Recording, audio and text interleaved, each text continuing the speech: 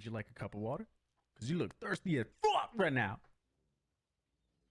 We got shipments need collecting from Calgur. Local!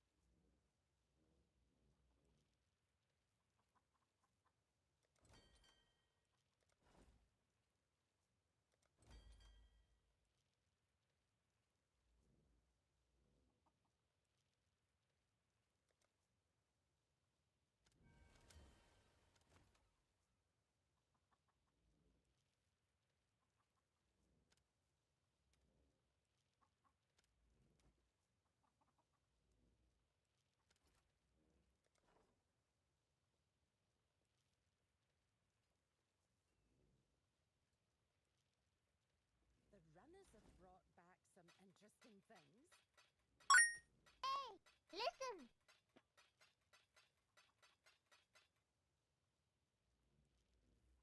Yeah, kind of. What's going on, Edge? I said thanks for the hydrate.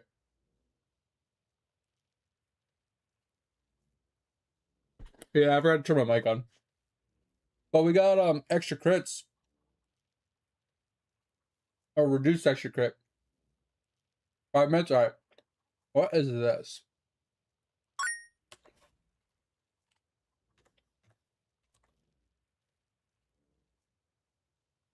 Reeds, yeah.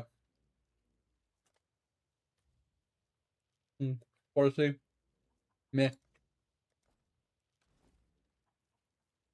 I mean, it's almost max life. Almost max Warcry speed. Oh, wow. It's one up of all maxes. Interesting.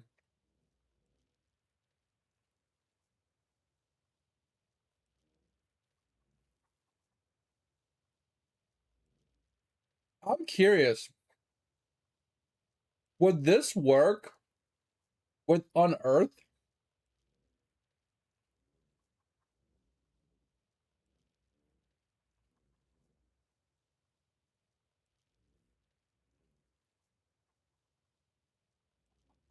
Cast while channeling, Unearth, auto exert.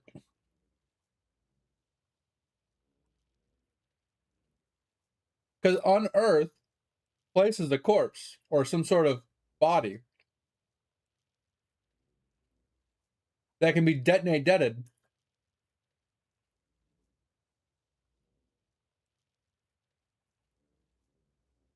Huh.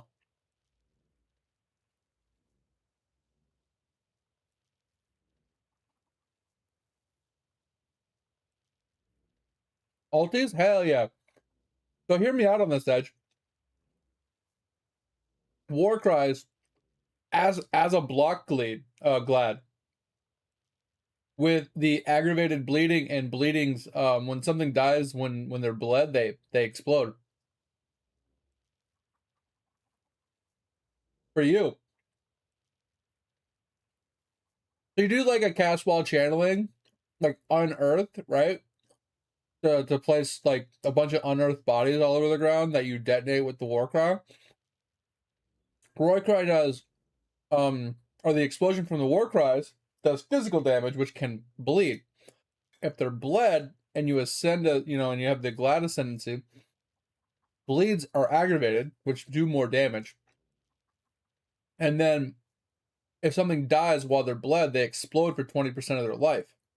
which gives you even more explosions and even more clear.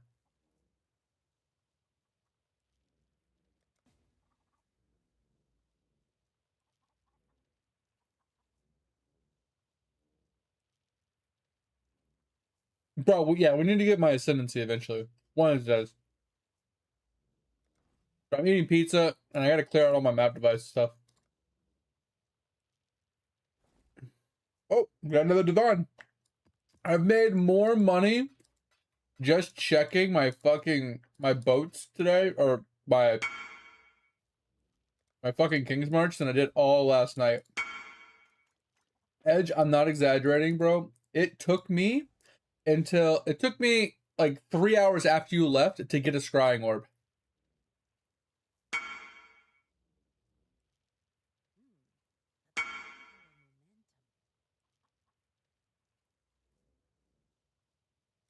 I'm not kidding. It probably took me 50 to 100 maps, if not more. It was so many fucking maps.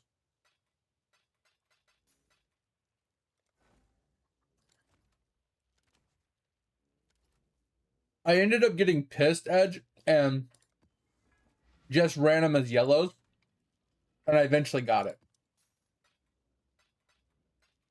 I'm reasonably confident that you might not be able to get them as a white map.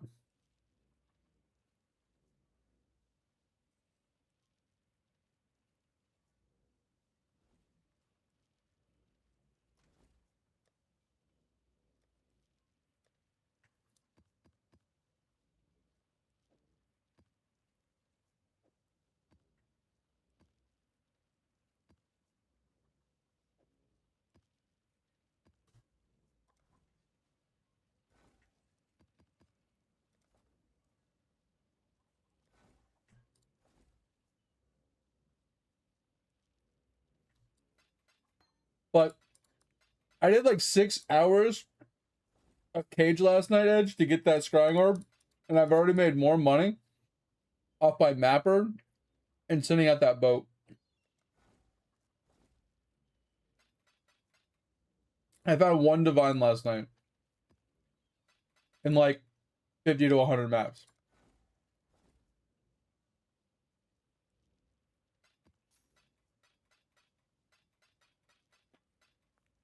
It's just absolutely wild. I got a whole bunch of like generic ass like currencies and stuff, but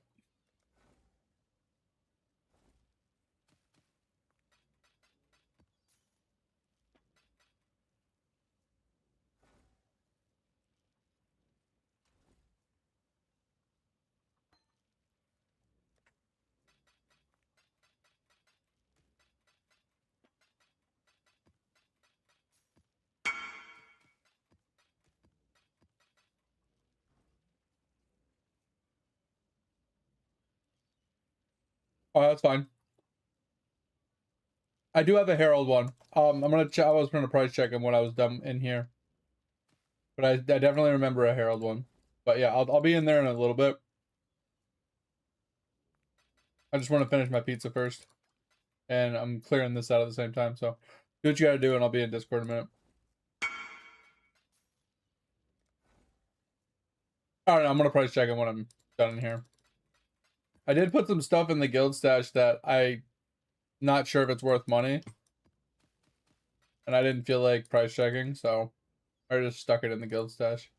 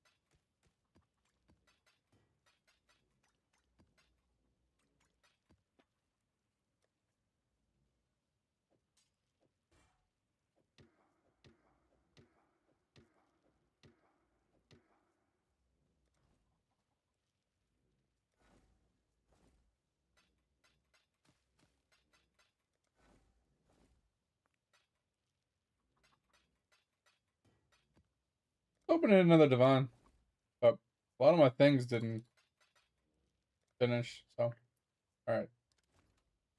Here, all right. We got 9 maps on there.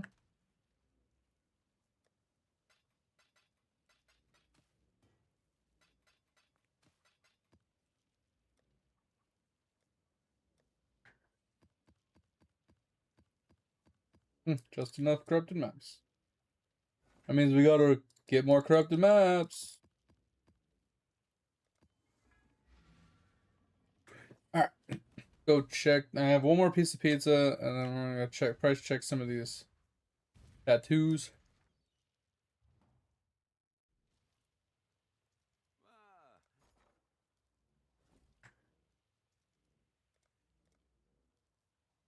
All right, so the shock one is 20C.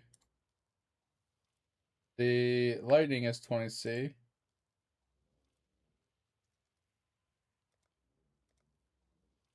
For some reason, there's none of these. Killing blows have 4% chance to consume a corpse, recovering 10% of max life. There's none of these. 4C. Those are worth nothing. Whoa! Herald buff, worth money. Really worth nothing. 6C for that.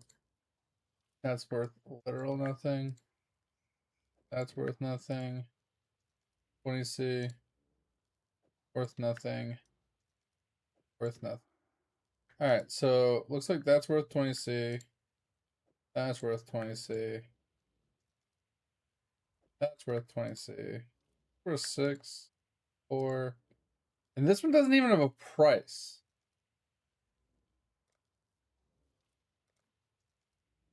Which is, I've never seen something not have a price.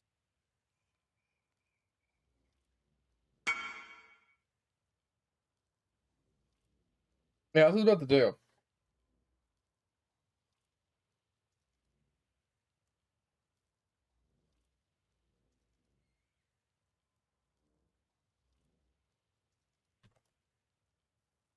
Alright, it says it's 2C. But I don't think very many people are using it. It says volumes per hour. And it says it's only like 71C. So very few.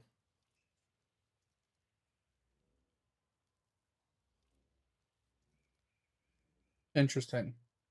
Alright, so these ones can be converted. Can't you sell like a handful of tattoos for like new tattoos? Is it like 5 to 1 or is it 3 to 1? The Herald one's worth a lot. Did you need the Herald one? Like, did you want it or am I just selling it?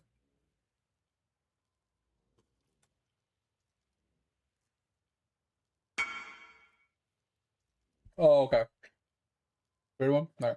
Alright, we're gonna sell this Herald one. Oh yeah, money. Yeah, I know you weren't running a Herald Stacker. I was just curious. Alright, so it does look like it's 3 to 1. Does that have to be 3 of the same one? It does have to be 3 of the same one. Okay.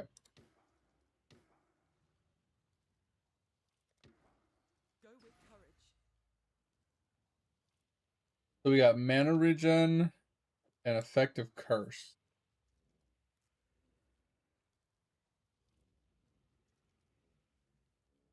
Alright, let's go check. Probably check these new ones.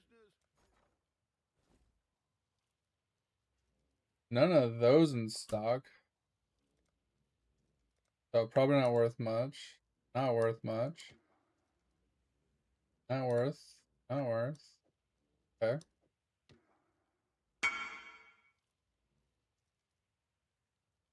Only one cur. Hey, you're doing good so far.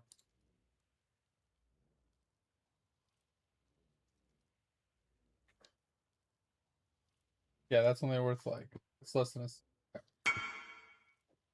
So these aren't worth anything. These are worth a little bit of money. What up, mate? Rage rejects it. No! How could we? Alright, alright,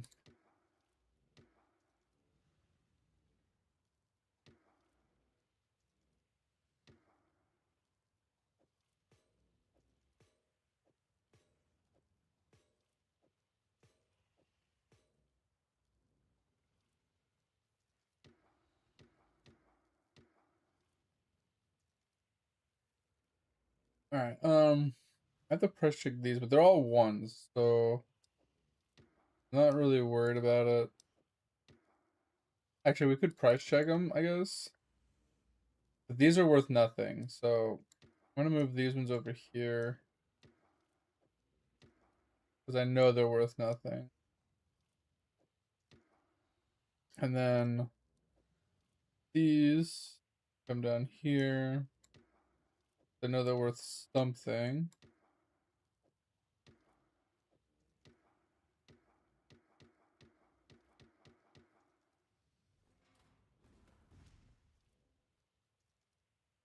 I'm doing pretty good. I actually slept today. Didn't get woke up or anything. It was pretty nice. Getting some pizza. Just kind of hanging out. Alright, 5C has some value. 18C got some value. 18C has some value. 18C. 6C. I mean, the green ones seem to all have like some sort of value.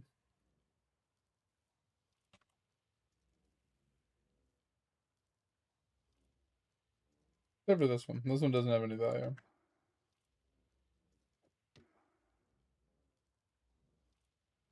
Alright, ignite duration on you. I don't know why that would have any value, but some value. No value.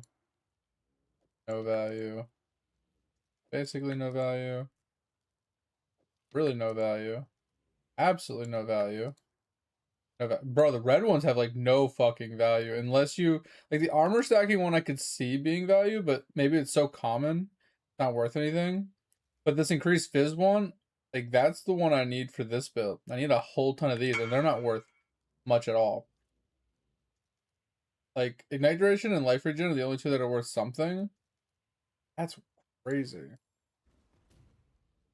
Yeah, I mean you got health, fire, and ignite chance. Ignite chance is definitely worth something for sure. Like that's the only ones I can think of.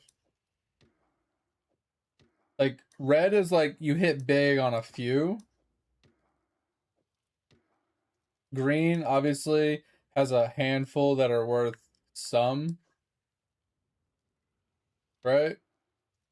And then blue supposedly has like the better average of all of them being worth something.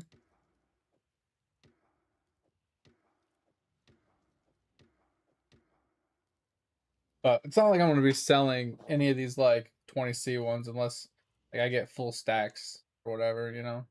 Not really that worried about it.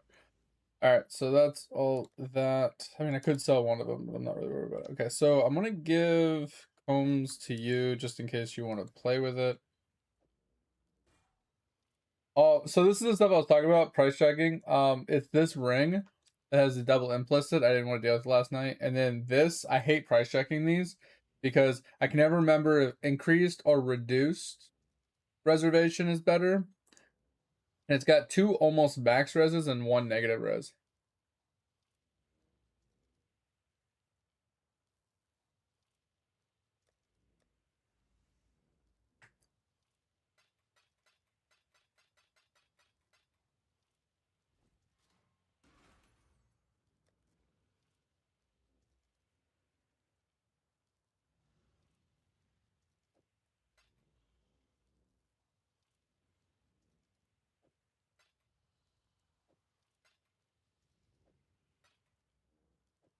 I think I need to run these to get some currency today.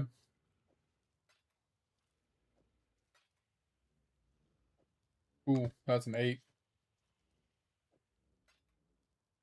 That's a 4. Yeah, I feel like I need to run these to get some currency today. Bro, this tab's getting full. This is all like shit that I have found.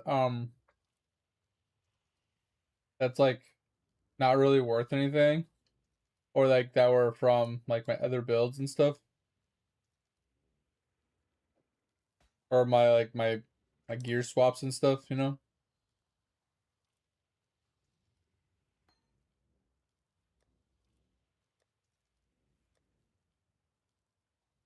Yeah, why is there 2 tattoos in here?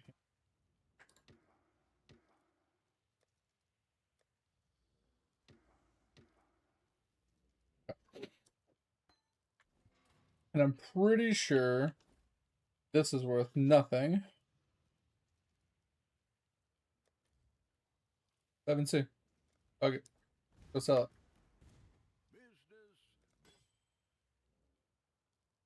Relatively high fizz.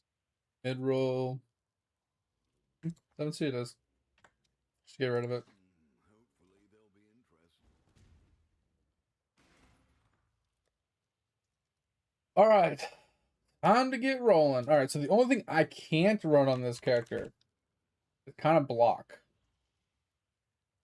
So let's move the block ones out of the way. Don't accidentally run it.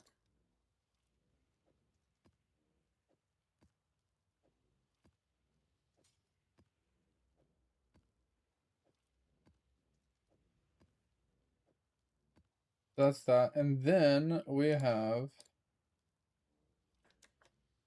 this reg edit. I'll make sure we're good there. Okay. We should be good. Alright, so let's push all these over. And then we're gonna run non-corrupted. Yeah, I'm ready. Are you already on fourth floor? Wait, third? What? I need to go fourth. The boss is on the 4th floor.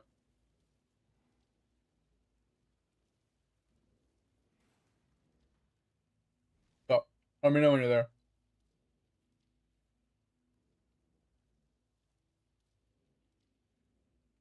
Oh, yeah. I wanted to do my, I welcome you. No, not him. It's Licia. Licia. Yes. The Lackey or whatever. Yeah.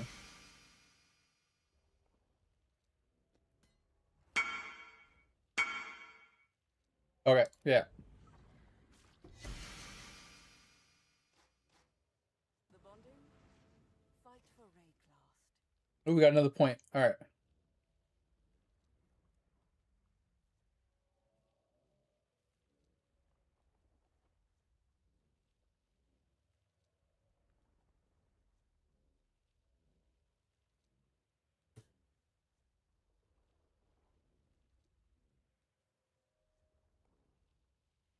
All right.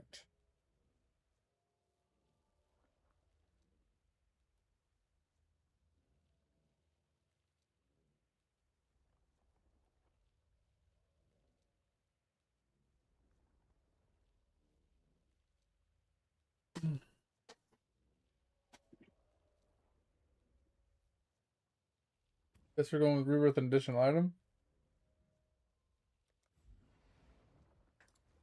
Yes, just like that.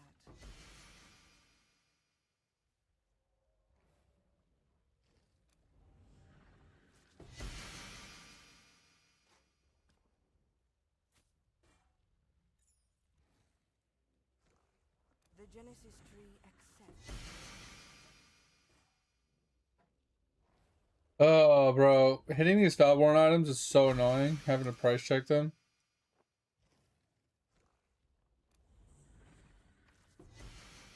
Especially since most of them are worth nothing.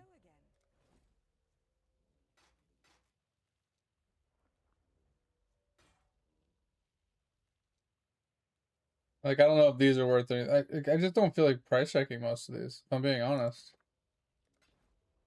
Drive them back. She is pleased. That's the biggest problem I have with this game, if I'm being completely honest.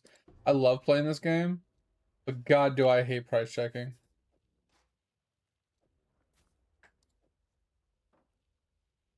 Greetings. I know there's nothing they can really do about it at the end of the day. Drive them Because back.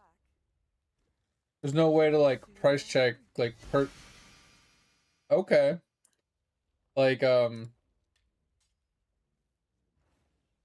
items in this game, like, you can't just hover over it and be like, oh, let's price this. Because people price things individually. You know what I mean? Alright, this roll well?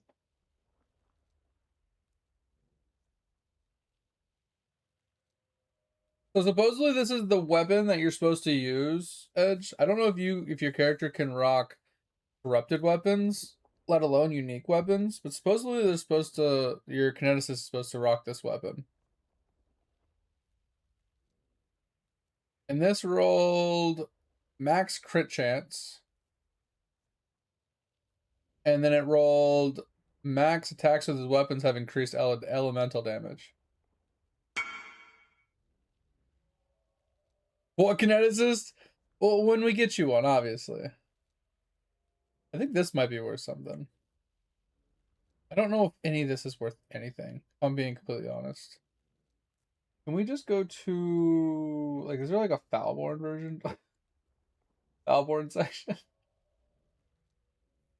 Just show me a list of high level, like high, currency Falborn items. Alright. Falborn Dream Accuracy. Okay, so supposedly that's worth money. Okay, so supposedly this is worth money. Yeah, we're just gonna use POE Ninja to do these.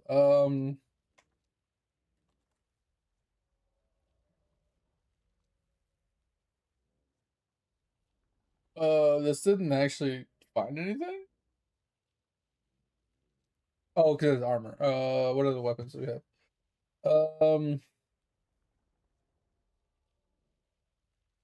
So the Falborn is worth nothing. What about the Riv? His skills have duration.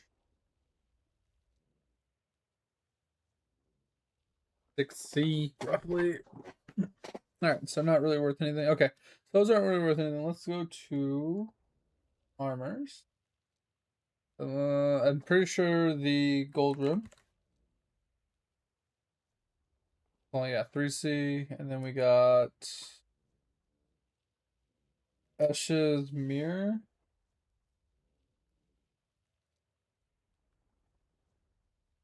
2C max.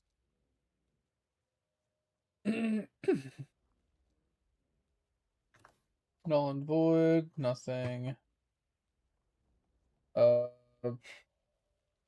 Veil of Night, nothing. Rise of Phoenix. I think the Devil's worth more, but what is it? Let's see. And Void. Bringer. Okay, so none of this is worth anything except for that one sword. None of that's worth anything. Wait for Tova to arrive before you say, okay, all good.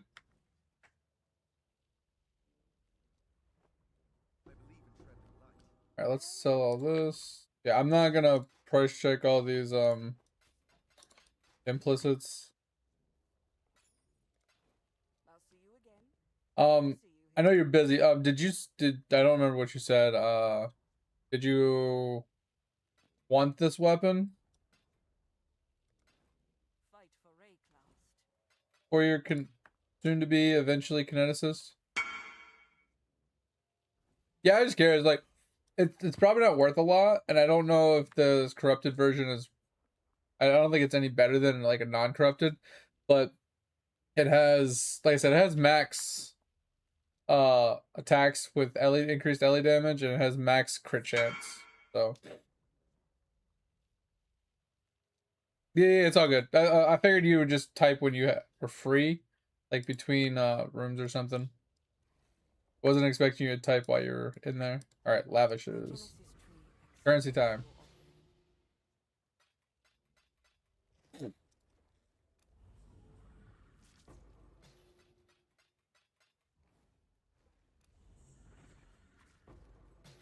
Come on, money. Come on, money. Give me something good. She will soon. Give me something good. Okay, come on. Give me something good. Elder Ember, stack deck. Okay, I'll take the stack decks. That's not too terrible. All right.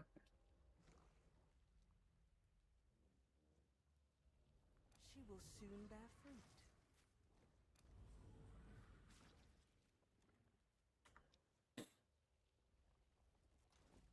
All right, not too terrible. All right, we got one item for sale. All right, coming.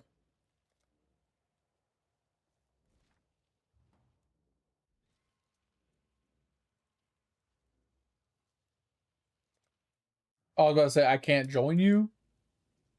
That's some bullshit. All right, good luckies.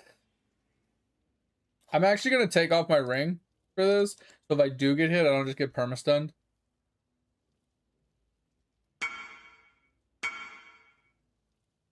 I'm gonna do my damnedest. I'm gonna come in and not move.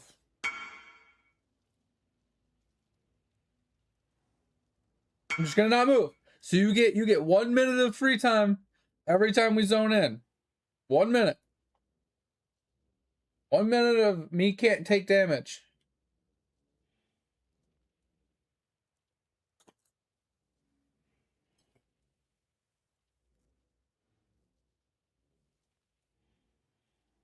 The boss is the problem, honestly. Like, getting to the boss is obviously a problem. The boss, bro, no fucking joke.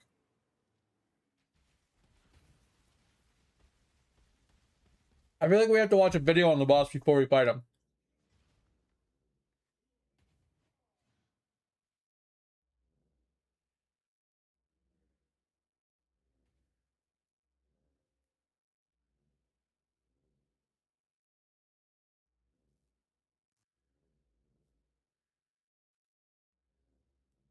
Because he's got 2 phases, and one of the phases he leaves traps and stuff and degens and whatnot.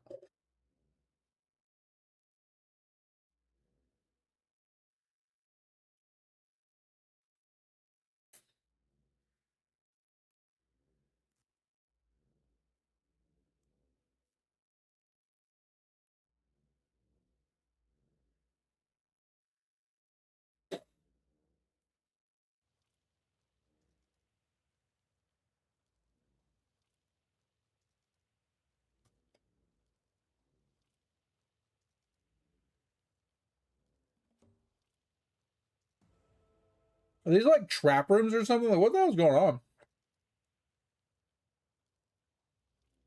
Like, how it said room completed and you still somehow took damage.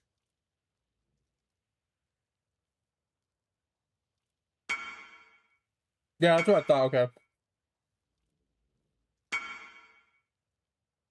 Yeah, go through it. It'll automatically pull me through.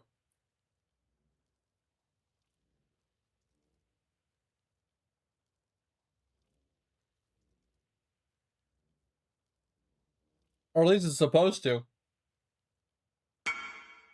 No, it's supposed to, though. There it goes. Yeah.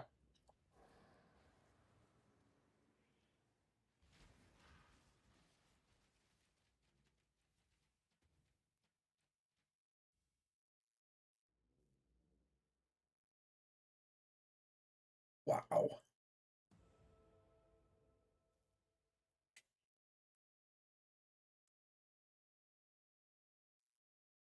The fucking traps are no joke.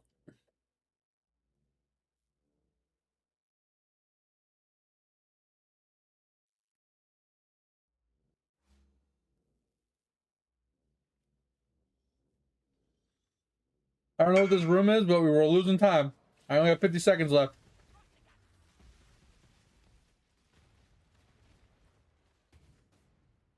Bro. I fucking hate Sanctum. Oh, it's so stupid.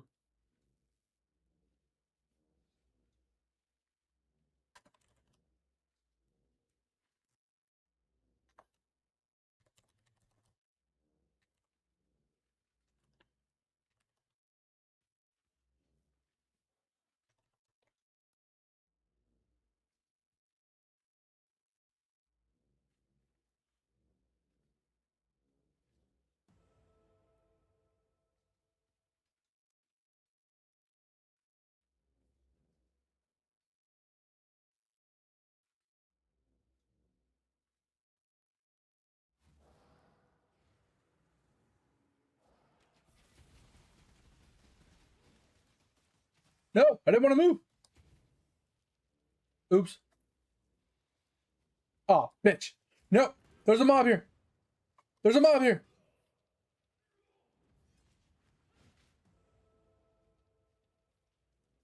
Please hurry. Please hurry and pull me out. Please hurry and pull me out. Pull me out, please. Pull me out, please. Oh my god. I'm so scared. Oh, I'm so fucking scared.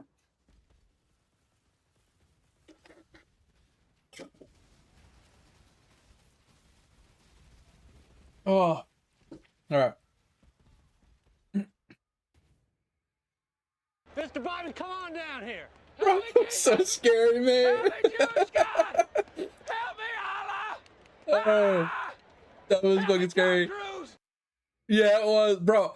So the problem is like I can't get hit by the guy, or we lose like resolve, and the resolve is like our HP point. But if I walk too far, I'm gonna start running into traps. So I had a small little area to kite the guy to try not to get hit. Because I accidentally clicked on the screen. Oh my god. That was Did you just lose over 100 resolve in one hit? Like, you got hit twice, obviously. Ooh, there's coins here.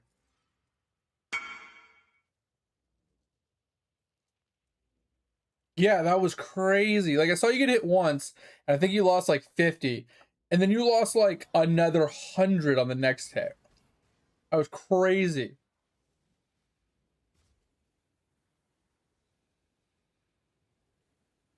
Bro, we need to get a lucky fountain or something.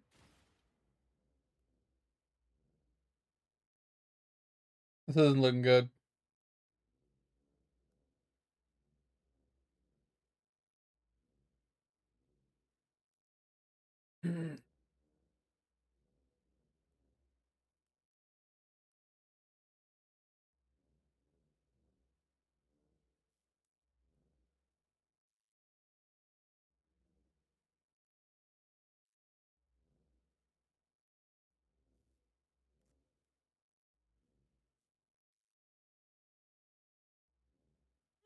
No! Bro, we're so close! I think the only other thing we could try to do in those edge is But bro, the boss would have 100. Like, I think the boss still does resolve damage, and I think she would just kill us with that little amount. I don't know. What I was gonna say is like maybe killing those mobs to pick up their gold, so we had more gold to spend, would be the only like option.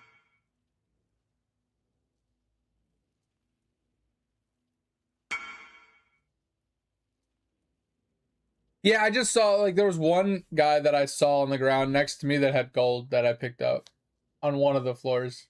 I just wasn't sure. And there was another room that I went through that there was like a couple mobs that were chasing me that weren't dead. But I'm gonna get in Discord. I forgot about it. Yeah, lasers are the worst. Yeah. Let me jump in Discord.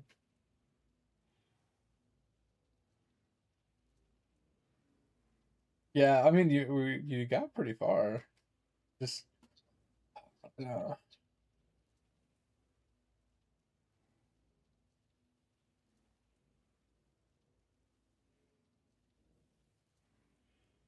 Oh, yeah. I feel like if that one didn't hit 100 resolve on you, it would have been fine. Yeah. I'm just yeah. Ugh. I kind of just want to pay for the carry, but I don't know how that even works. And I don't even know where to go to pay for it. I'm always close, right?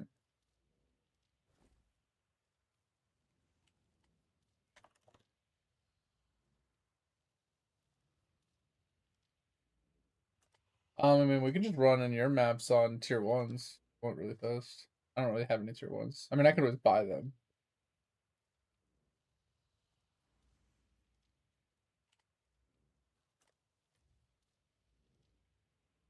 Okay, so this weapon is worth 1 divine. Yeah, the Falborn. Attack speed per accuracy.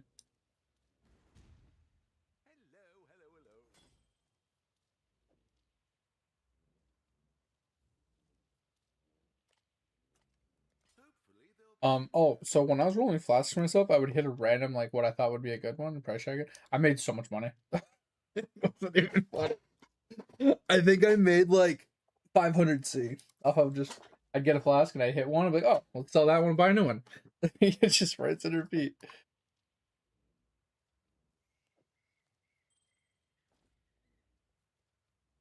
Oh, did you put some in the field sessions in? Like tier ones. Like I said, I can always buy some. So I was gonna run some in mine, separate from you, so we can. I don't have any. All right, to do it.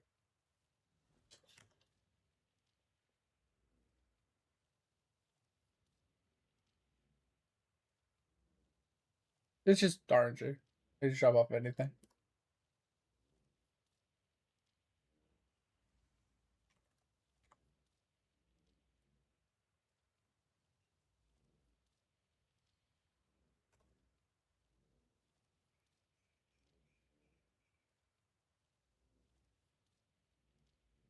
It just says it can drop anywhere. 68 to 83. That one's own.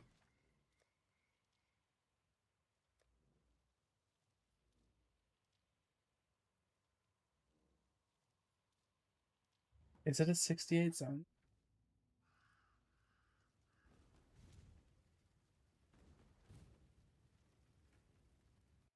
Is it 66? And there's other zones that are 67s. Everything else is like 67. They did that intentionally. But I think blues are +1 and yellows are +2. Or is it just yellows are +1? So technically you could farm it and you would have to just kill the yellows to get the +1 item level.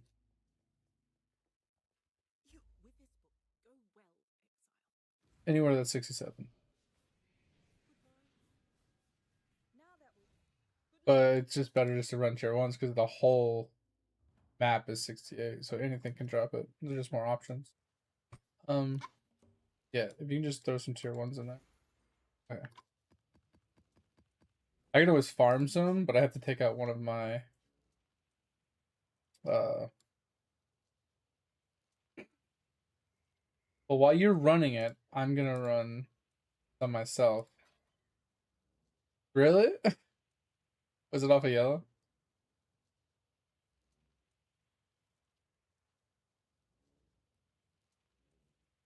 Alright, I'm just gonna run this cheetah map.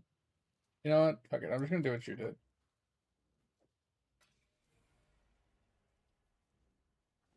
I'm gonna give you your mouse back. I know you don't give a shit, but I like having it. Yeah, I was saying just keep sending your runners. I'm gonna go. You said the odds were? Oh yeah. The bone pit right next to those were 67. Alright, I'm gonna launch man.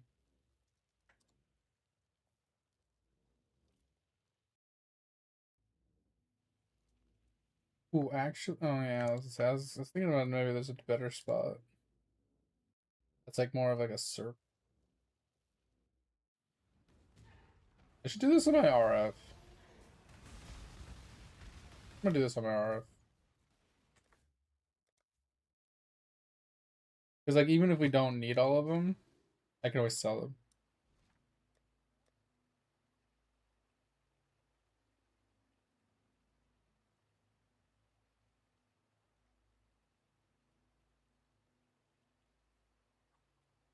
Yo, Topher, what's going on? Give room 1 every affliction possible.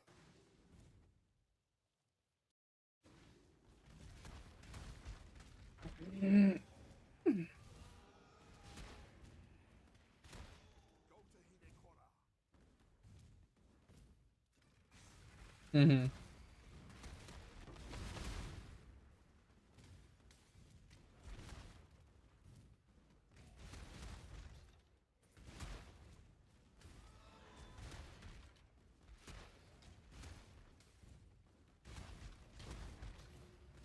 My thing is, I feel like I have to kill yellows for it to have a chance to even drop.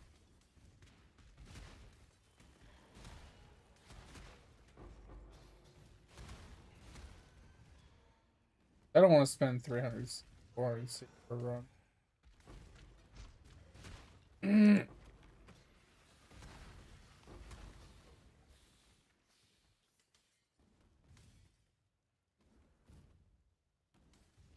Well, you guys are blowing on my chat now.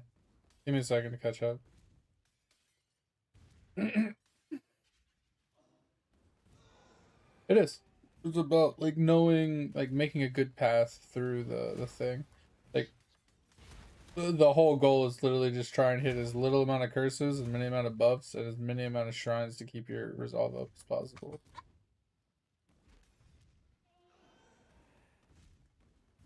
And a lot of it is, like you said, RNG. Like what rooms you end up getting, what curses you end up hitting. Yeah. Yeah. The only other option a thing you could do to help would be actually getting relics. Yeah, I was saying getting like good relics. I don't know if you can roll them or not, uh, but getting like a bunch of good relics so you can actually like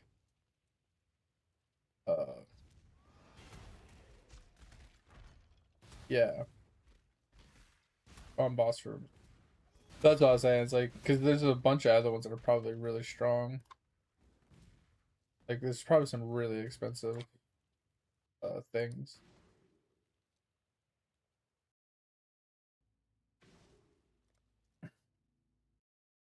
I think there's resolve on mini boss kills or something like that. All those guys that you were fighting in those trap rooms. I think those can give resolve if you have one for those. But I'm not 100%. I don't really.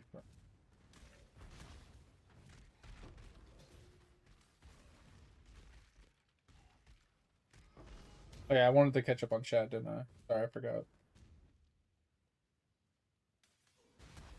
Yeah, Heist is, but it's better than Sanctum.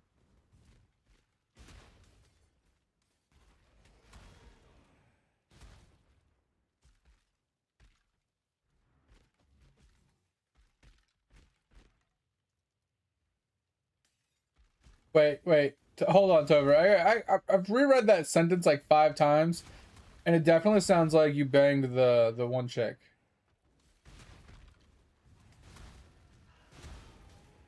The way you wrote that, it sounds like you helped the chick at work with Milfy, as in like she's a MILF, and you helped her at being a MILF. I'm so confused. I mean, just because they're kids there doesn't mean nothing. That's what tablets are for. And Baby Shark.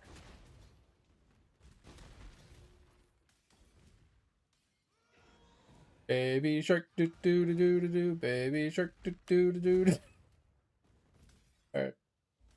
A true servant of God. Strategic. A truce for now.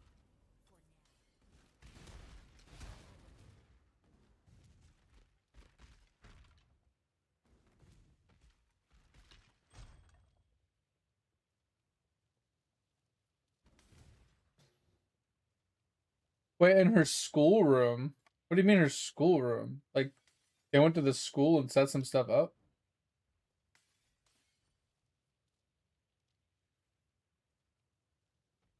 T46 sushi, red salt vial max. Hell yeah! Let's go, mate. That red salt vial be huge. I'm still working on purple salt. Bro, that one's fucking taking forever.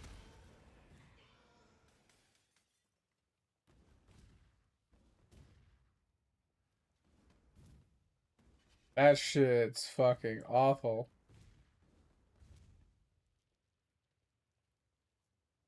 Can I get 47 soon? Let's go!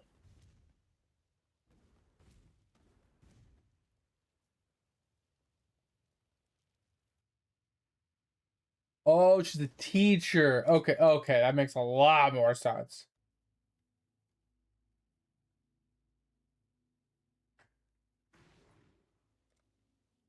Probably join party. Hopefully that doesn't mess you.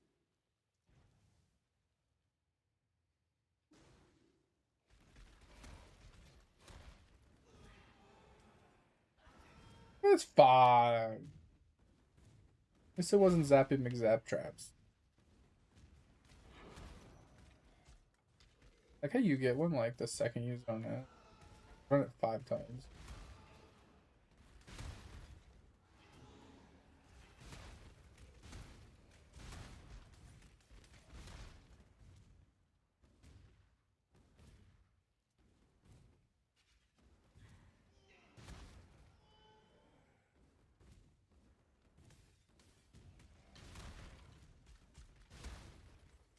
Do you get a relic on after every boss floor? Like everything else. Why wouldn't it be?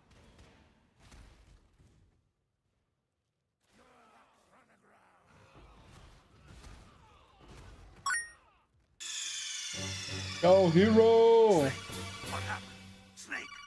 Snake! You what?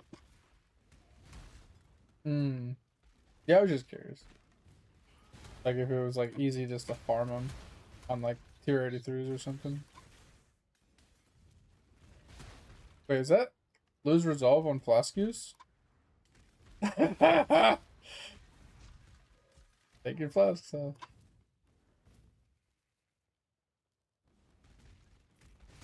Kind of blows, but Would you like a cup of water? Because you look thirsty as fuck right now. yeah.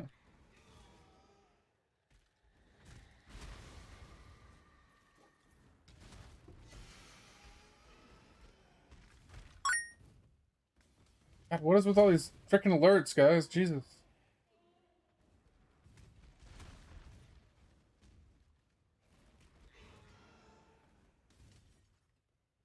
I was eating already, Tover. Thanks. Appreciate it. The little ting is a little loud in my head, so.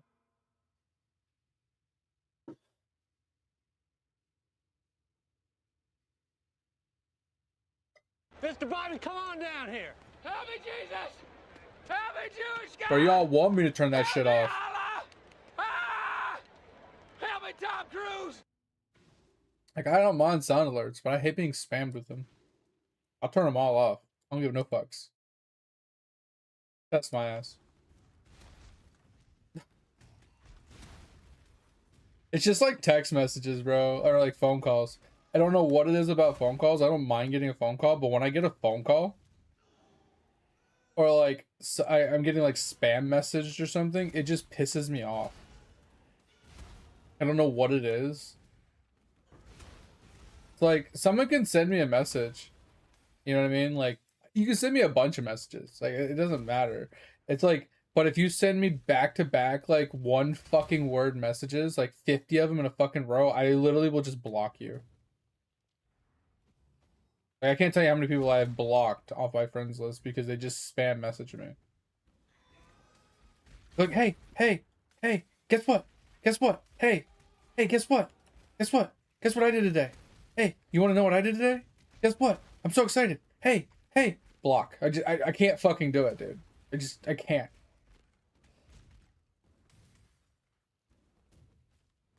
Like, if you're gonna send me a fucking document, send me a goddamn document. Don't give me one sentence at a time. If you're gonna send me a fucking 40 paragraph fucking description of something, don't send it to me one sentence at a time. Like, fucking send it to me all in one lump sum. Because if not, it's like message. I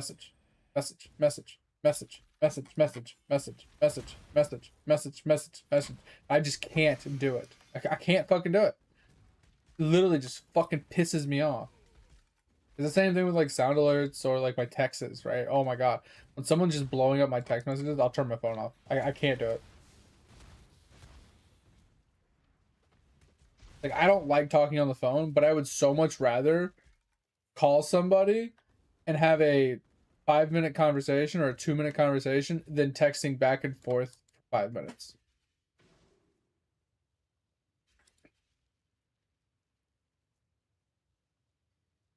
To the door. Still haven't gotten one.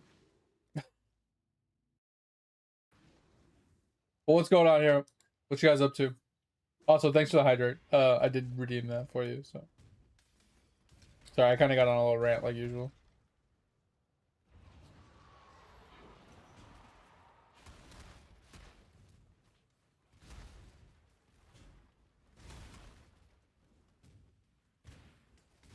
And if you're curious on what the hell we're doing, we're trying to farm some forbidden tomes. It's not the easiest place to farm them, but it doesn't require me to get tier 1 maps.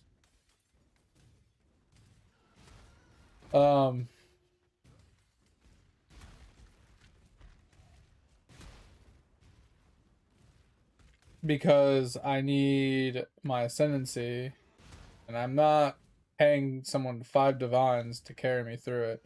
My buddy's trying to do it for me, but we keep failing, so we need forgotten tomes, and tomes are not cheap, so I'm trying to farm them while he's running the rooms.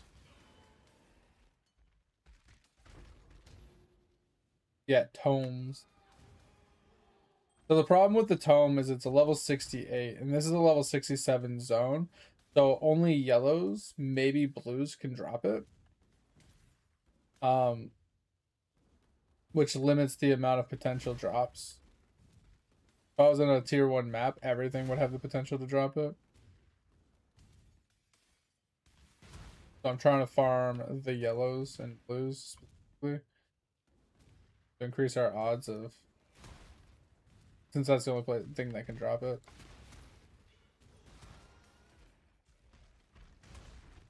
And like I said, it's just not really working. He got one on like the first zone he entered. And I think I'm on my 5th one or 6th one right now. I haven't found one yet. Found a couple maps, which is indicative that I can drop it. It's just maps and tomes, I think, kind of go hand in hand.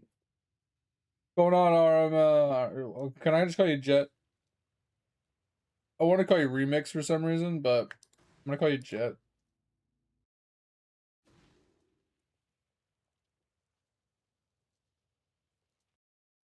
What's going on? Welcome in. Appreciate you stopping on by. Thanks for the follow. I appreciate it. Hope you're having a good day. How you been? I'm assuming you're a little POE enjoyer, like the rest of us. I was already explaining what we were doing. If you need me to re-explain, the short of it is, I need a bloodline that I can't do on my character, and so a buddy of mine is trying to carry me through it, but we keep failing. So I'm trying to farm the Forbidden Tome while he's running the floors in an attempt to get me through it. But I don't really have tier 1 maps, and I don't really feel like buying them. So I'm running through here trying to farm yellows to drop the Forbidden Tomes while he's running the tome that we already found. Basically, is like what we're doing. We just keep failing on the 4th floor.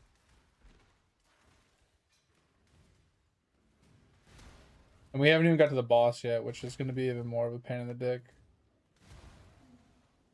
I know what's going to end up happening is we're going to get we're going to have one good RNG run, and we're going to get to the boss room, and then we're just going to die in the boss room.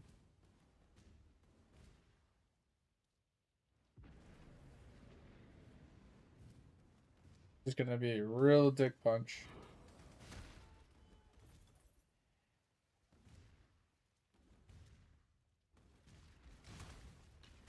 But I really need this bloodline, so.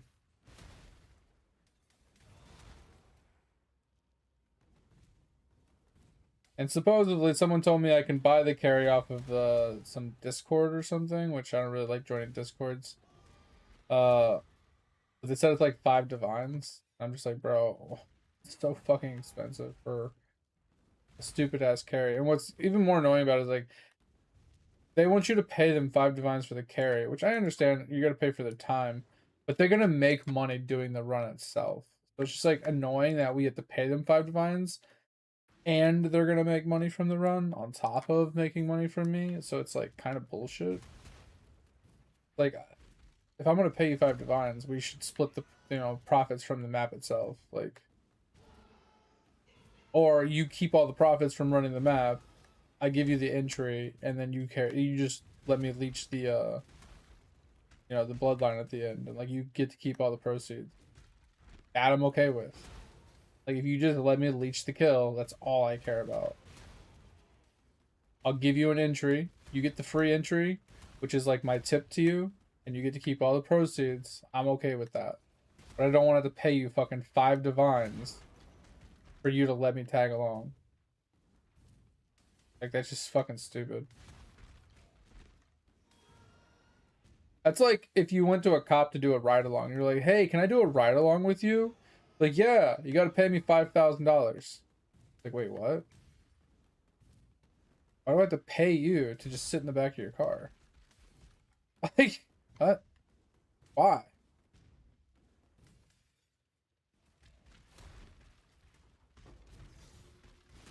Don't understand it.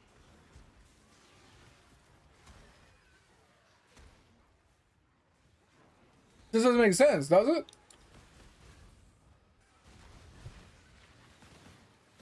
Am I just ignorant here or something? Like, or am I just not understanding the economics here or something? Like, because like for me, anytime someone needs help with something, I'm like, oh hey, you want to come in here and get this leech really quick? Like, I don't make them pay me. Like, I'm already doing it. I'm already gonna be whatever. Or if someone messages me, hey, can you help me with something? And be like, oh yeah, sure. I just come in, I do it really quick, and I leave. Like I'm not expecting them to pay me. I'm not expecting, fucking firstborn child or anything. Like, okay, well, I guess this is how you make money in this game. I found a div. I was doing the abyss that was in the zone, hoping that one of the monsters would drop me one, and a fucking div dropped out of one of the boxes. Made more money running this zone tonight so far than I ran in the 50 fucking tier 16 maps I spam ran to get a scrying orb. Like, this is pathetic. Bro, I was so pissed about that fucking last night. 4% chance my ass can suck it. Yeah, no, right, all right. I mean, I have the money. The money isn't the problem. I don't mind spending the money on something like that. It's the principle effect, right? It's like if you were to be going to public school, right? If you went to public school and you were going to school and your teacher's like, hey, follow along in this lesson, but you got to pay me $500 to follow along in this lesson. Like, wait, what? Like, you're going to teach the lesson regardless. Why do I have to pay you $500? Like, you're already getting paid from the employer. I shouldn't have to pay you on top of that. Like, that's the problem. I have a problem with it, right? Like, you're paying them to get carried, but they're already getting paid from doing the work, right? Because there's the rooms that drop the you know, the items, or the rooms that drop, you know, the currencies and stuff from the chests and whatever. Like, they make money from running the fucking sanctum. The sanctum pays out pretty good money. So why do I need to pay you on top of that? It's like going to fucking Starbucks, ordering a coffee, and the fucking the cashier that fucking rang you up says, oh, where's my tip? It's like, all you did was take my order. You're already getting paid by your employer to do your job. I don't need to tip you. Oh, you're already in floor 4? Okay.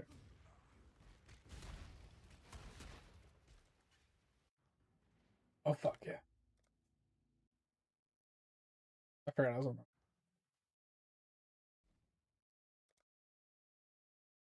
Oh my god. It's so pissed. I should have just put the mage blood on him, honestly. I don't know this fight, FYI. I just know that between phases, there's supposedly like traps and degens and stuff.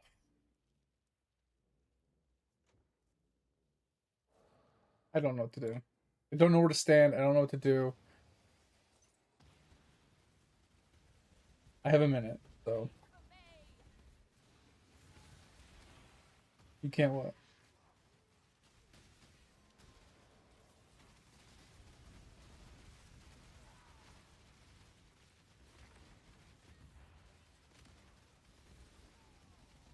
I thought this was. Oh, we have to get through all the floors. I forgot. Like, I thought this was Lacier.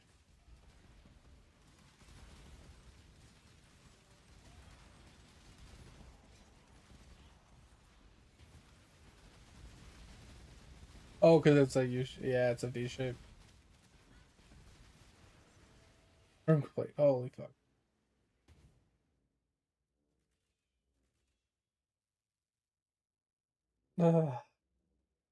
I mean, you lost 70. Okay, that's fine.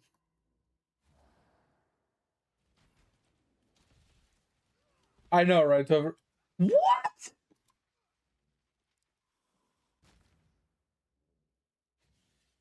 He went from 240 to 90 in one hit. Oh, this happens every time we get into floor 4. Every time. It's crazy. I'm watching you.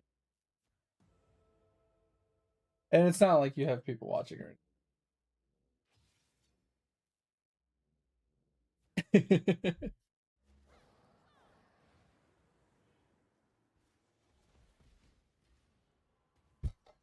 You know, what's funny is, like, I wouldn't worry about getting this ascendancy, but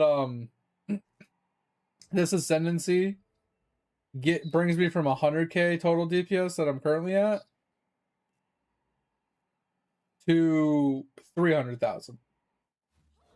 So it triples my damage picking this up. In theory, this build's supposed to get to like 35 million DPS. I'm not caring about getting to the millions. I'm caring about survivability more than anything. And not only just that, it's like a little extra damage is good. Don't get me wrong. A little extra damage is fine. But it's more along lines of I just need enough to kill the ultimatum mobs. So 100, 200, 300,000, more than enough. I don't need millions. So I want this because it will triple my damage, and more damage means I can clear the floors faster or the ultimatums faster. But that's what it's all about. It's not about getting to 35 million. Because I'm not trying to Uber boss. I'm not trying to like map boss or anything like that. Yeah. That's so stupid. So you have to like spend it every floor or something if you can.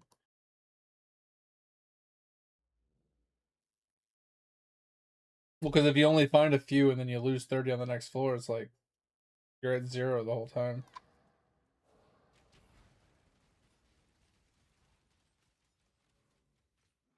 Oh, damn.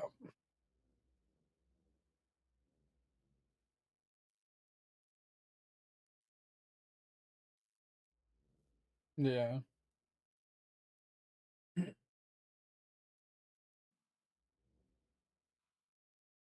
You had, yeah. I'm just worried about the boss room. If I'm being honest, I'm just terrified of the boss room.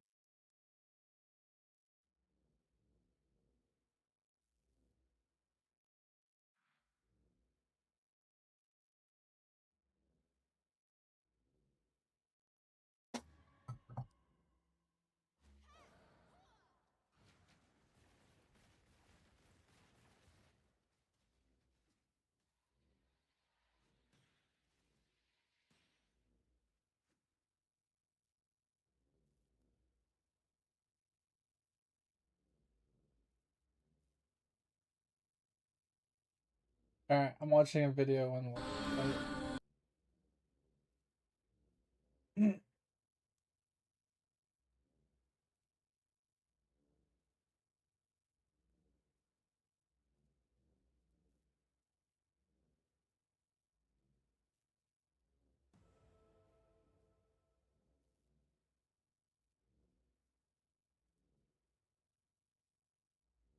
Then, if she does the lightning attack, you will turn off your energy blade. So as watching a always video. with this build, you want to click your flask at the beginning of the room. Then you want to stand in front of her, preload the damage. I will not do that because I don't want to insta-face her. And once she starts her animation, you will jump down. Then, if she does the lightning attack, you will turn off your energy blade and just stay in the safe zone and wait until the attack is over. Then you will turn on energy blade again and kill her off. Okay, that's what I will do. I will not preload, as you should. She does the animation, I jump down. Maybe I have to damage her a little bit. Oh, hell no. Fuck. Yeah, sorry guys. I did too much damage. She wouldn't do the attack animation, the lightning animation. Alright, so I'm not getting much of a out of this video, but I guess when you first, like, she first attacks, she attacks towards you, so you like stand closer to the left, and then once she goes to attack you, you jump to the right so you don't get hit by it, and you basically just beat her ass, but you have to stay in a very tight area around her because the whole room is covered in like red degen, and you have to follow the open space the whole time until you phase her, and then you got to work your way through all the mobs to the other side. What the fuck? I mean, if I'm safe for a minute, I don't think the degen will be a problem. But I feel like if you don't kill her in that minute, I might just die to the degen.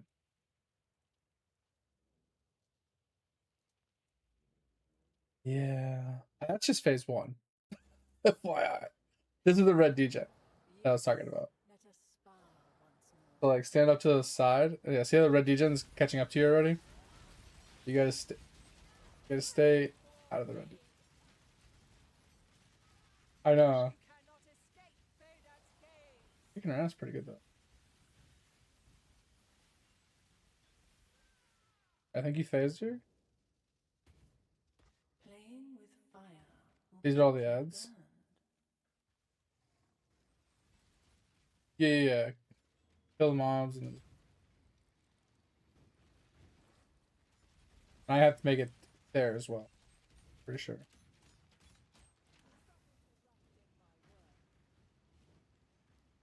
Try not to run into fuck shit. You cannot escape Vader's gaze. Yes, the blood moon rises. I don't know the rest of it, so.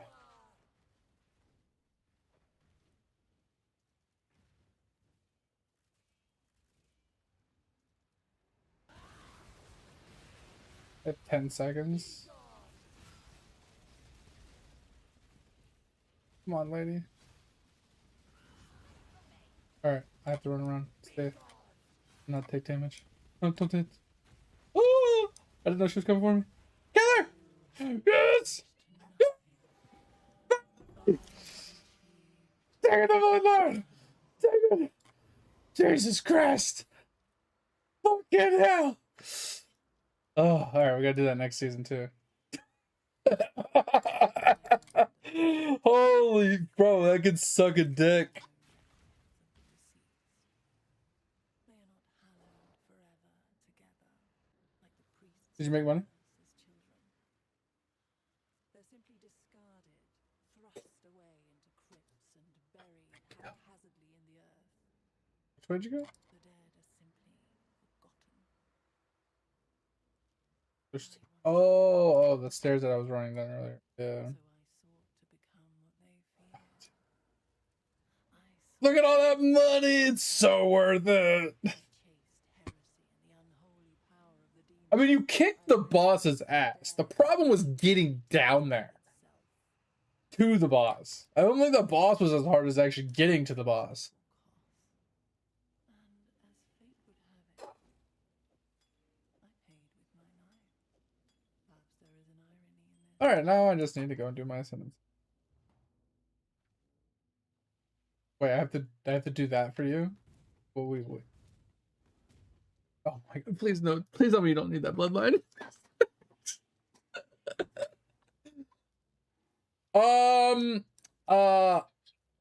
Oh, I need the 4th one. Do you have an entry? I can go get it. 1 sanctum? I think you've ran like 50 sanctums. What more do you want me to do for you? I buy you all these ultimatums. Fucking my butler over here. It's like a Bruce Wayne over here, you know?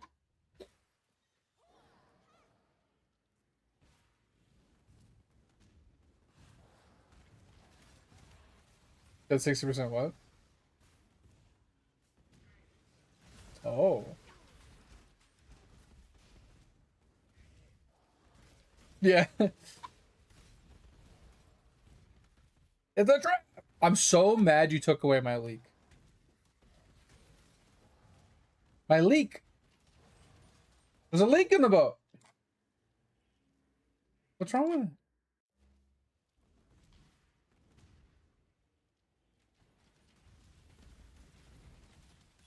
Okay.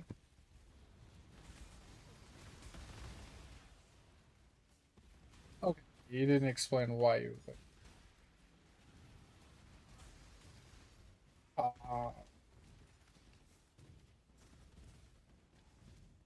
Hmm. Well, I want my leak back.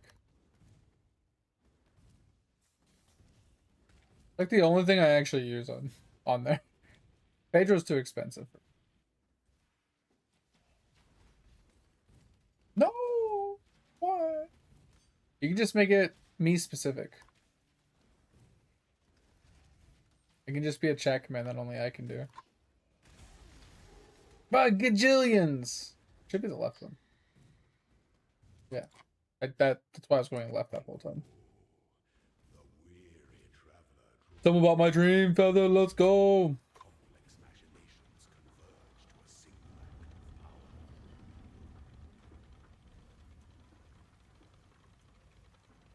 Why can't I allocate stuff on in the... Huh. Oh yeah, you're valid, but...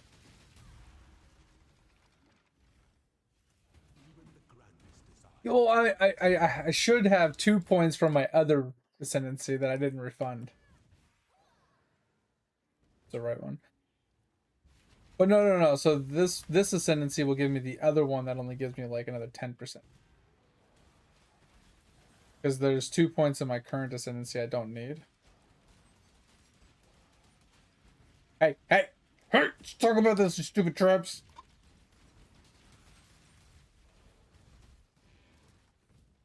Yeah, I should totally try Sanctum on this build.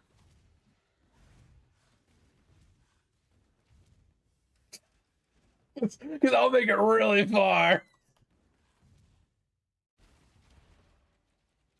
Left side.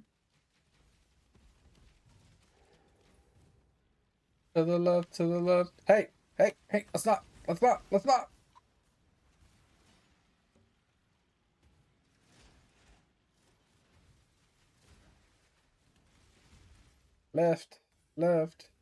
right, left.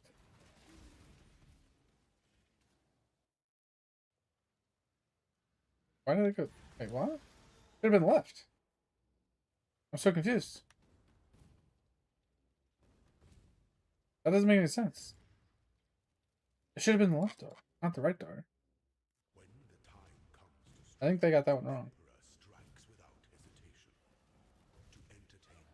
No. If it's not left, it's right.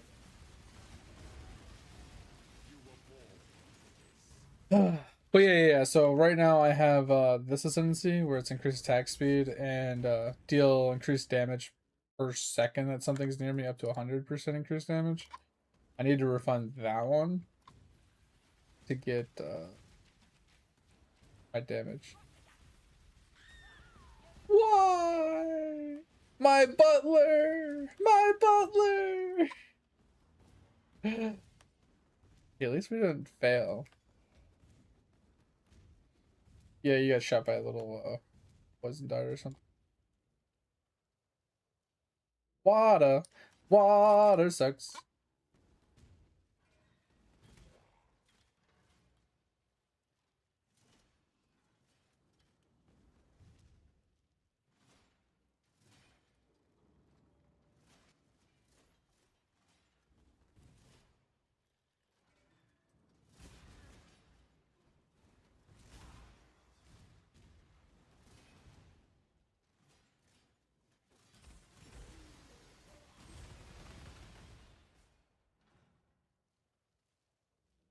Alright.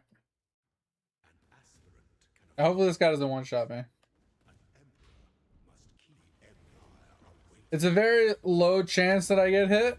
It's like 0.7% chance that I take a hit.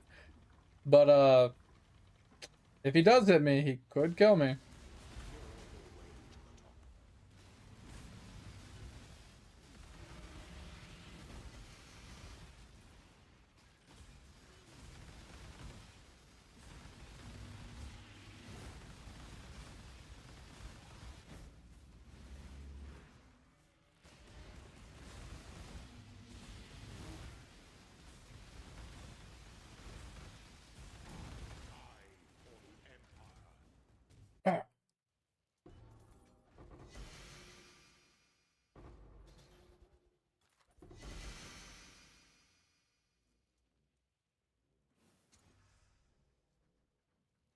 Yay! Ooh, 20% quality. I already quality like every.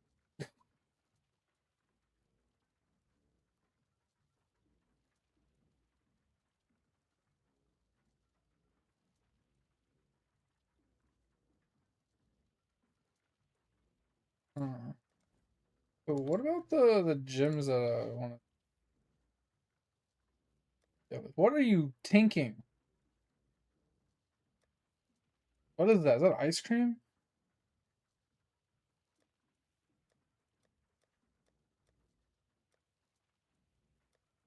What do I do with the gyms?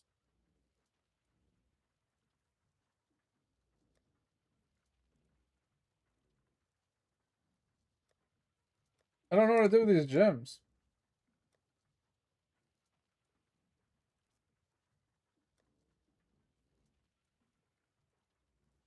I lost my gems.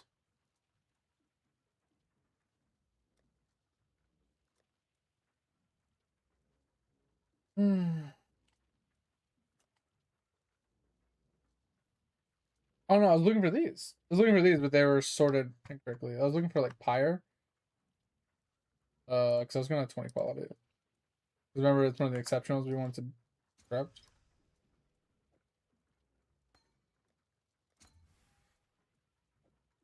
Eight quality. Ew. Ucky, gross.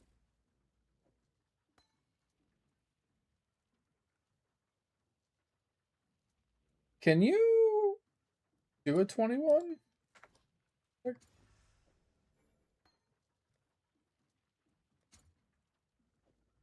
I wasn't trying to quality it. I was trying to sacrifice for the same color.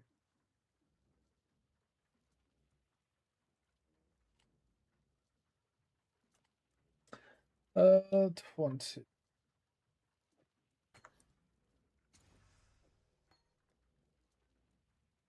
I want to do blue. Forgot. I like doing blue. Right. What's here?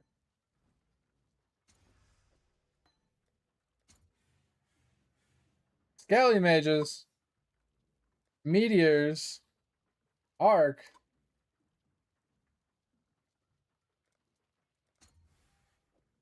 I don't like picking up just anything because it's something. Like, I want to like pick it up if it's actually worth something. Like, what's the point? Like, let's look at Skelly Mages.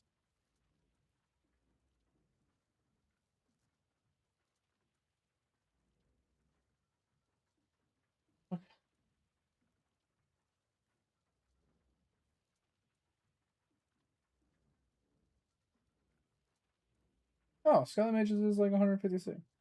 Something. Something. I honestly didn't expect us to actually clear it.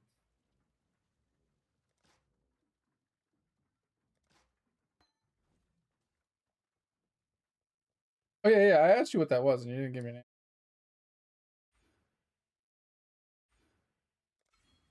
So was it ice cream? Oh, okay. What's the plan now? I don't know yet. If I'm being honest, I honestly didn't expect to clear that today. So I think it's about mapping, doing ultimatums, trying to find inscribes to make some money. And just kind of chilling. If I'm being honest. So Skelly Mages. And then I'm trying to get to 20 quality. Or 20. So that's like 100C. I mean, I'll level it up. Alright, let's put in. You want 100C for it? Here. Here, it's your tip. It's your tip. Take your maps back too. And price check those two items. Right. Okay. Later. Later. Alright. Map? Well, what thing's called? Trade macro? What are we shipping today? Let's fix what's broken.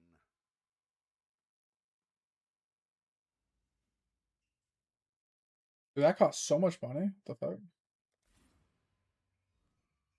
Alright.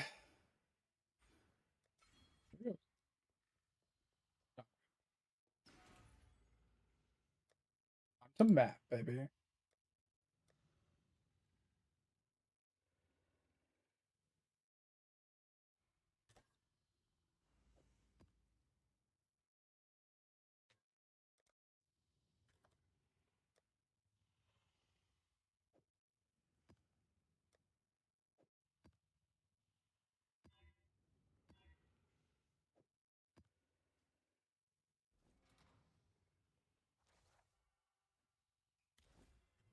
All right, so we're set up for ultimatums if you want to join.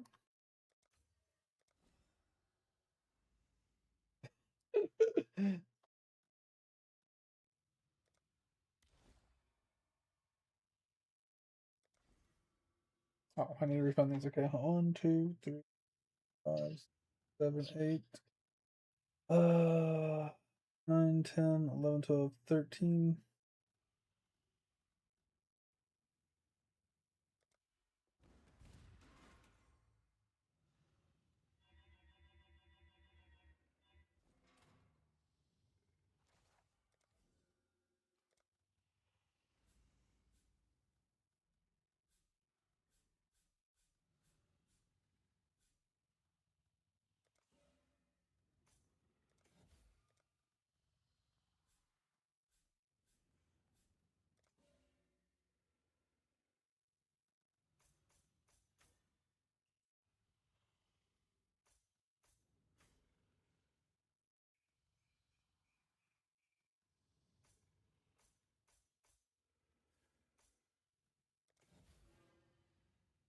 All right, you can come join if you want now. Thanks for the help. Yeah, I'm just running regular maps that have ultimatums in them.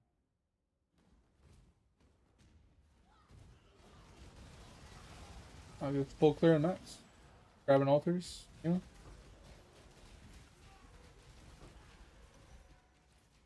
Oh, Cloister? Cloister's worth some money. Just hit me! They're literally just running around chasing your fucking archer.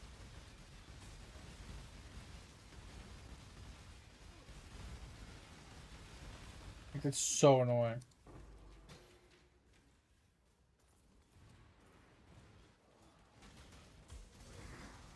I guess you just kill stuff. I'm just gonna go do the damn ultimatum at this.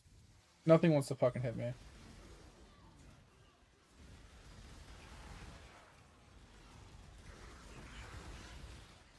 Hmm.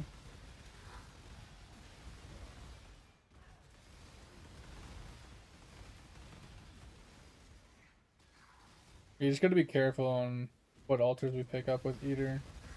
Because they have the reduced regen ones a lot. Those ones fuck me up. Like per endurance charge, reduced regen.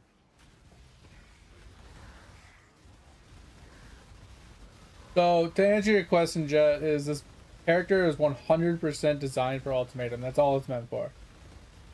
So mapping sucks, bossing sucks, pretty much everything sucks, except for the ultimatums. And we're trying to inscribe farm without... We're doing low budget inscribe farms to get div currency inscribes to make money, basically. So we're looking for these. Anywhere and everywhere we can.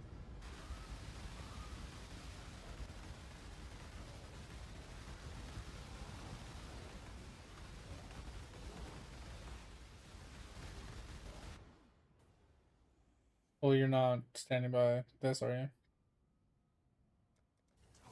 You don't get a lot of XP until the later wave. If I had 13 waves, you'd get a lot more XP.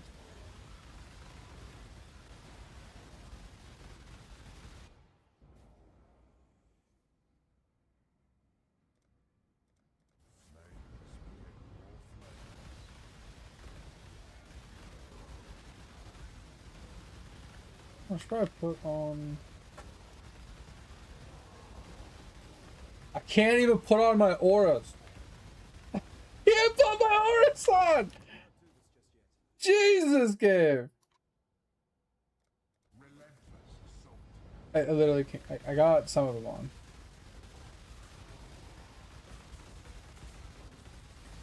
All right, I got them all on. Jesus Christ!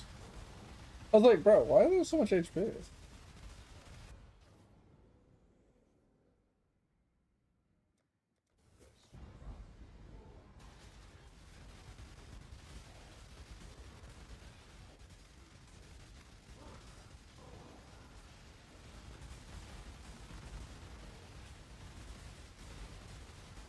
Some of these mobs are like hell HP.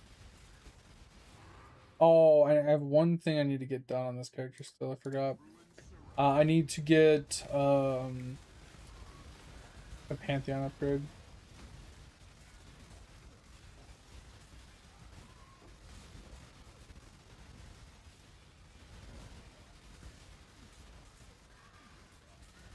Hmm.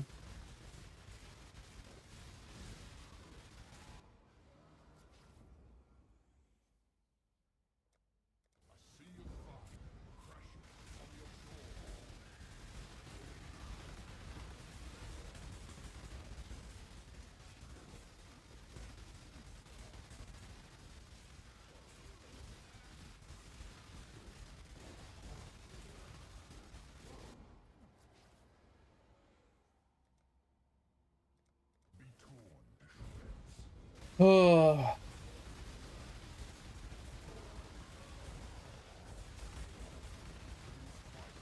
Wait, what?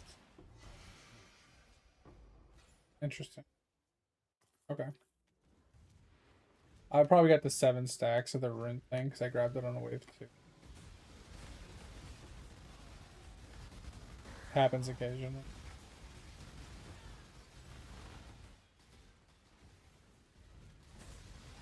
Well, I tend to not grab that one even though I can technically run it.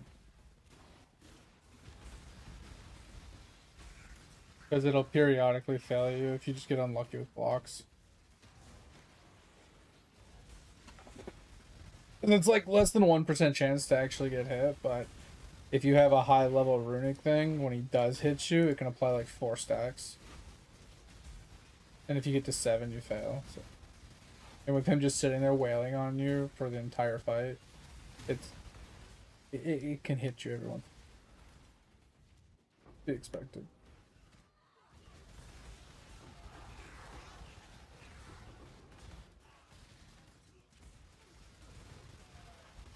The only thing I dislike about this build is like I'm standing here, I'm standing here, I'm standing here. Oh, he finally fucking hit me.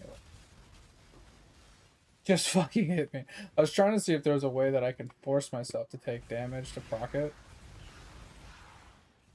So something along the lines of how the hitless flex like 100 damage back to you or something when you use the kill.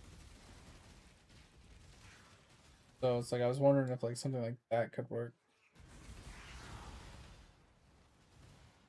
Granted, I mean it would take away from the weapon and stuff I have, but I'm wondering if there's like some sort of form of it where I can like force myself to take damage by using something. Force myself to get stunned so I can actually just apply damage. Those situations where they just don't want to fucking hit me. Because there's certain ultimatums, bro, I'm not even exaggerating. I'll spend 30 minutes in there chasing something around because it just won't fucking hit me. It just refuses to hit me. Just runs the whole fucking time. Or like yellow mobs that flee. You know that fleeing mod that they added? That mod could suck it.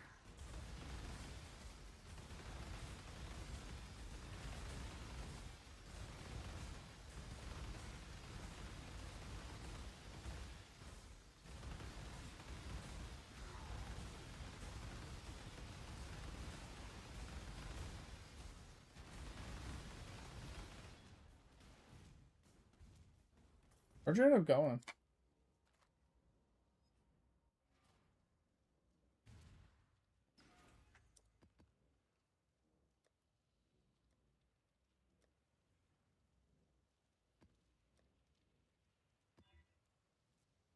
I mean, well, you can corrupt some of these gems I have. One of those corrupting them.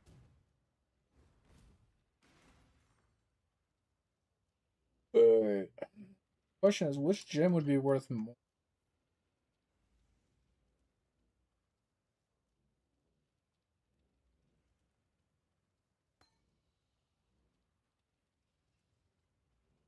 Are they? I don't know where my fucking gems went. Oh, they have to be on my other.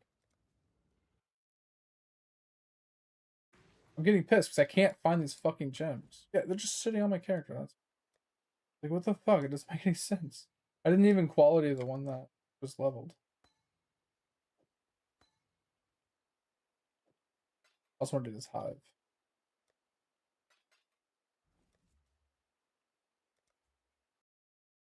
I want the blood. Oh, we can do whatever. Just hanging out with you until you get off.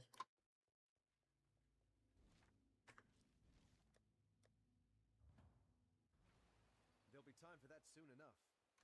Yeah, I just don't know which one to do because we have Pyre, we have Hiveborn, and we have Ants. Ants, I would technically use. Other guy. Sell the other one. But...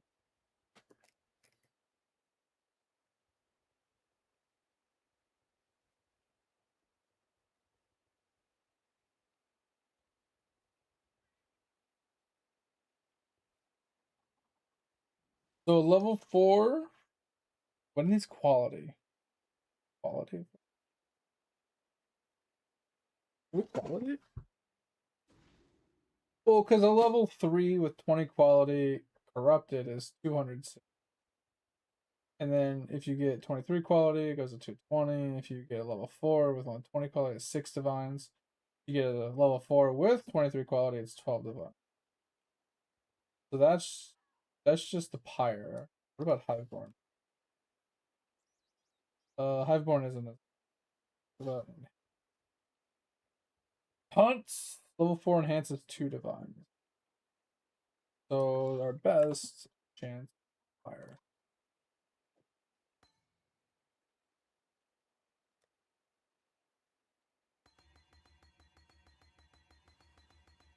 Alright, 20 quality.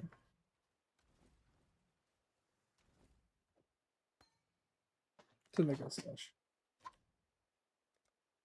Yeah, just put it in there.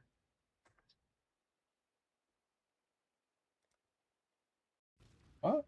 Is it? Did the game take it?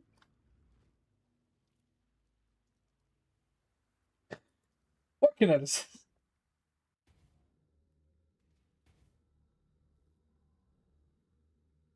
I'm doing pretty good. How you doing, Z?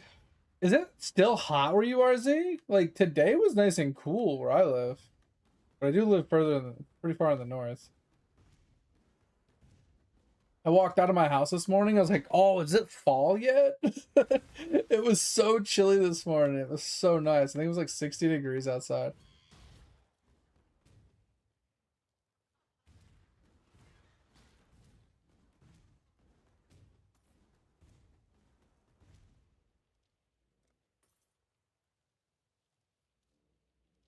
Is it? Which one is it? Top right? Crystal Flame? Yeah. Doriana's Institute?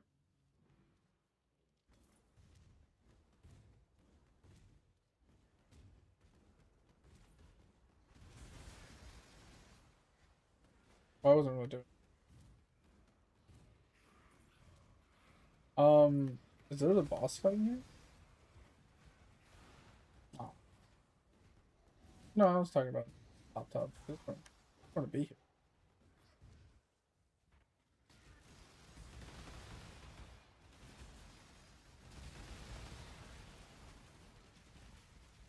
I want to rub your lens for luck.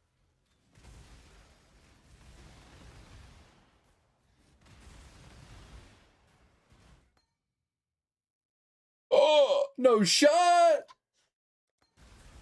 No shot! That's insane! Would you like a cup of water? That's You look thirsty as fuck insane! right now. That's worth 12 divine. You mean it can almost pay for the amount of time you spend in freaking Sanctum? What are you corrupting?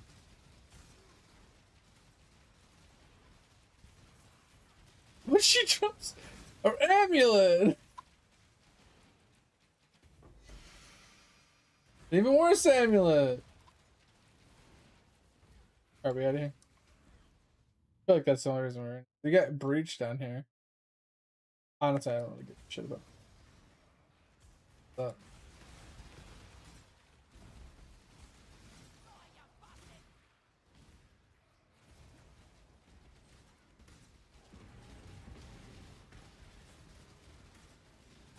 Uh-huh. Yeah, you can trigger as many as you want. Yeah, I'm literally just standing over here. I don't know.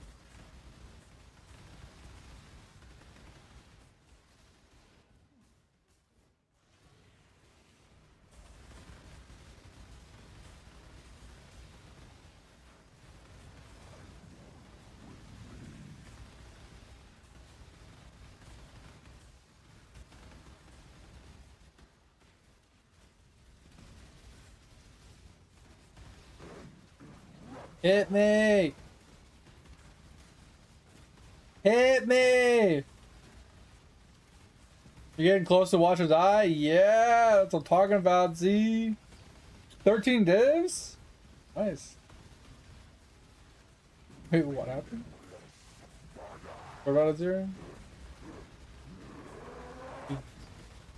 Oh, in there, okay. I thought you were talking about like the actual 0 fight. I'm like, okay. I fucking suck it. What'd you get? What'd you get? Oh.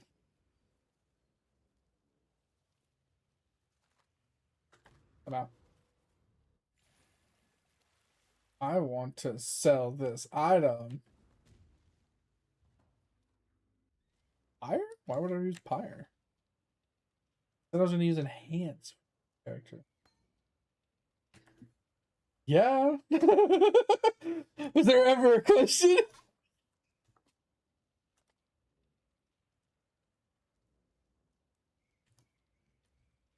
I thought it was, you know, expected. I thought it was like already like a month. So it goes. What is with? Okay, there's very few of these. It's 100, 66, 15, 13, and 12. It just closed it for. I don't remember closing it, but I guess it closed it. It said 12 point something. Buy all of them and put them all for 60.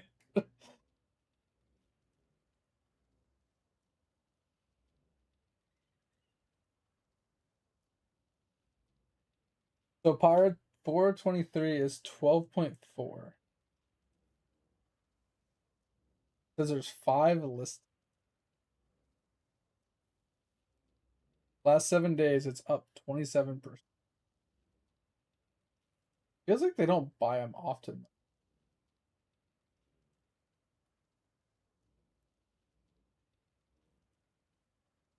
Alright. Should we just put it in for 12 and just take the free money? What are we shipping today?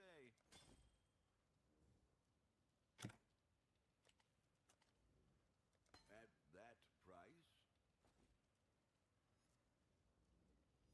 Alright, yeah, Hiveborn isn't really worth anything. The enhances, I was checking it. I don't think they were worth it. Yeah, like 2 divines for a level 4 enhance. I mean, it goes up if you get an awakened one.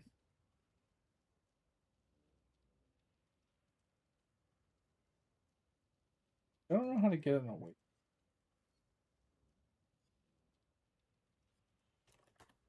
That Maven.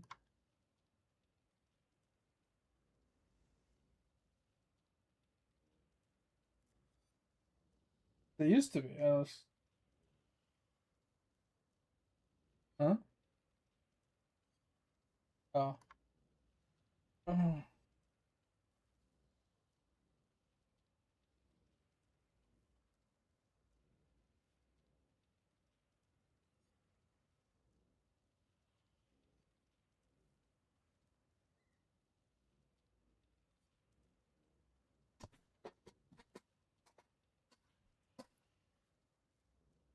Okay, so Uber Maven drops the awakened gems.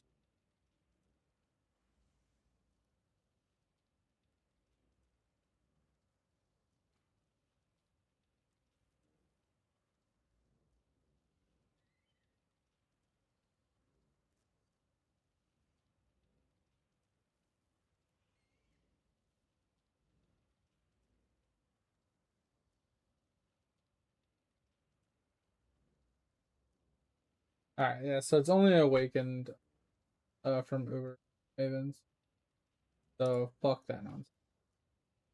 Yeah, I will, mate. Thanks.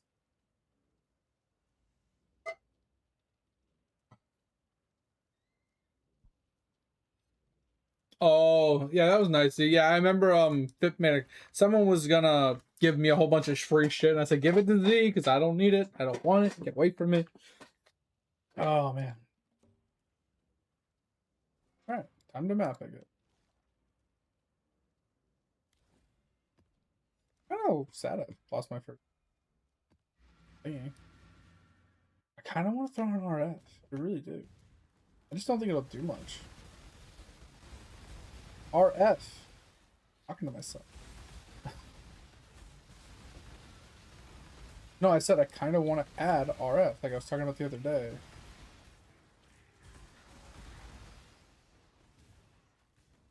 Yeah, 90.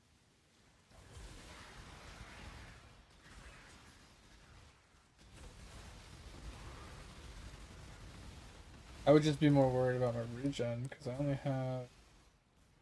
I do, but I have like 5,000 life, and I have 600 regen, 500 regen. That does nothing. Doesn't mean anything.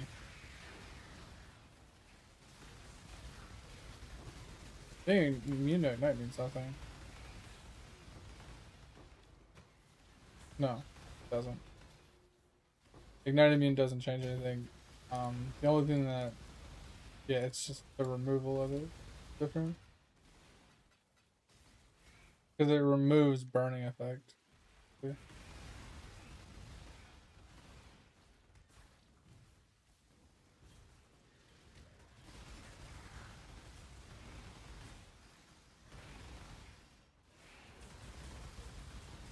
Yeah, I kind of want to just like let you do the maps and then just me just do the ult.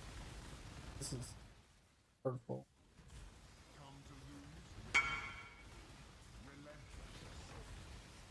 I think it's bro.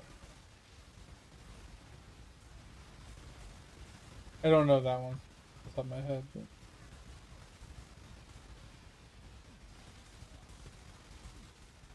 I can't move. Oh. I need to stop being lazy and just put the abominable. You see this? I literally can't move. Oh my god. I just hate taking a jewel slot just so I can move.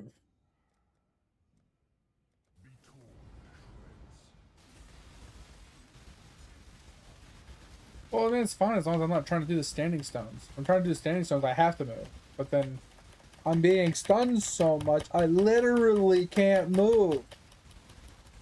Oh my god. It's like the other night when I had to have you come in and kill that one single mob for me.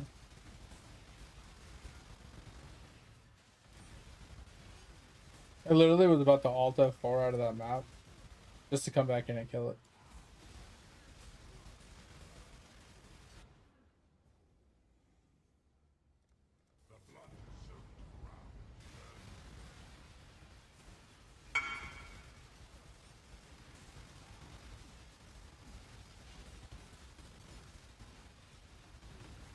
It wouldn't be bad on a burning coat.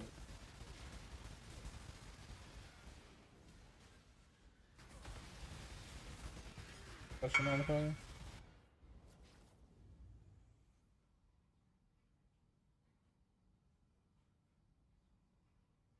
Oh yeah, they invest your damage towards burning. Yeah, that's what I was saying. Like that's the only reason it would be worth something is that extra damage against burning.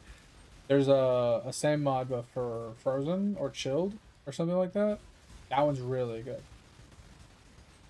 Like if you with your archer being as much cold as he's doing, if you had increased cold damage against like chilled or whatever mobs, that would be really.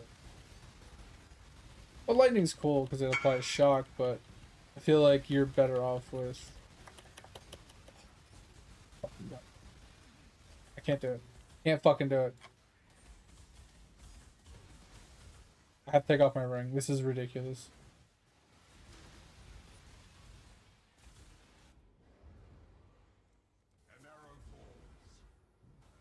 Does it look like the one in the stash that I have?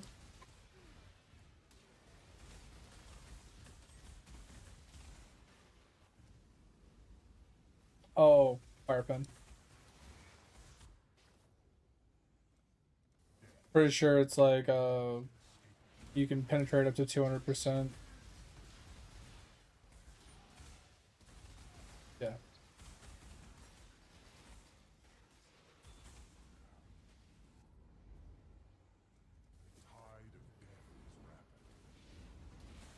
That's why they're fire stacking. I was wondering why they were just like, get fire res here, get fire res. I'm like, why do you need fire res? What about the other reses?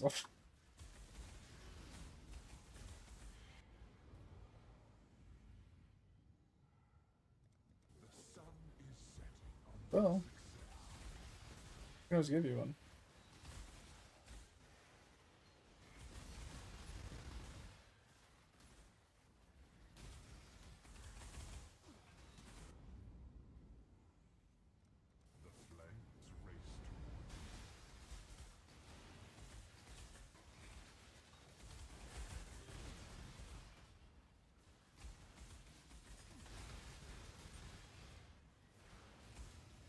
I had to take the ring off, bro. I was losing my fucking mind. And look how much I'm getting stunned even without the ring. Oh, almost died. That was so scary. I don't even want to do the 10th wave because it's fucking Alex.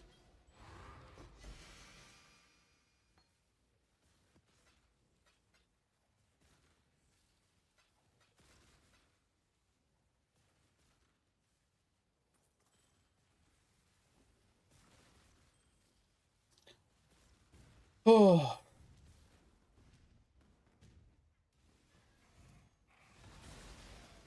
I almost don't even want to like full clear the maps on this guy. I'm gonna run into.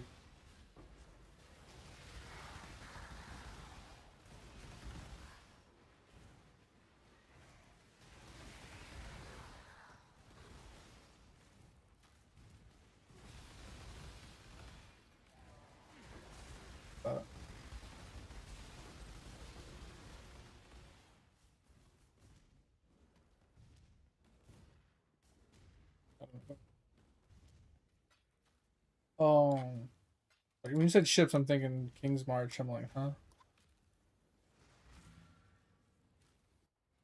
I mean, that sounds really good.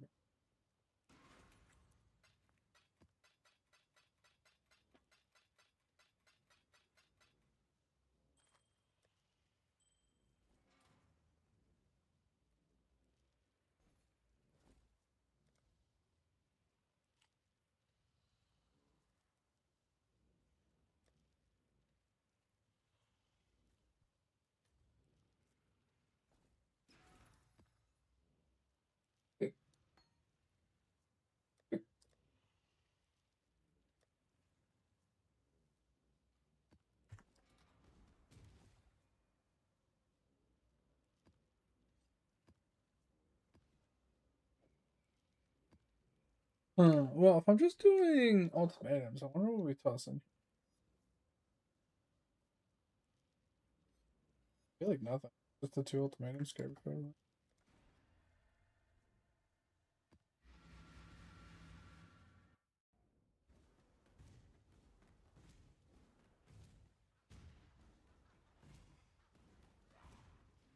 Problem is, I'm gonna run out of.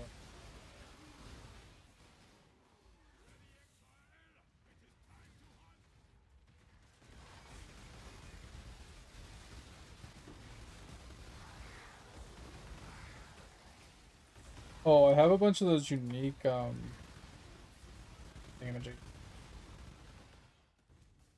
Like the yellow named clans.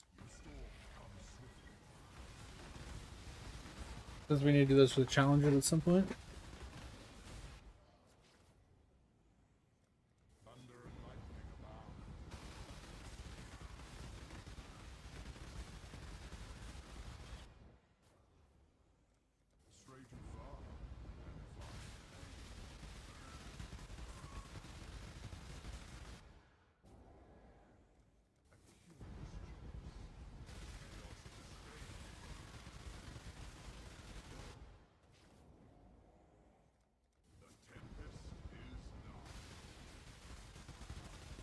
My HP is flickering so goddamn hard. Woo! That's scary.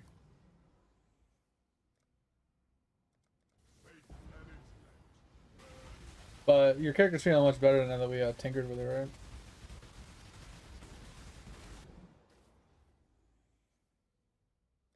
I mean, like, yeah, like, I was gonna say is like you still can die off. It just really matters on like what combos of stuff you pick up or end up against you, like altars wise or map mods, combination stuff.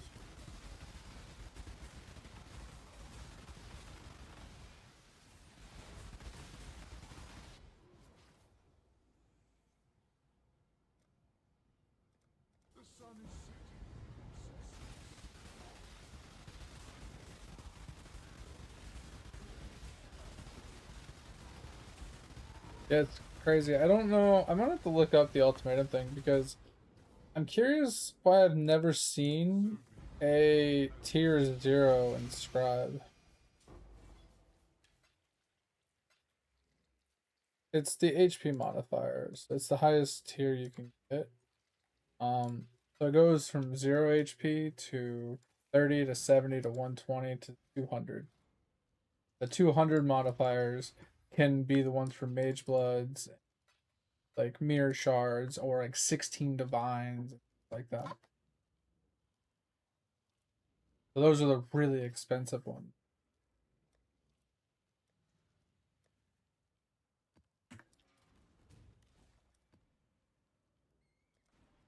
So I'm like,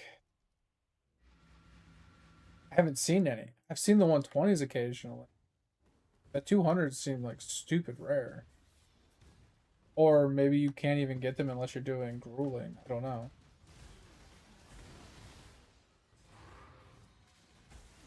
Yeah. I don't have that one on.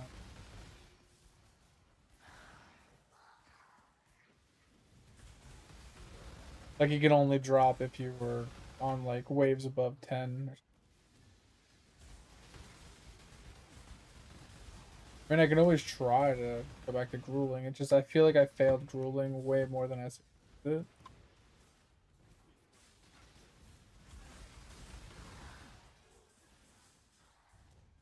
But I feel like it also is like, even maybe if it's not like specific to above 10, going above 10 gives you increased chances to find it because of waves.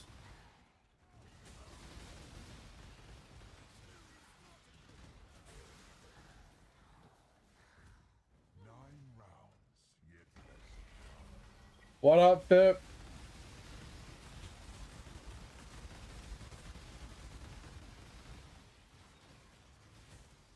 Guess what? We're in the Standing Stones. This is gonna be... I don't want to take Hinder on top of being extended for 0.1 seconds.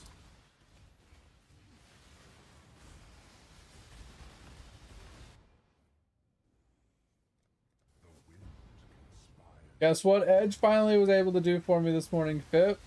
Is able to get me the ascendancy for this character. Finally cleared the sanctum so we could actually like get this damn ascendancy.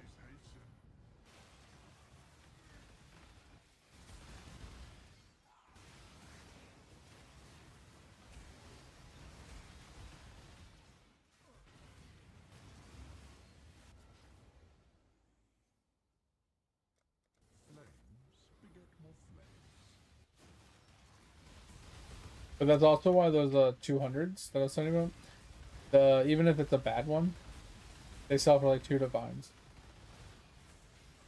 because people buy them to sell them as in bulk as like 5 at a time to chance getting like a 16 divine wand or to get like a mirror. I mean, yeah, a mirror or a like a mage blood, because it pays for itself. The gambling. Yep, until it does.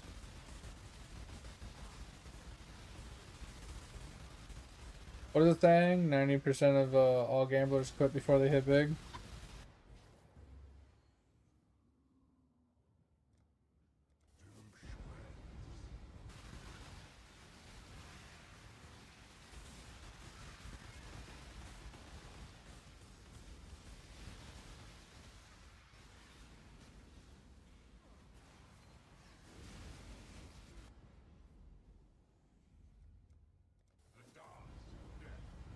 Pip, do you know much about ultimatums?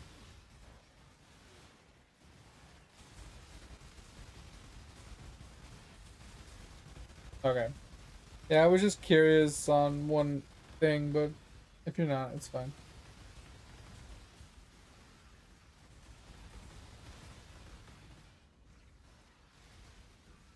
It's funny when I was selling them the other day, and you're like, "Oh, you should gamble, you should gamble, you should gamble." I was like, "Fuck gambling." One of the guys in my chat was like, "Oh, I just got 3 divines out of a message in the bot." I was like, "Bro, that's bullshit." Probably the one I sold them to. Fucking god.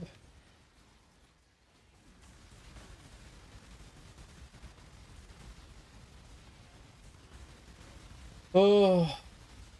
Alright, I think we had to put on a bomb before, so this is absolute fucking horseshit.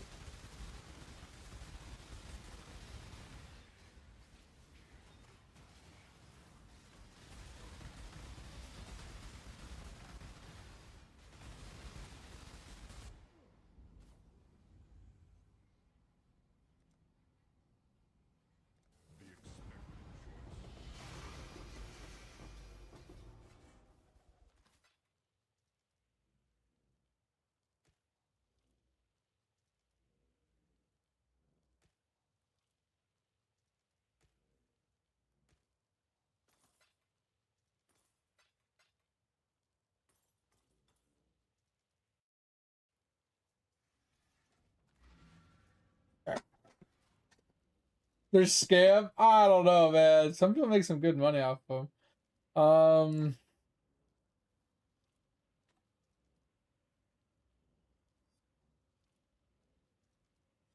Ultimatum. I'm curious on the inscribes.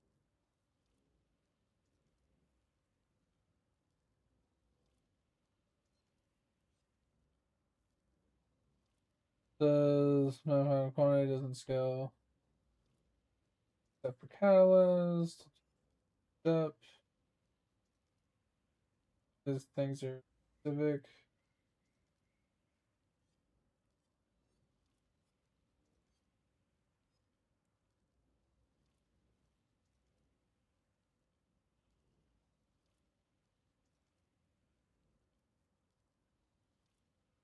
So all it says is the maximum inscribed ultimatum difficulty, which is like the tiers, that can appear is limited by the area level of the ultimatum encounter.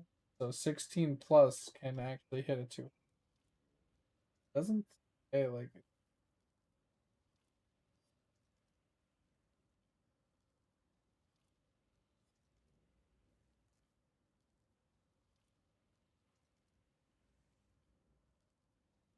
what? What'd you say? Oh.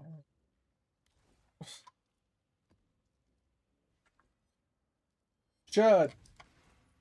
Butlers know all.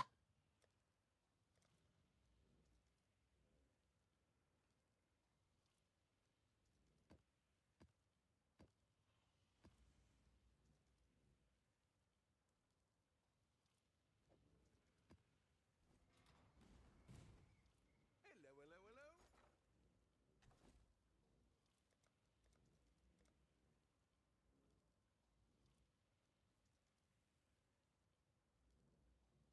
hello.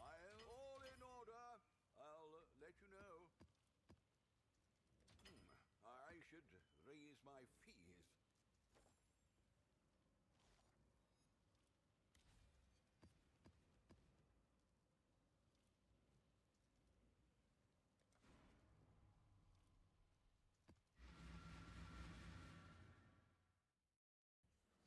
Yeah, the only problem I think I'll run into is if I maintain my map pool.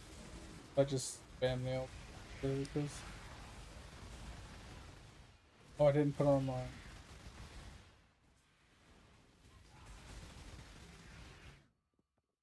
wonder where I put it. I mean, I could take. Yeah, I could put it. I have 3 of these: cast damage, increased HP.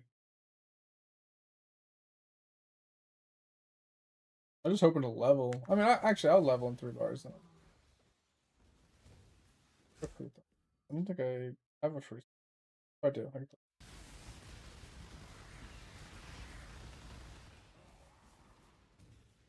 I just hope this one's not a standing stand. 9 rounds, yet victory was It's a standing stone! Alright, I'll be right back. Give me a second. Buy one.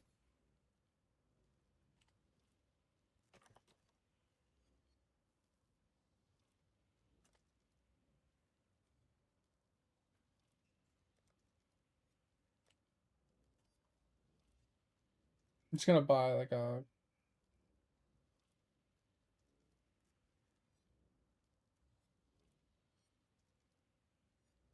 I'll just buy it. 977.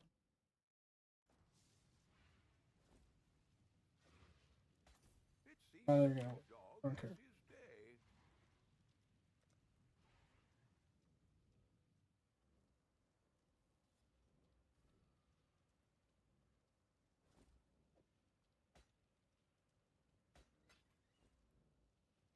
Alright. That should make things easy. Hopefully. I should be able to move somewhat going forward.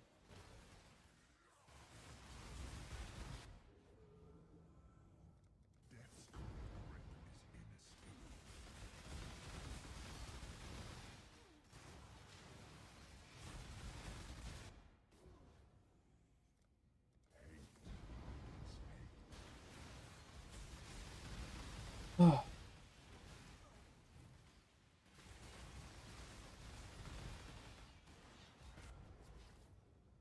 What you're saying?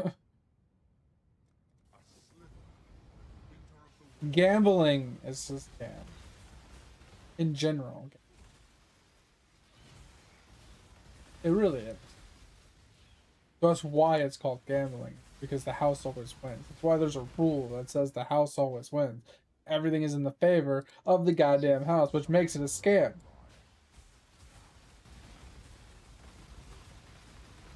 Yes.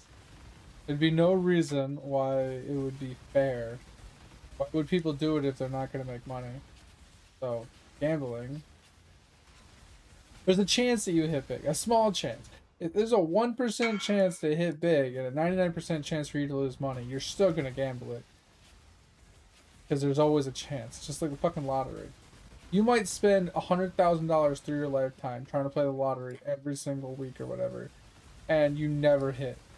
But you're still going to try, and you're still going to spend money. Because the house always fucking wins.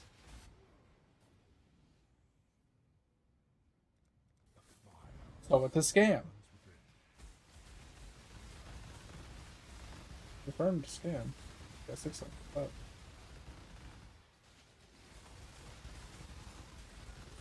Oh, level of fire plus.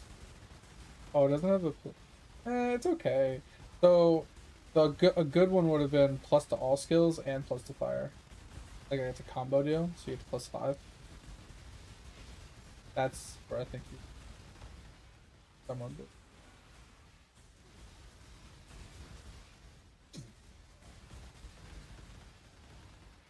A scam!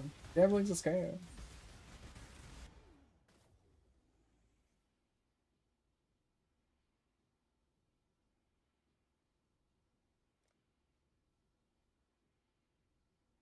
It's a might blood. Meiji blood.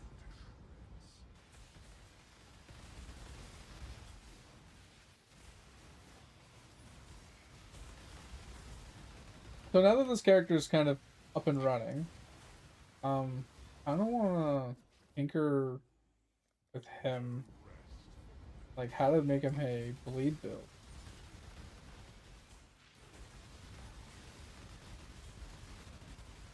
But I kind of want to make another one, just to make him bleed, so I don't have to mess with this one. I want to test the idea of the bleed build. Oh, why did I guess on the 10th fucking wave? God.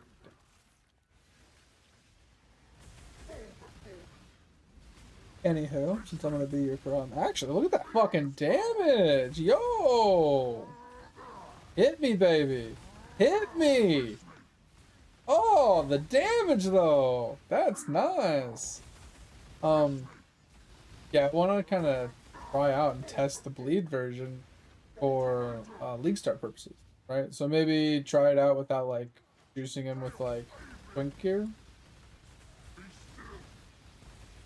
Yeah, twink gear, like a bunch of like starter legendaries, without like like kind of test him out on like, yeah, test him out on like a league start variant and just see how he would feel.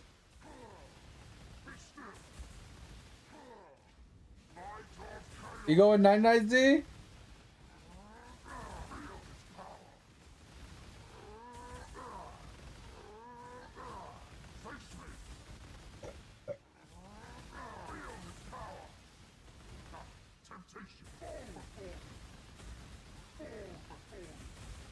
Yeah, I know. I kind of want to try it. Put him on like a basic lacerate. Try and get him, you know, level him up. See if we can get the damage going. I just don't know how to make it. Because like every time I've like tinkered with it in POV, I do like maybe 100k damage, but I look at everybody else and they're like, oh, 500 million damage. How is it fucking possible?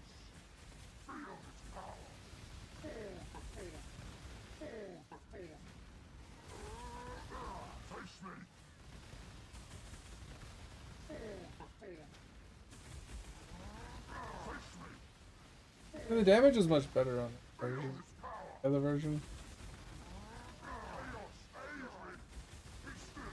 He died much.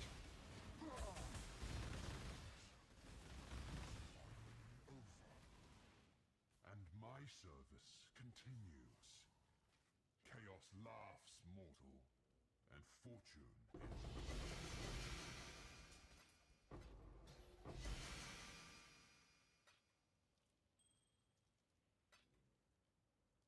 What burn?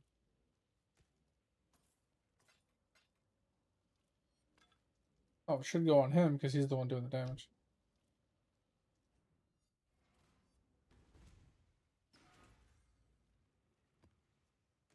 Yeah, you have to get the unique. Let's see. Is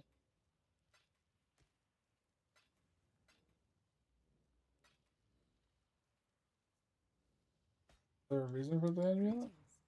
Go with courage. Both of them then?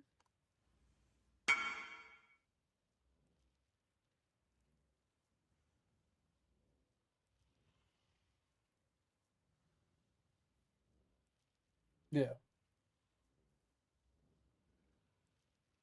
Wait, what does that do for... Is that for his accuracy?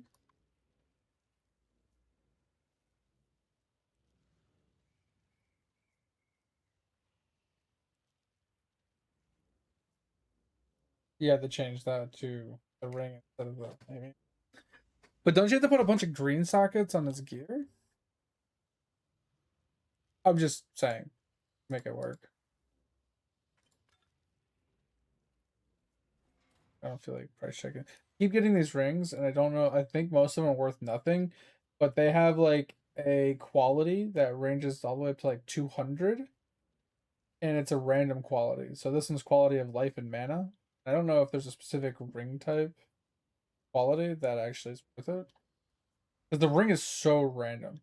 It's like attack speed, L res, life, mana, energy shield, evasion, armor, crit multi, spells damage, attack damage, all attributes, item rarity. It's like a random ass ring.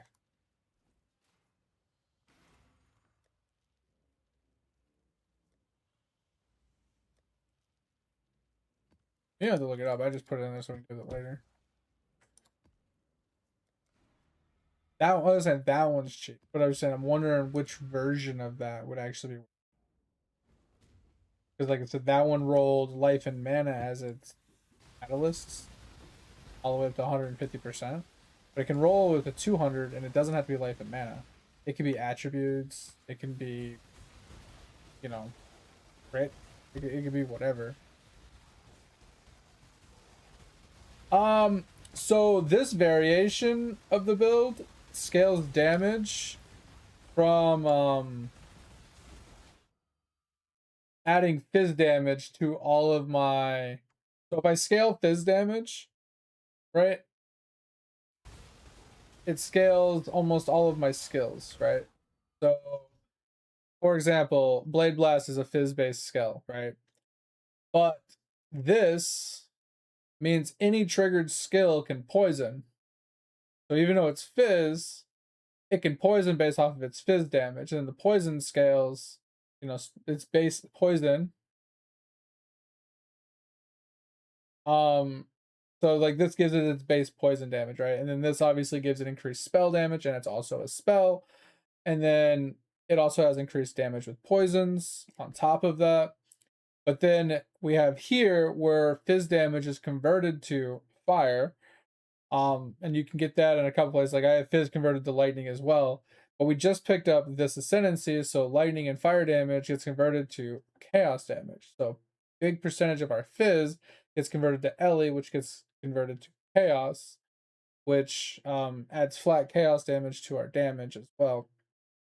So it's just like that kind of scaling method, and then you basically just apply a bunch of poisons and you poison stack with how hard you're hitting, which is relatively mediocre hits, but you're hitting so fast and with so often, since poisons can stack infinitely, it's just the duration, right? So let's say the duration is 6 seconds, is however many poisons you can stack in that 6 seconds is the max poison stacks you can get to, right?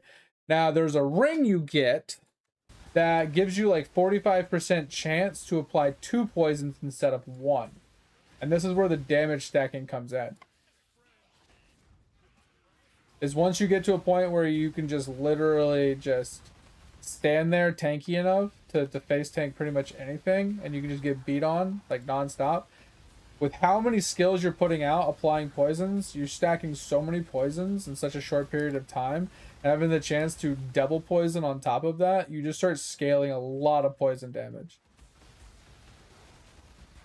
And like I said, to really ramp the damage up, you just tattoo every single strength node with fizz damage to ramp your fizz damage up, which like I said, fizz gets converted to Ellie, which gets converted to raw chaos damage, and your all damage can poison.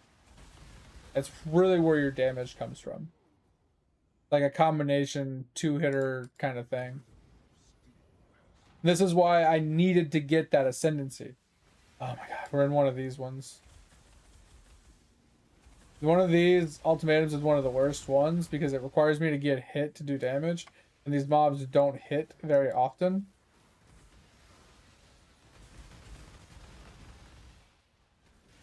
So it's kind of a pain in the ass. It's not so bad if we actually get hit, but we have to get hit. So it's got its downsides, obviously, since we don't have an actual attack skill.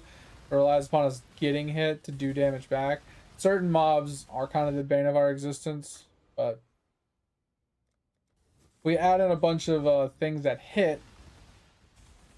It should increase our cast per second.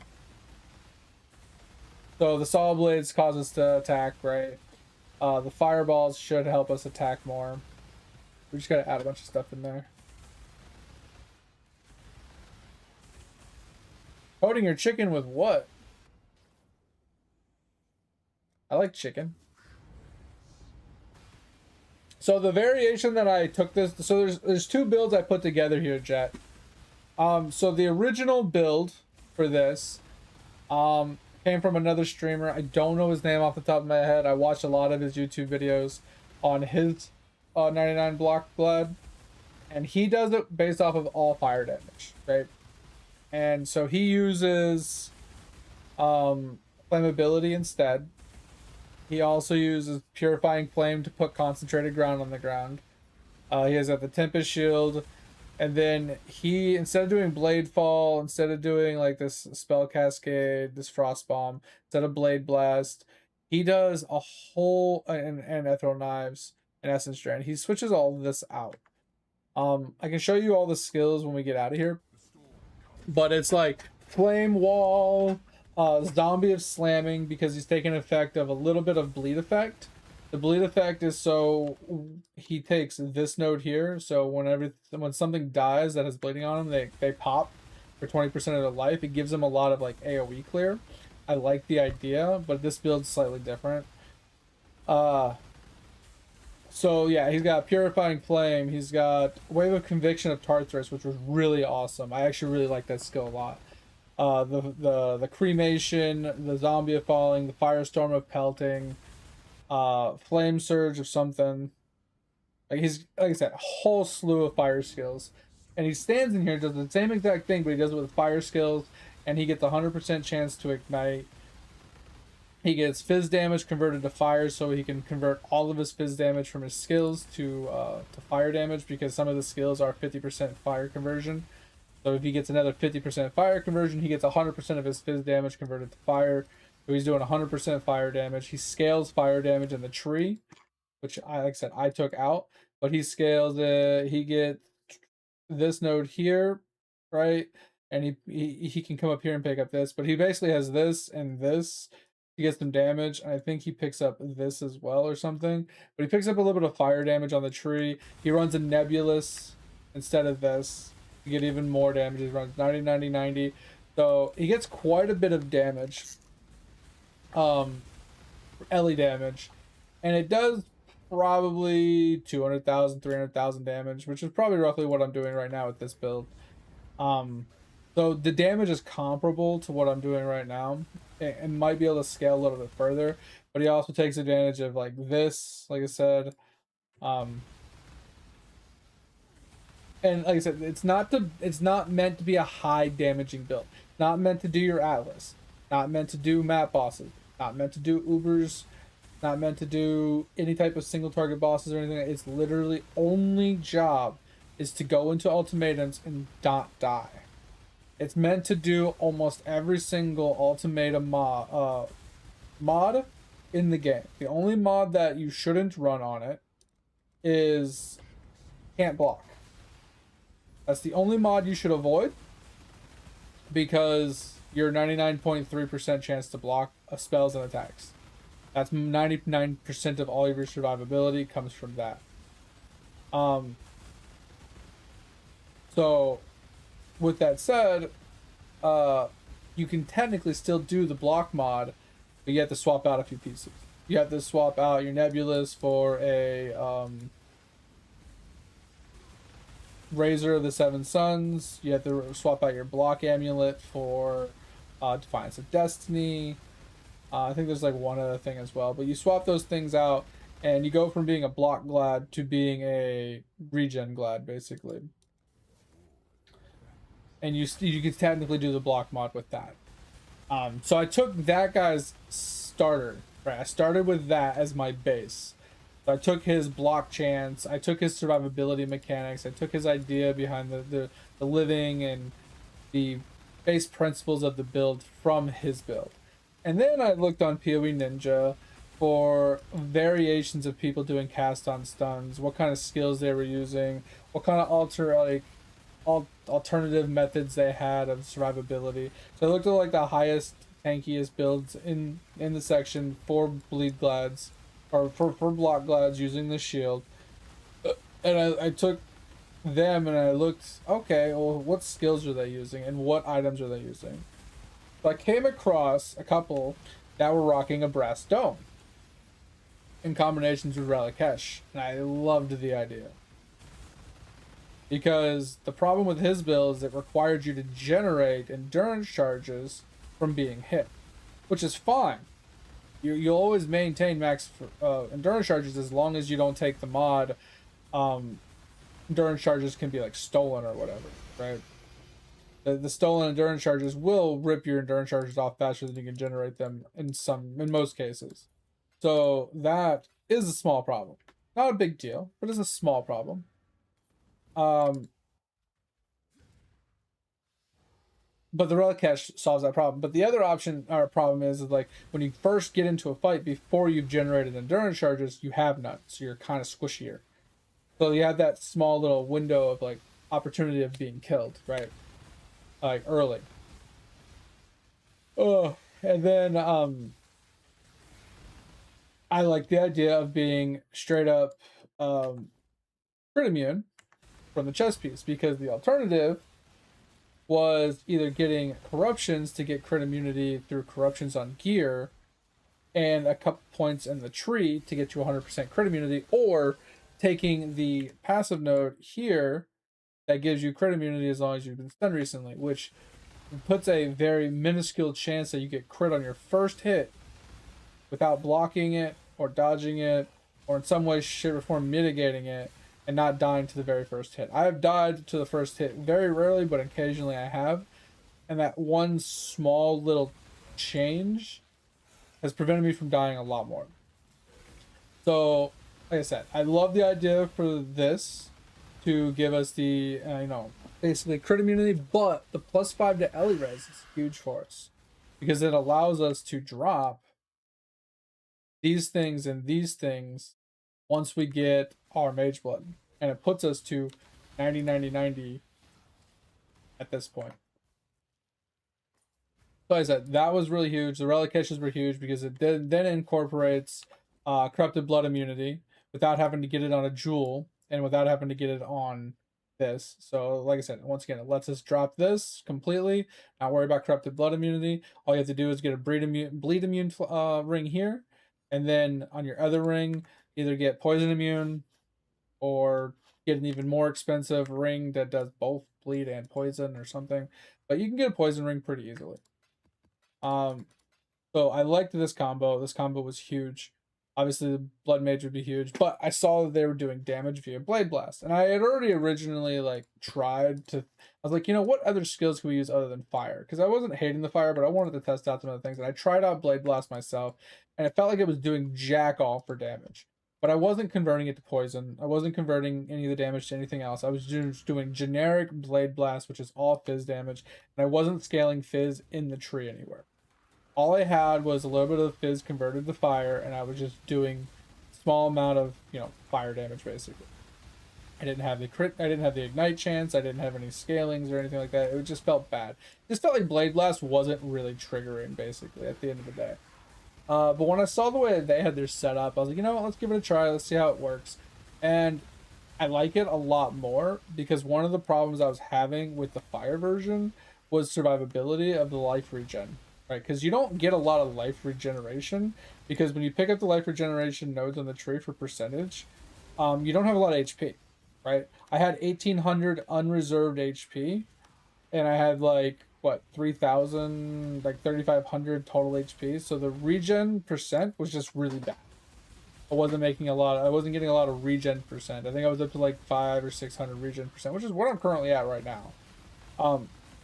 But this variation takes advantage of the Essence Drain of Wickedness, which gives you a percentage regen per the debuff that is placed on mobs.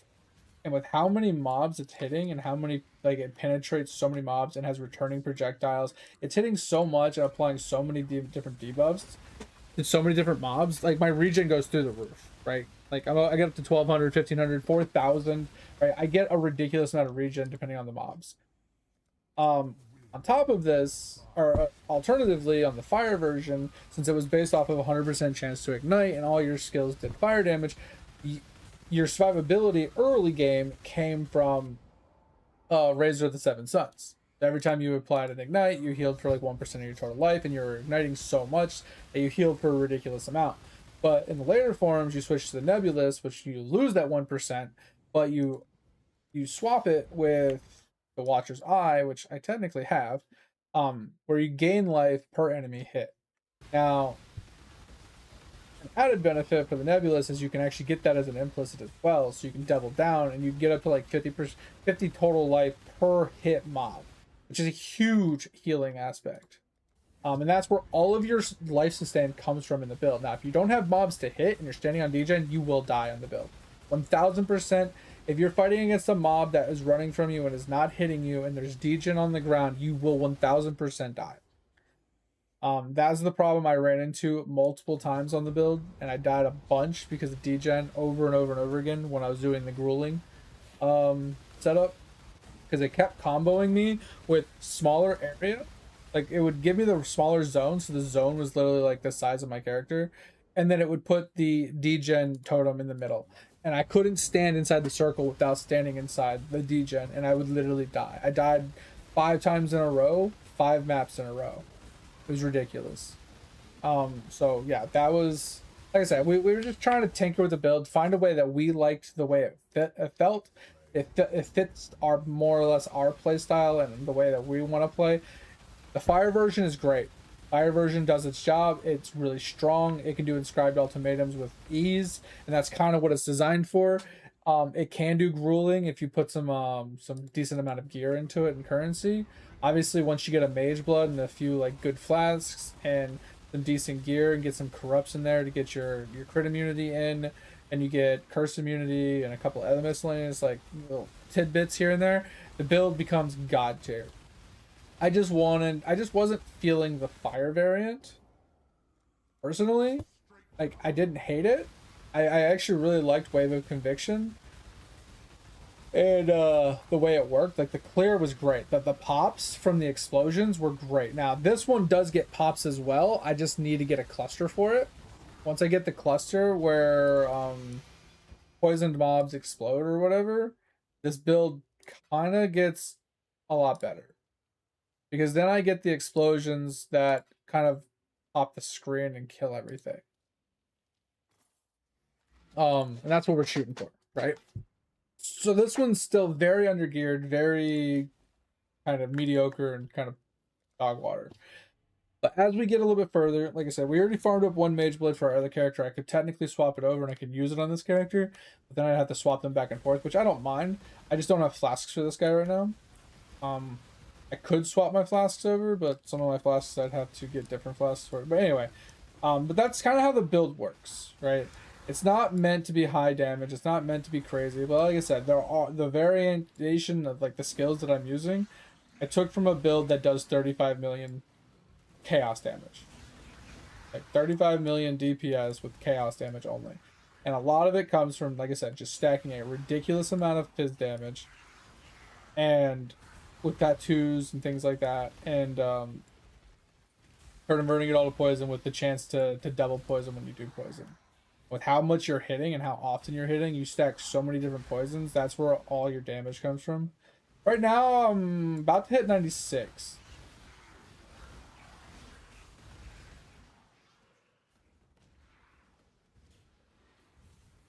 Like I said, there's 2 different versions basically. There's the poison version, which is like the hybrid that I'm kind of like going with, and there's the fire version. The fire version is the more stapled one that's kind of established YouTube wise.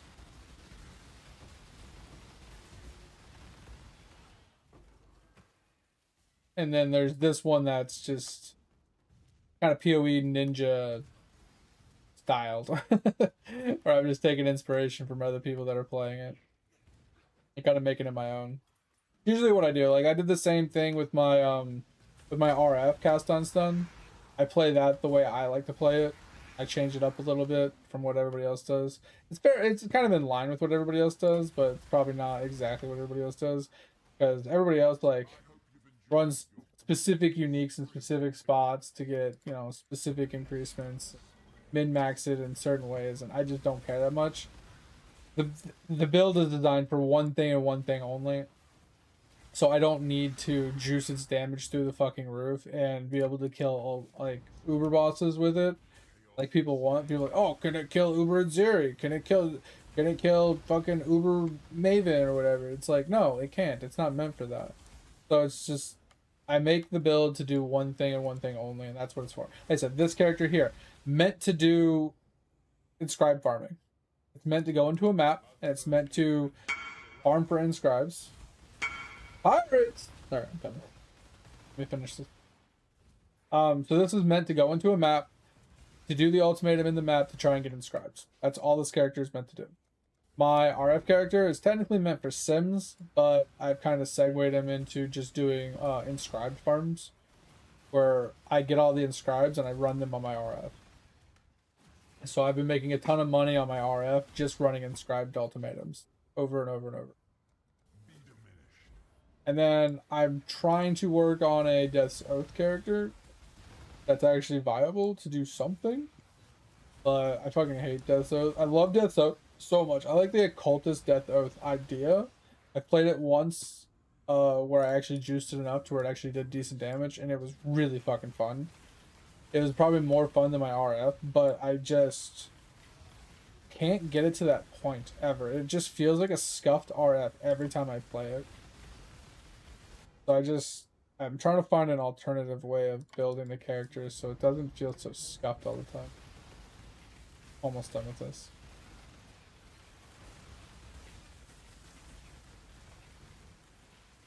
You talking about for your shipment?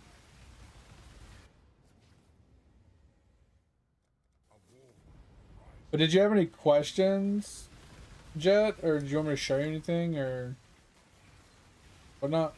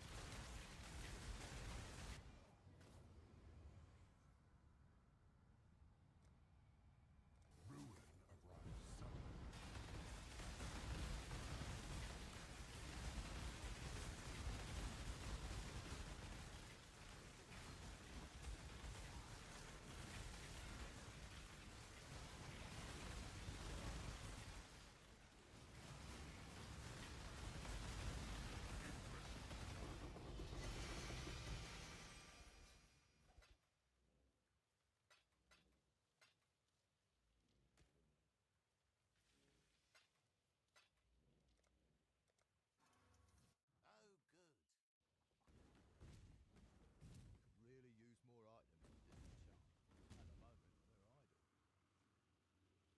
the moment, they're idle.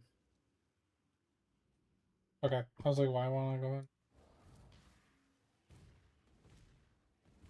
Those filthy opportunists will be next. Run you through! Sink!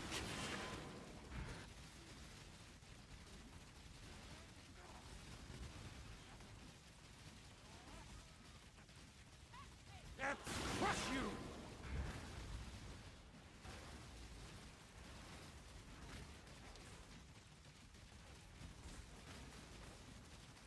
Be crushed!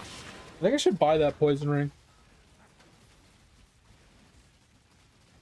It gives you a chance to add an additional poison. Washed away! Face the wrath of the sea! Kind of huge for my DPS because instead of applying one poison, I have a chance to apply 2 poisons per hit. And since poisons don't have a max, like amount, I can technically infinitely stack poisons as long as it's like duration based. Sink! Betrayal sting, that's true. Yeah, that's the thing. If you had any questions, I could like explain something a little bit more in depth and like maybe explain it a little bit better to you.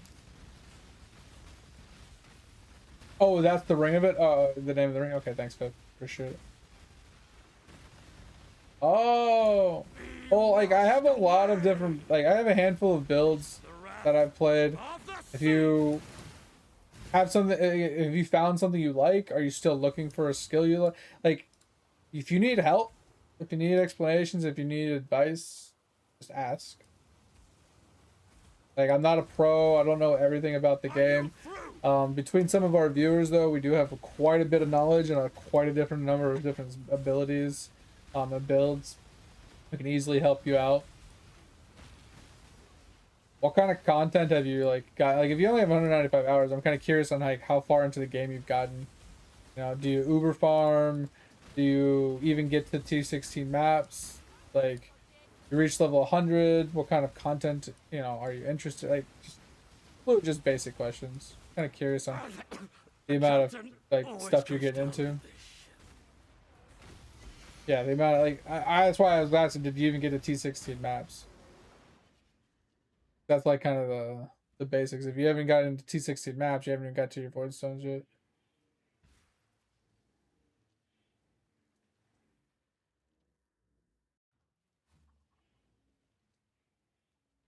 We haven't got anything to disenchant. The runners have brought back some interesting things. Your maps. Pick your map.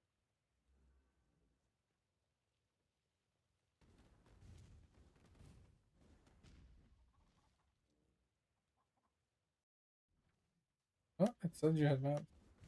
Oh, maybe they're my maps and I just can't access them. Back some things from the I have to rescue someone.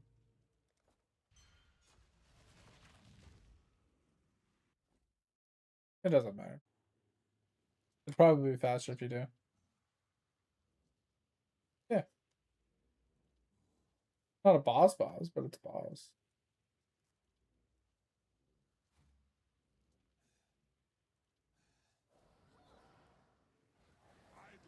I don't know. It's this dude with a bow.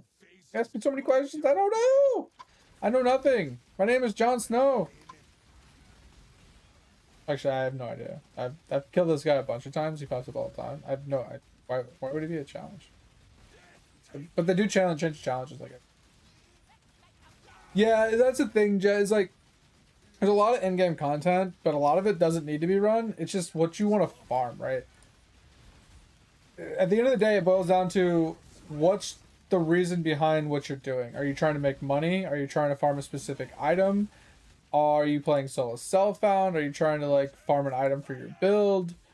Right? Like, it just really depends on like what your goal is at the end of the day.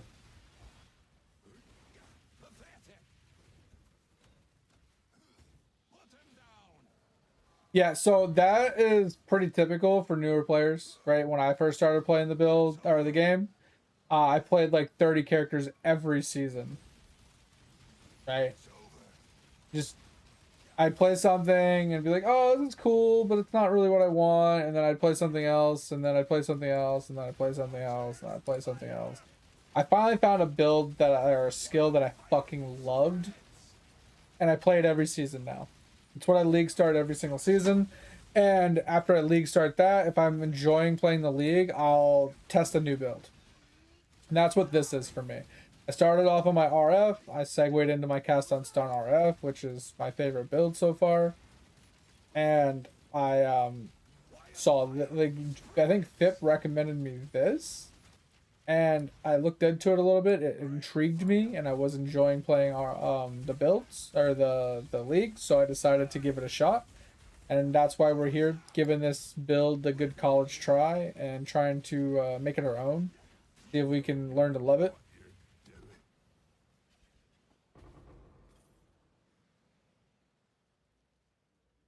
Thank you.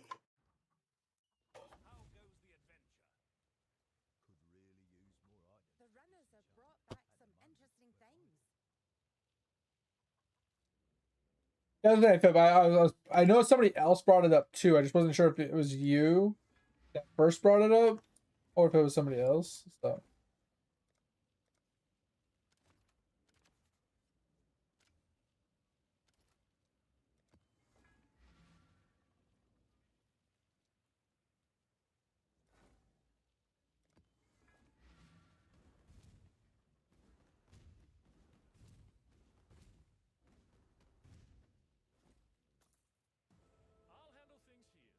Yeah, I think I was testing out ultimatums farming or something, Fip, and you brought up the block cloud. And it was very interesting. Like The second I heard 99 block, I was like, wait, what? I'm down to try it. That was what piqued my fucking ears. My ears went straight up when I heard 99 block. I was like, wait, what? That sounds awesome.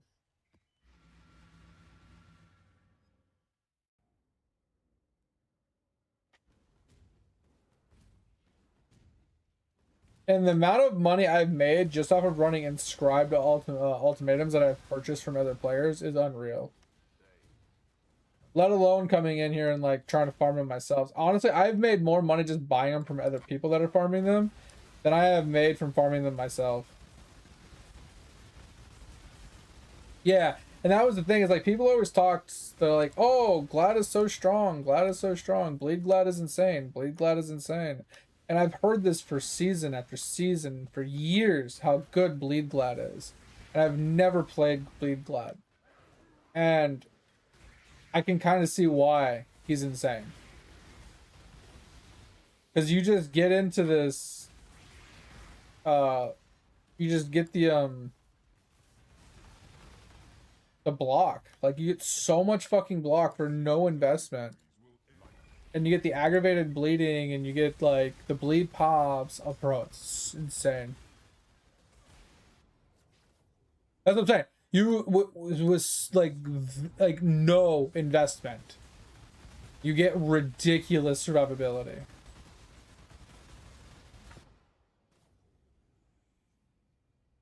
Honestly, I'm curious, Fit, if you can hit 99 block without this amulet. Because the amulet gives you +3 to max block, right? And I get that. Like, it's kind of necessary, right? But with that amulet, it puts me to 81 block, right? I have 99 spell block with only 79 block. So if I still have 99 block with 79, if I lost 3, I could probably still basically be 99 block out. I think I'm at 99.3% block chance according to Path of Building with 81%. And I think my spell block is 99.1% with 79. So I feel like without this, I could probably still be at block cap, but I might be a few pieces of block off. Because if we look at this, I'm only 10 over. So if I lose the 15 from this, I'd be closer to, was that 81, so 76. So I'd have to find 3 blocks somewhere.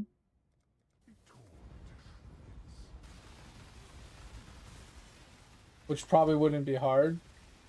But I'm wondering, like, if 75 block with, or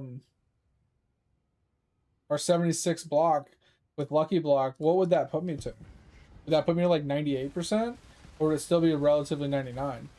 Because if that's still 99, bro, and you don't need the amulet, that's actually insane. Like, I'm tempted to try this build without the anvil. Like I said, I want to make this build my own. I want to take what they have as a template, and I want to edit it slowly to fit the way I want to play. I could put on a different amulet to either give me more survivability by giving up like 0.5% block chance or something.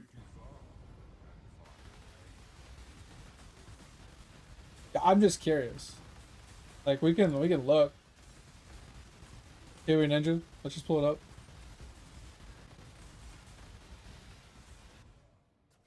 Yeah, I'm not a pro in any way, shape, or form. I just want to finish this first. So I don't, like, if it disconnects me from the game, because my game likes to crash when I open up POB. I want to finish this, and then I want to see. Because, like, a lot of people with this variation, a lot of people like to run a couple, what are those things called? Clusters to get like extra chaos damage and stuff like that, right? And I'm okay with that, but I'm curious on what it would be like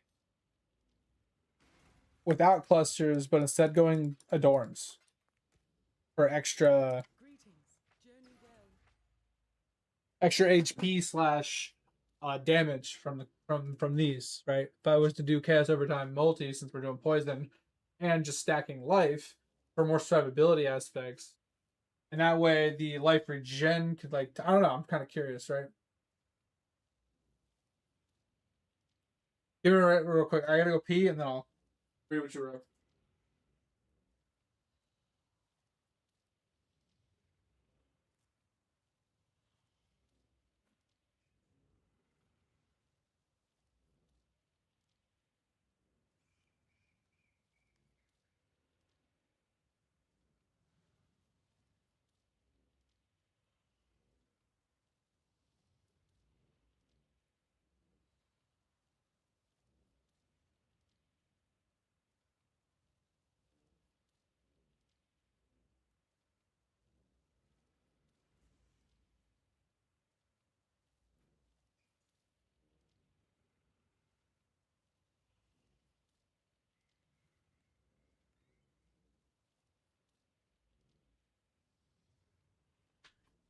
Oh, all right, we're back. All right, they're in an ad, so I'm gonna wait a few minutes to talk. But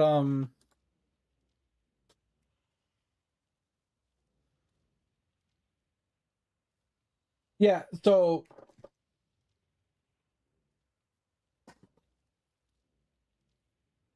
oh, that shield only drops from Mercs, Fit? I didn't know that. So it's cheap, but not super cheap. I got you. But it's still doable. Oh, is it new? I thought this has been out for a while. I thought this shield was like an old shield that got revamped.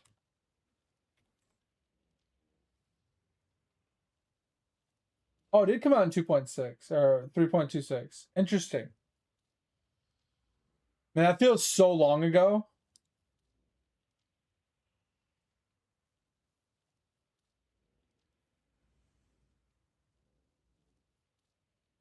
Bro, Merc Leagues feels so long ago.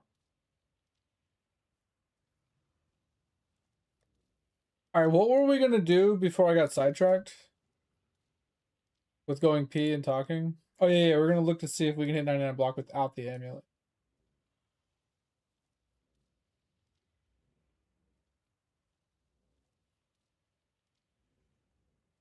All right, so configuration, always on low life, have endurance charges, profane ground, heavy block recently. That's basically the basics, right? I don't really care about the rest. If we were just to take off the amulet altogether, because we're currently at 99.3 and 99.0. 99.0 with 79 block. Right? So this is the problem. It's going to drop us from 81 to 76. So I'm expecting to lose the 99 block, but I'm curious on how low I'll go. 98.6% block. I don't know if it's necessary, Fip. Like, at the end of the day, like, yeah, the amulet's cool, but you're giving up, like, how much block does that, and like, it gives you 0.7 block, and spell block is 0.1. I personally don't think dedicating a whole amulet slot to 0.7 block is worth it. But this is also something it does do. Look at your effective hit pool. It goes from 2 million to infinite. When you break that 99%, once you go over that 99%, it actually hits infinite. Because the calculations is so small, it doesn't know how to like calculate above a certain threshold.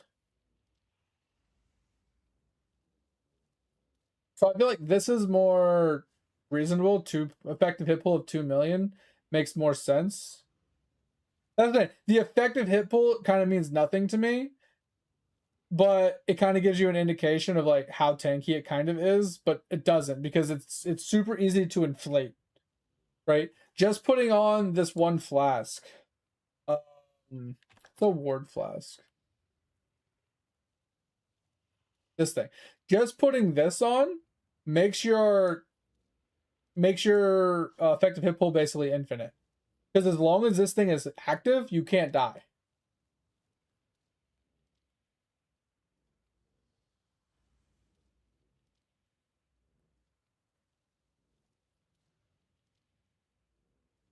Yeah, exactly. So I don't really like using EHP as a measure. I like using max hit as a more of a effective form of survivability. But something that also calculates and is like leech, life regen, stuff like that. It helps with the effective hit pool. But anyway, so I don't think dedicating an entire amulet slot to that is worth it. Unless I plan on dropping like some block nodes. If I plan on dropping some like block nodes, then it makes sense. Right? Because I feel like if I put on the amulet, I can then drop like a whole passive wheel. Right? So instead of getting max spell block here, I could get this passive here and drop this whole wheel. And then put the amulet on and make up for it. Right? Because this block wheel is 4, 8. That's 20%. And the amulet's 15. So that's still not quite enough to make up for the amulet.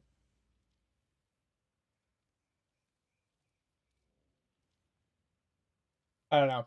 That's kind of like what I was thinking. Is like I feel like putting on a different amulet could be strong here, right? So what they like to run is an ashes. They run an ashes to on some of the other builds, but I don't know if the ashes is necessary. I mean, endurance charge would be insane. But like this ashes gives us a bunch of effective hit pull because it gives us a bunch of quality to like our petrified blood and a bunch of our other skills to do more damage as well. So our effective hit pool goes up, our block chance goes up, our spell block, our damage goes up a little bit. So this isn't a terrible option. I wonder if a Fang for +3 would be okay. Do something like this, which might not be necessary, but I was thinking like +3 to maybe Blade Blast or something, because Blade Blast is our big damage dealer. Because Blade Blast is doing 300k damage right now. I wonder if we did like a Blade Blast replica of Fang.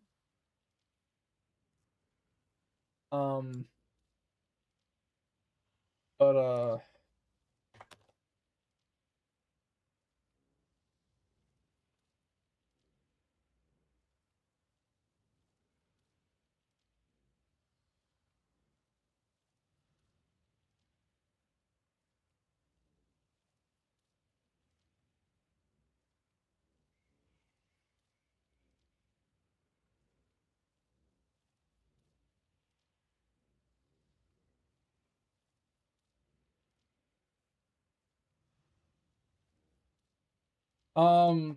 where would I look up the talisman?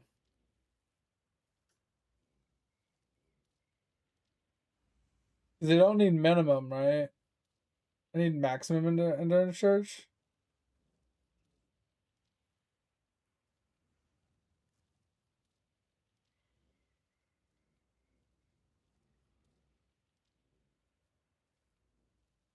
This is actually really cool. 2 charges every 3 seconds is kind of insane. If you don't have ooh, this would be really good.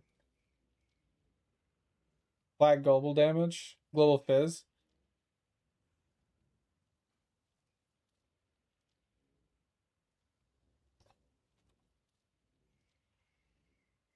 Hoping I can just type in endurance and find it.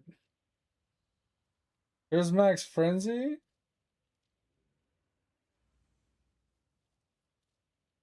Level of all skill gems. Pretty helpful.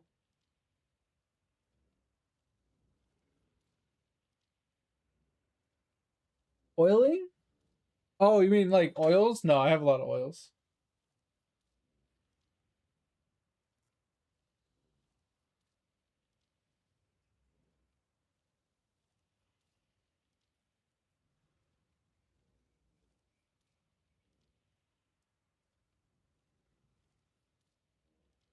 I didn't realize there were so many talismans.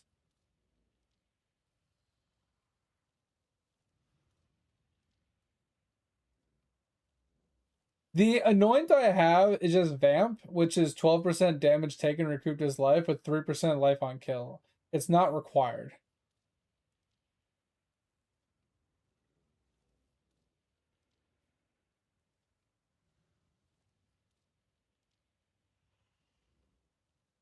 It's just survivability.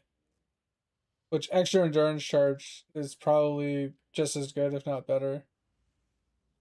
Especially if I'm running what's that shit called? I'm running the relic caches, so I'm always on my max charges. I didn't realize there were so many of these. How do you even get these nowadays? I haven't messed with talismans since Talisman League.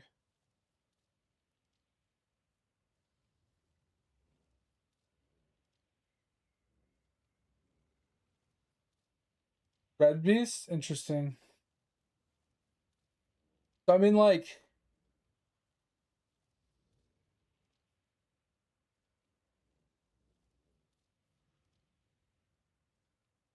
yeah, like flat HP is really good. Skill gems really strong. Chaos skill gems. I mean, we're not really rocking that, but like straight up skill gems, insane. Fizz skill gems, also pretty good. It's like equal, both rights. Elemental damage with Texas numbers. But like you can get like skill gems here. It's pretty strong.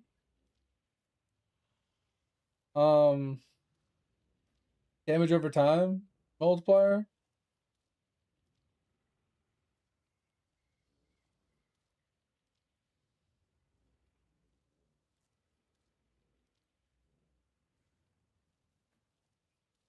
And like this adds a little bit of damage.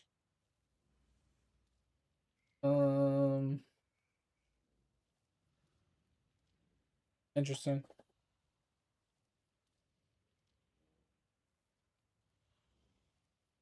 Yeah, that's what I'm saying. Is like, could you imagine like a +3 would be kind of insane, and like getting like damage multi with like I don't know, maybe you stacked fire conversion, like Fizz converted to fire. That could give us a lot of damage increase as well. I mean, this could be like an alternative, but I'm wondering if like just a generic yellow would just be better for now. Like the +1 endurance charge is huge. Because the +1 endurance charge just gives us max hit.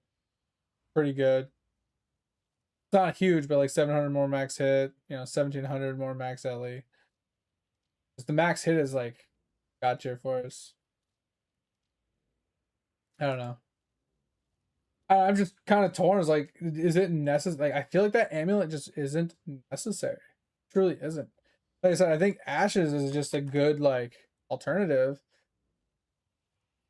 Like if we just pop this in, we get 40k, combined damage. Doesn't really change anything else though. I mean, it just seems like an expensive upgrade for nothing. I don't know.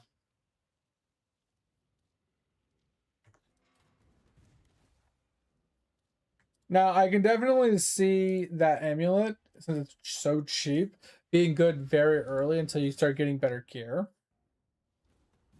So you can start affording better gear, right?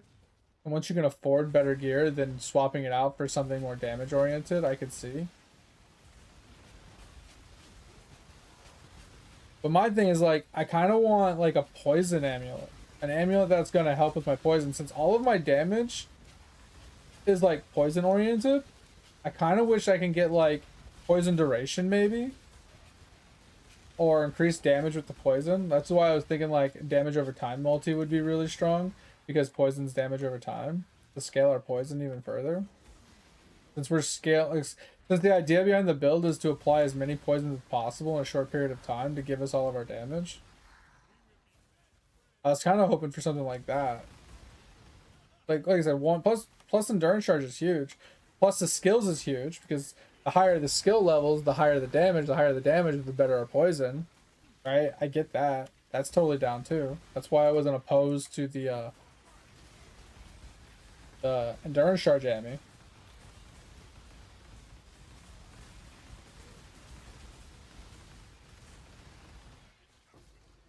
But like, take a look at like, I'll show you the build that I took inspiration from. Pip, I'm pretty sure I already showed it to you, but I'll pull it up really quick, and we'll kind of get an idea of like what they're rocking, right?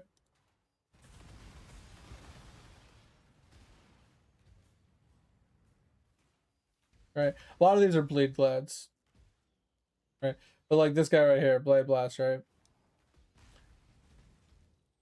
Yeah, see, they're still rocking the amulet, and it's because it puts them at 99, which puts their EHP really high, right? But this is where I got this combination idea. I do need to buy this ring.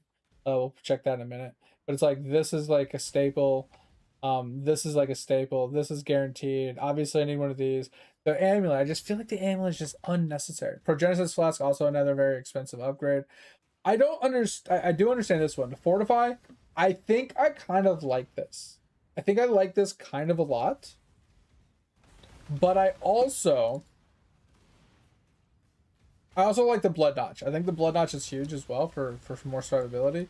But I feel like if we look at our other options here, like the Fortify one is really strong. But the Headsman, 20% culling? I don't know. I've seen that in some of the other ones too. Getting 20% cull could be nuts.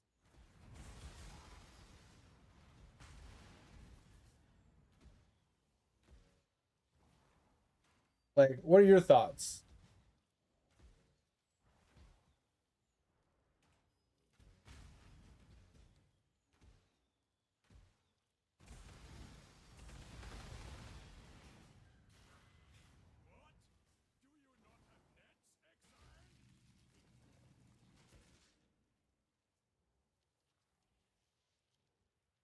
You know what else I think would really benefit this build? For damage purposes, is a way to generate frenzy charges. I think that could be nuts. Wait, he's actually rocking Death's Aura as well? I didn't see that. Oh, bro, I love that idea. I do love that idea. Death Oath. I was thinking about running RF on this build. Tell me what you think about that idea. Yep. What do you think about adding deaths or adding RF to this build? And the only reason why I'm contemplating it is not for the damage RF will provide to, you know, RF be just being RF, but because RF gives spell damage. And since this is a spell, and this is the source of almost all of our damage, getting that multiplier, the spell damage multiplier from Righteous Fire, do you think it's decent? Like getting us like a 21, 40% more spell damage? Is that nuts?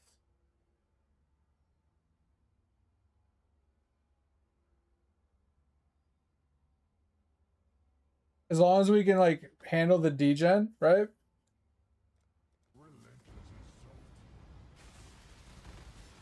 Because it just needs to go onto a single slot, right? It doesn't need to go anywhere crazy.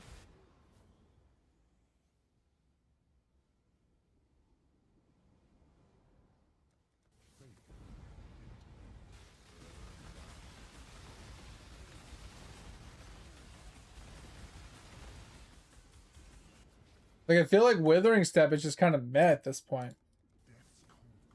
Like, yeah, it triggers pretty often and it applies a bunch of Withering stacks to things, which increases our damage. But I feel like RF being a 40% multiplier, constant, permanent, might be better than the occasional Withering stacks.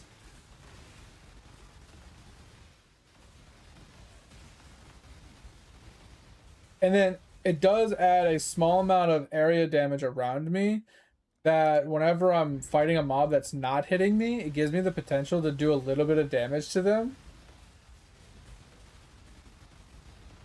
Without being hit. I don't know. I'm trying to hash this character out. I'm trying to iron out the build and see how I like it. What's up, Z? Yeah, I asked you earlier. I think you walked away. What were you smothering your chicken with?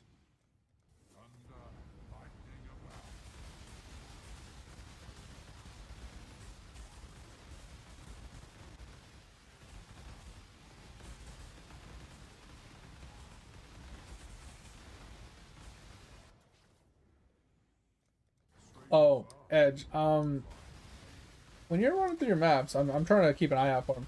If you come across like quality, like 20+ quality flasks, pick them up. I know you usually do, but not to sell them. Not to sell them. I want to roll them. Like, I don't want the glass blowers. I want them for. I want to make my flask.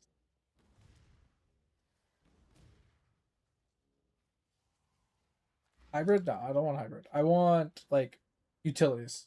Utilities specifically. I found one the other day. It was a Ruby. I rolled that. It's like a 23 quality. Problem is like, honestly, it doesn't even have to be quality for it to be a flask for Mage Blood. But if it is a 23 quality and I get a non oh, it's not 8%, it's half base. So Ellie damage as chaos at 8% is worth like 200. And I think Fizz at 8% could be worth a decent amount as well. 8% is max. Yeah. You hit 7% on Fizz. Ranch mustard garlic powder, interesting. Okay. Oh, well, what are we shopping for? See? I can try to help you. Well, that reminds me, I need to try to check my ring. Keep forgetting to get my ring. What's that ring called again? Betrayals.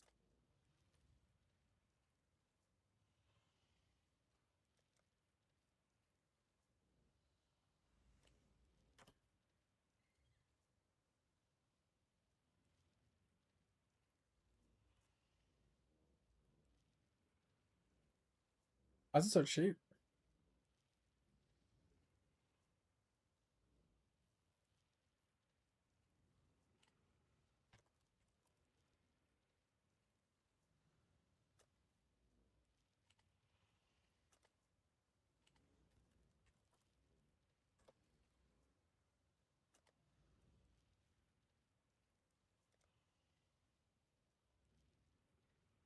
Yeah, the Betrayals thing is pretty cheap.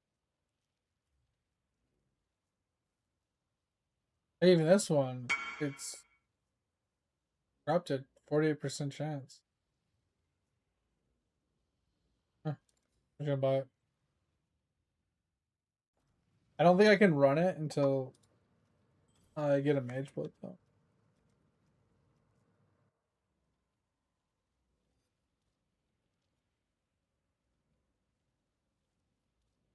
I do. I made that character. So what are we shopping for though, Z? Like that's what I'm curious on.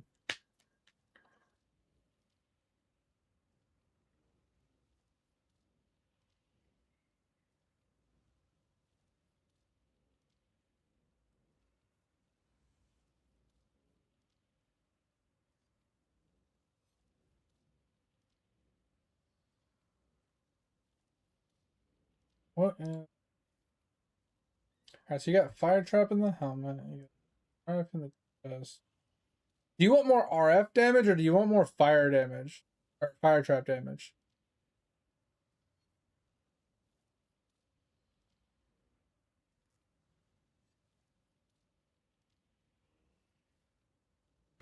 You have 53 div? Wait, you posted me 20.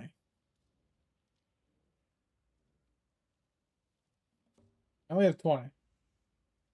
Oh, you pulled out a stack and sent it to me? That's why. Yeah, if you just go in here and you link it from here, it'll show you the full stack. So you want a Watcher's Eye. Well, the reason I was asking, so if you want more RF damage than you want fire trap damage, you want your fire trap or your RF in your helmet, usually. That's what I was asking.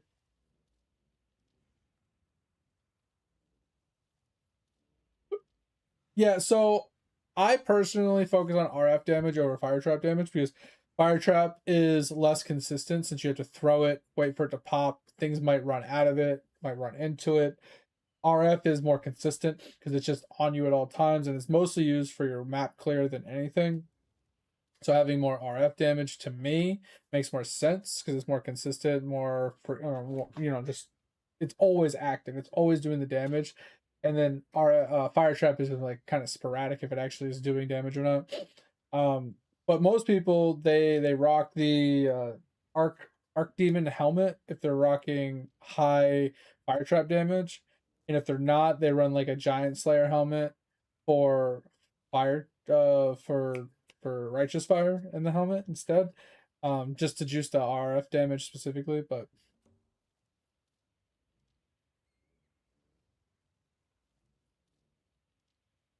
yeah, I fucking hate fire trapping mobs. That's why I don't use fire trap. That's why I use scorching ray. At least I can just hold the button down and just follow it around. But it doesn't matter. I was just looking at what you had to see like what we could get you some extra damage on. It's like, let's look at what we got here, right? Because we got Get about unbound elements, vitality, punishment, blood rage, endurance charge. I mean, eventually you can just drop the enduring cry. I mean, I feel like it's useful, but kind of meh. And then you got this. Alright, so this is your weapon. This is your weapon.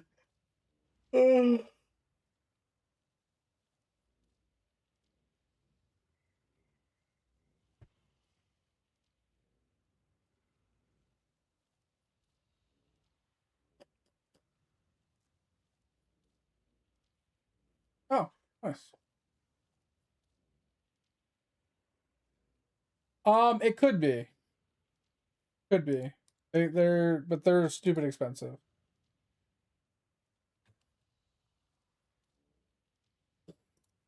Because there's so many options and you can get up to a 3 property. But like, take Malevolence for example. Malevolence has 2 good ones. It's got damage over time multi and it's got life recovery rate. Right? That's pretty strong. But you also have Vitality, which is life recovery rate. Those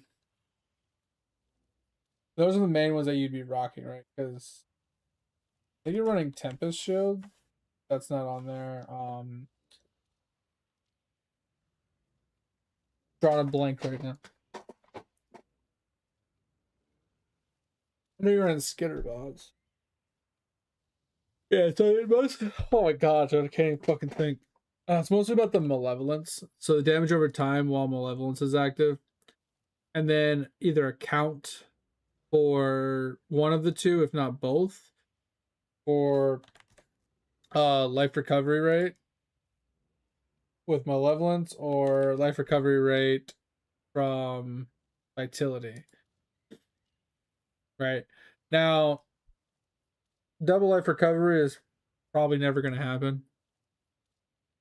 But you could also, instead of life recovery rate on Malevolence, you can also do flat life regen rate percentage to give you more regen rate as well. It's not really necessary, but more regen rate basically just means you don't die as often. But like, those are your options. And like I said, I feel like the Malevolence portion is going to give you more damage. Yeah, I can come. I'm just going to be shopping one.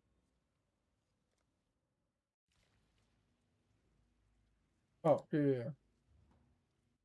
Yeah, I'm just literally going to stand there and hope I don't die.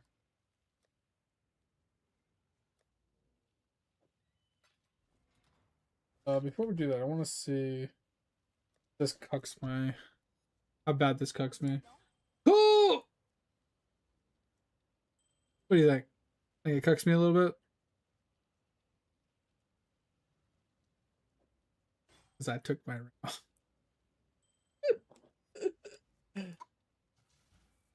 I took my ring off, so I need to do the timeless really quick.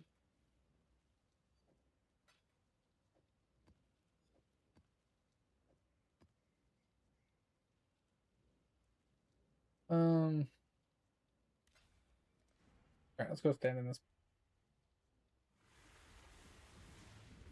All right.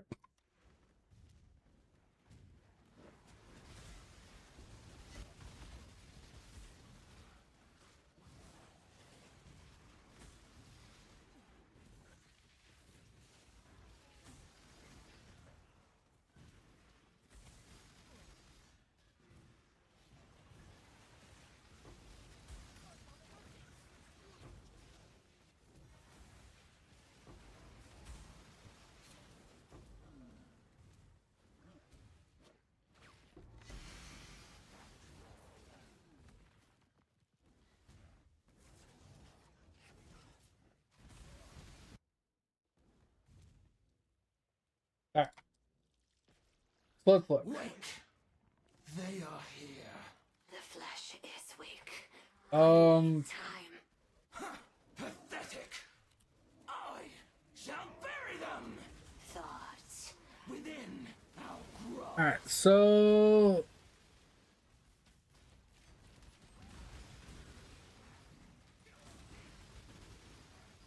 So we got this one, right? 5 div just for damage with malevolence. Impale the husk. Right. So this is the base. Fracture.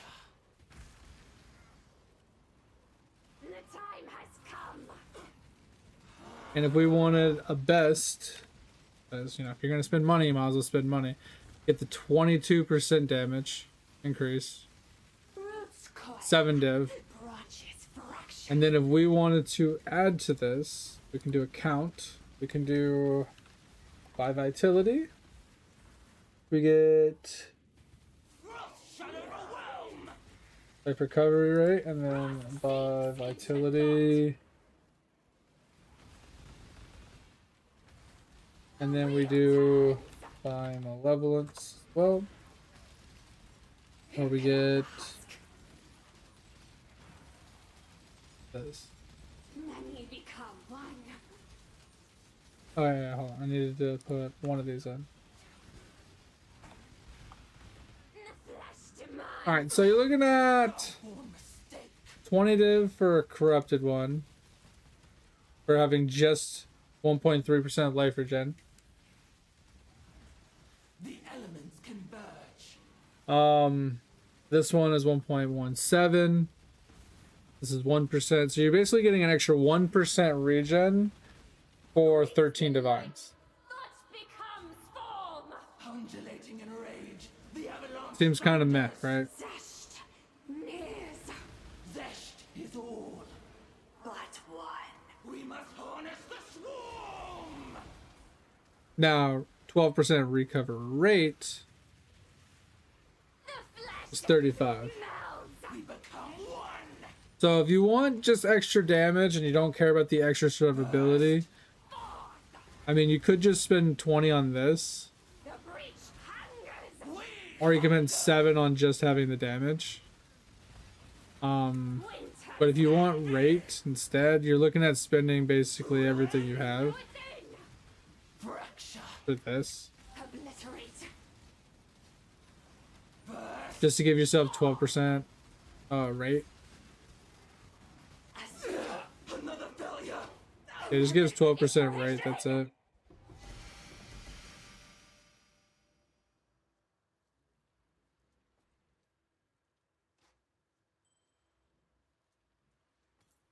Still haven't gotten the ring I want.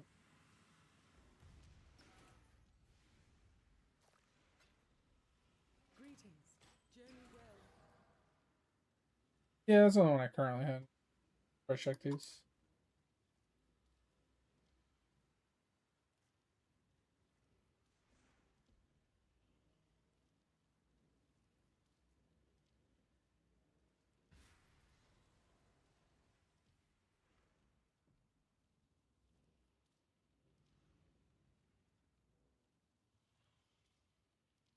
Hmm.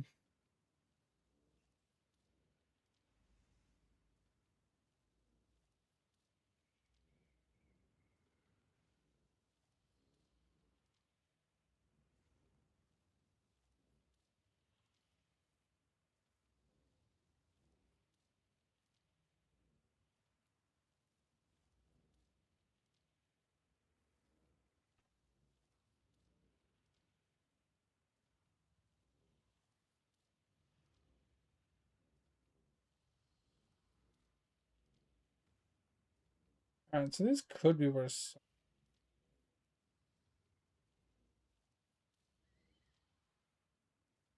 Because their stats rolled well.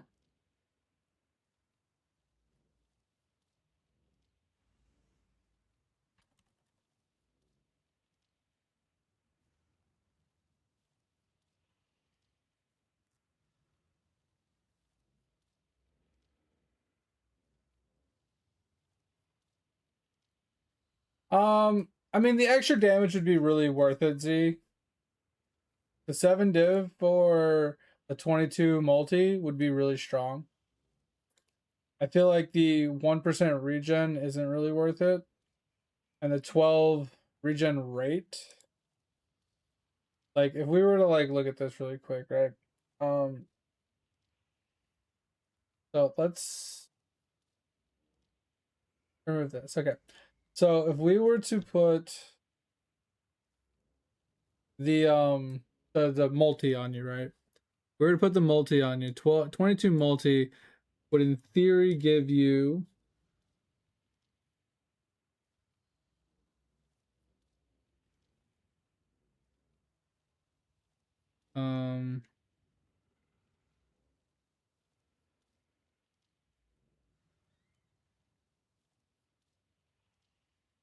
it'll give you like 20k DPS to your RF, which isn't a whole lot. Are you in an ad right now? And then the life recovery rate was 12%, right? Are you in an ad right now? Yeah, I can always buy more of those if you want to run.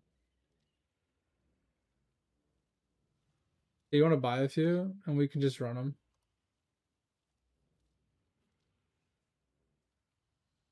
Yeah, because you only have 35 chaos res.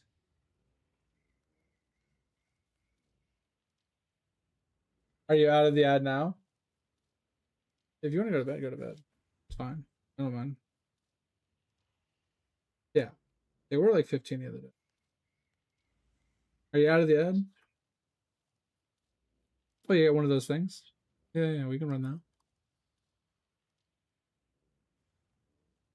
that. Yeah. So you probably don't need it, like the recovery. Like I said, the 12% one for 35 is only 300 more life regen. I mean, it's probably more because I haven't configured you, right? All right, hold on. Let me. I'm gonna just say you have endurance charges. I'm gonna say you're on conk ground. Gonna put it in best possible situation. So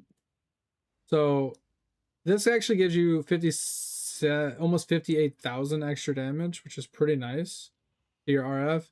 And then recovery rate was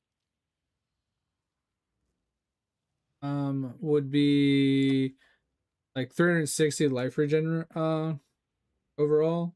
Like I said, it isn't a lot, but it's something. But if you were to switch this to the 1% regen that we were looking at, it's less, right? It's only 1 it's only 122. So the regen rate one would be better for 35 div. But like for 300 and something regen, I feel like that's negligible.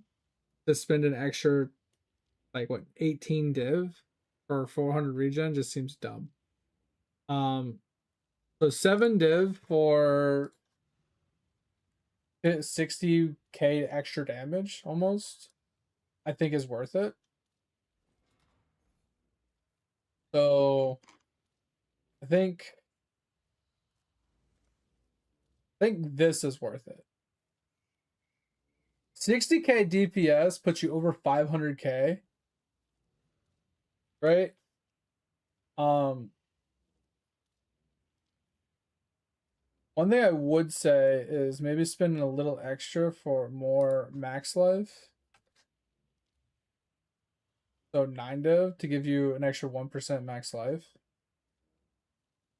I mean, it's personal preference. I mean, a 5 being 7.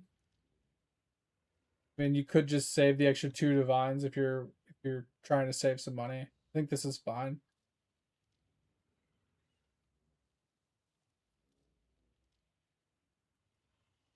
The 1% extra HP isn't. It gives you a little bit more damage and more regen, but it's not really worth it. Nah. I just buy this. So just buy this. So just search for damage over time, multi while affected by malevolence, and just search for 22%.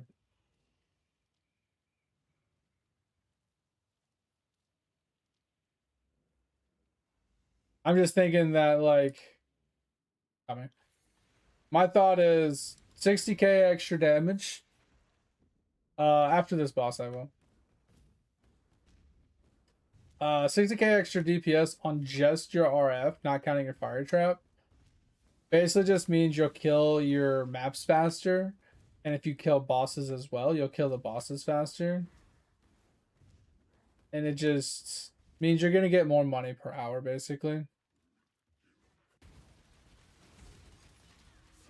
Do I even help since I'm just standing here?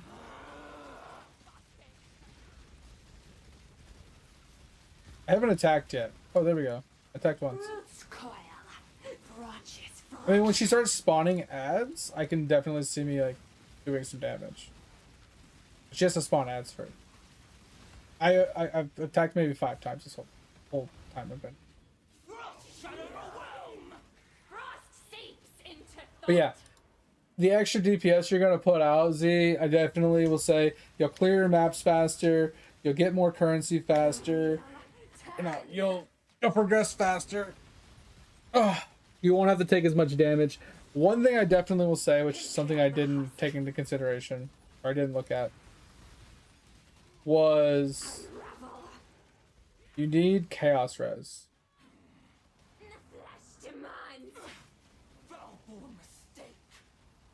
So I think what you need to do is you need to replace your rings eventually, but at least replace this ring. You're gonna lose damage because you look at this on RF. This ring gives you 14k DPS. What happened? Oh, I died.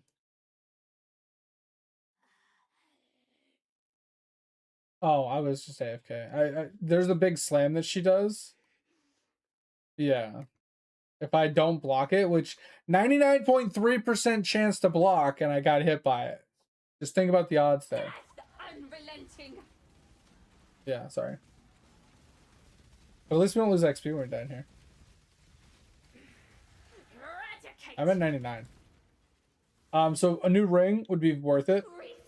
So what we would be looking for here, you can do a handful of things, but the bare bones, the basic that you'd really look for is you either get an opal ring for more damage, you get a familiar for more HP, which is also more damage, or you get just like a chaos ring.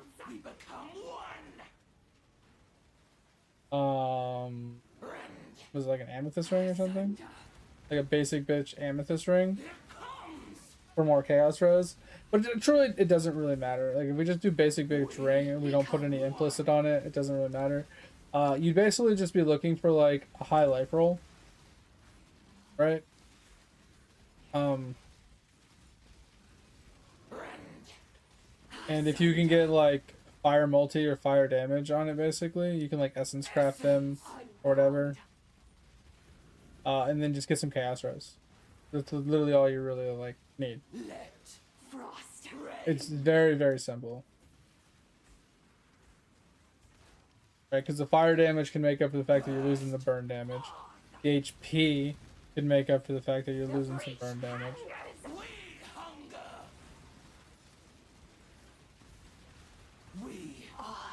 It's like just like if we're being honest here, just getting a ring with 114 life on it almost makes up for the fact that your pyres are being lost. For the loss of your pyre ring. Like that's, you see what I'm saying? Like it almost makes up for like losing the pyre ring altogether. But you get a lot more HP out of it. And then if you add like fire damage to it, you're already positive. Even at the lowest base possible roll, you're already positive.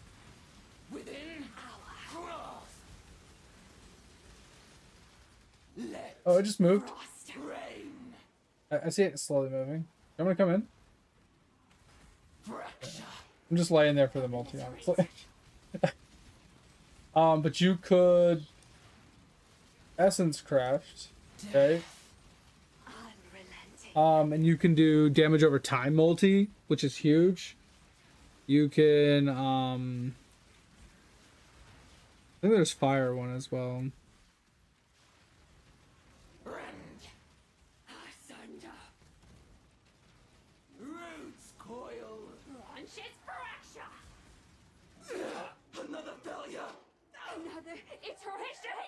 Oh, I guess not. I guess it's just damage over time multis. So you could delirium essence craft these with damage over time multi for like a ring, and that would be kind of huge. But like you basically just want the max life, the res if you can get it, because you just need to get to your max res, honestly. Well, he's gonna go to bed in a minute here, Z, and we can look at it a little bit more. Let me buy this Watcher's Eye for you really fast.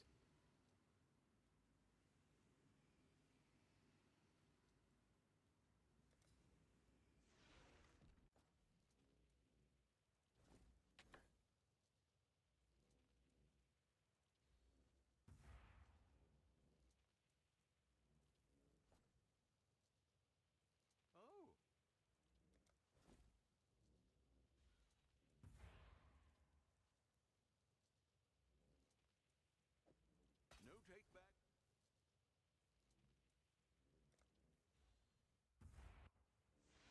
No, I'm just gonna do this out. It's not worth the 1% extra life for 2 div, honestly. 9.5 mil? Let's go. You're you're off? Okay. I didn't realize. I thought you were gonna. Alright. I'll see you tomorrow.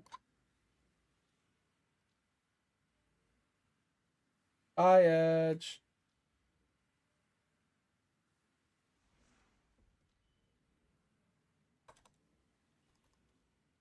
Bye-bye. 2 mil? That's inside. Would you like a cup of water? Thanks for the 'Cause you look hydration. thirsty as fuck right now. Oh, you're way over here. Why didn't you walk over to me?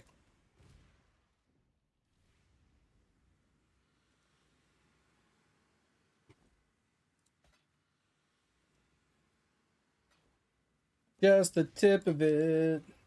You can take it if you try.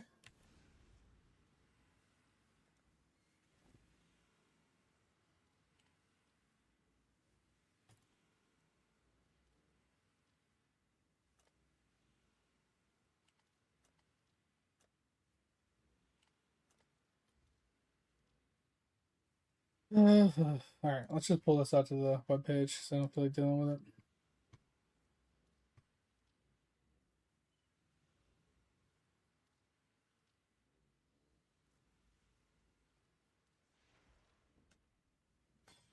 Alright, so we're looking for armor applies to fire. 12%. Corrupted? No.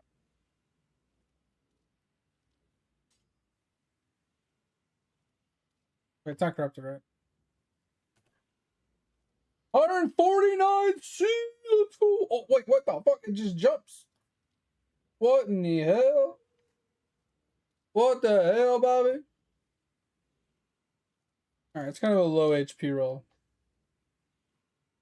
So we'll just do 148. What have you got for me?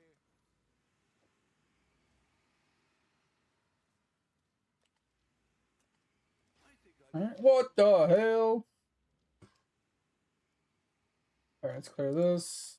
Search.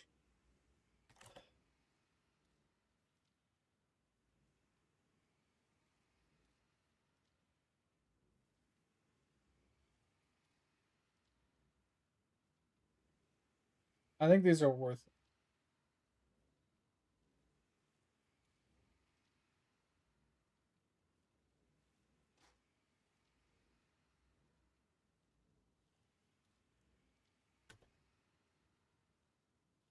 Unnormal bleeding. Oh, 97%. 97. What did it roll to? 100? We'll say 95%. One C. Okay, not worth much. Worth like 8C. Switch this to.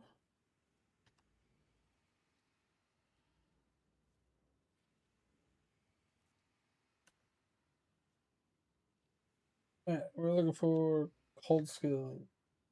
Not.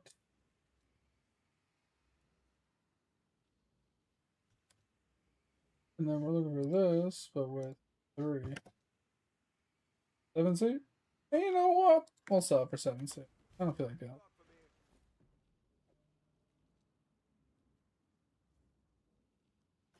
that price?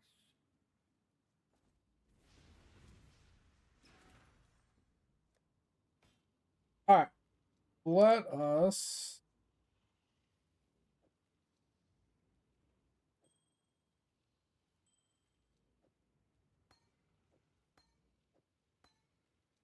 Need to do these ones. They're not worth a whole lot, but. Alright. So, back to what we were talking about. Alright, so.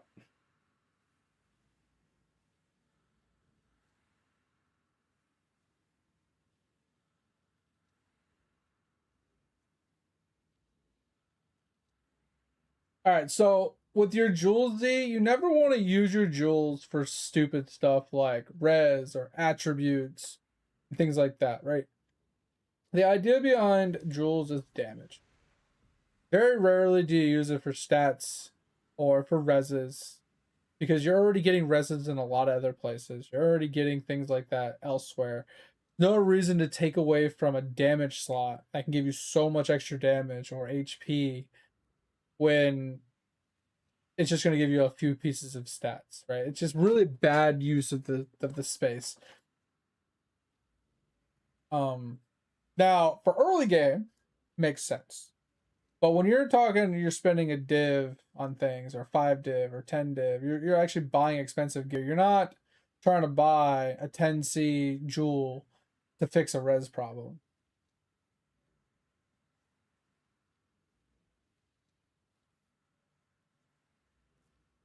Yeah, so this is very expensive. So the adorned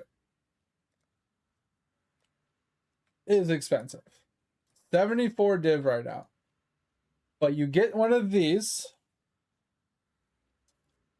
And then for every corrupted blue gem you put in your gear, like this, it basically almost doubles it.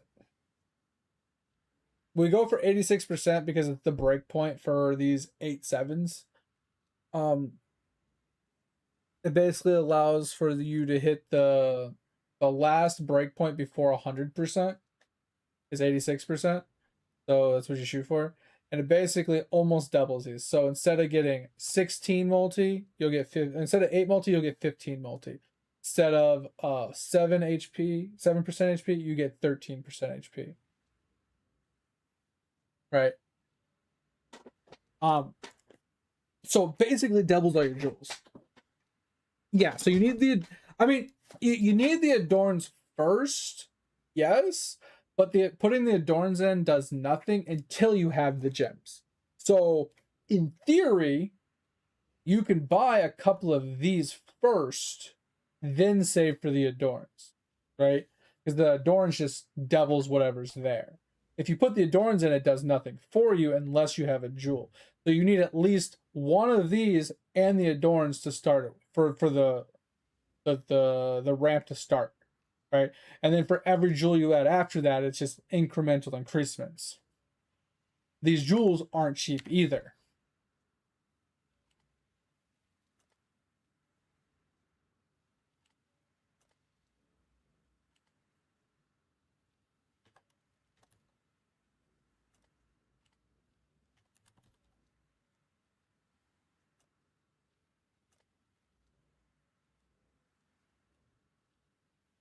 So roughly 700C per jewel for the bad ones. All right, these are the bad ones. If you get a good one, it's ridiculous.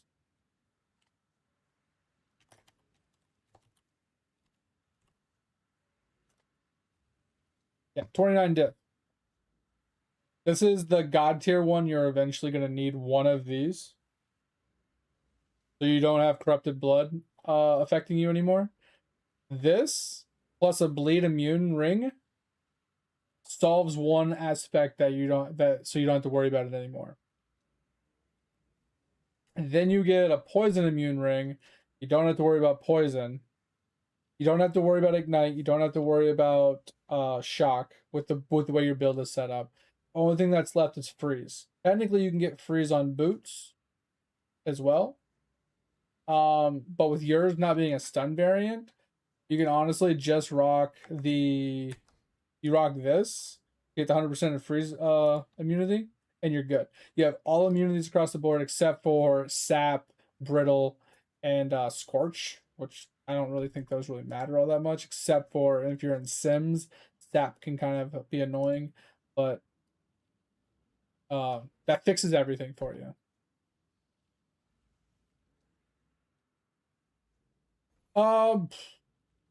Honestly, I think buying one of these is worth it. It's gonna currently it'll only give you 8% damage and 7% life and the corrupted blood immunity. Most of your money, but it's one of your big pieces out of the way. I need to look at the rest of your stuff before I pull the trigger on that. But I'm thinking that's what you kind of want. The only other thing that I would recommend is Rational Doctrines. Personally, I think that's a really good option as well. But let's look at what you got here, right? So, what is your ignite chance?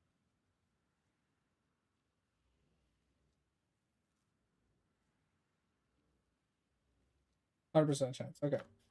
And that's counting all the tattoos. You have, okay, so you have 5% ignite chance here that you'd be losing. So you need another tattoo. 5% on this one, so another tattoo. And 3% here. So you need 3 tattoos to fix this. I think. Let me double check. Let's remove your jewels first.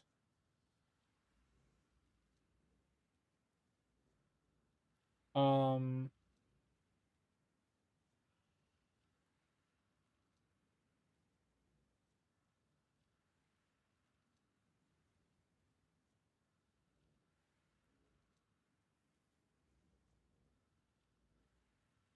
right.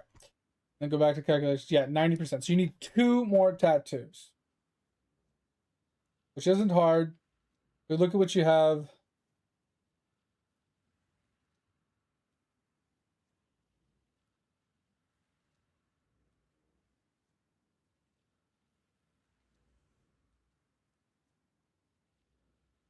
You have 1 here.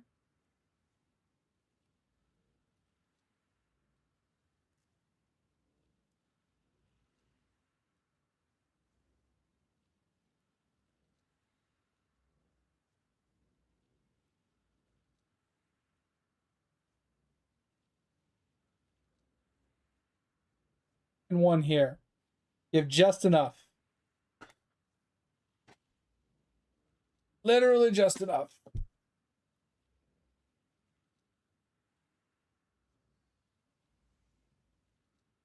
Yeah. So you would need 2 ignite tattoos to hit 100% when changing your jewels. So you need 2 tattoos. So you need 1 right here by glancing blows, which, if we're being honest, we might eventually drop, but we'll keep it for now. It's not a big deal. But yeah, I would drop that for now.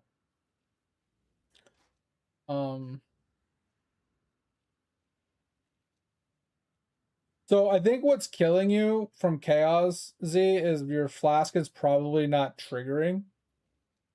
Or it's falling off before you killing them or something. But I don't know exactly.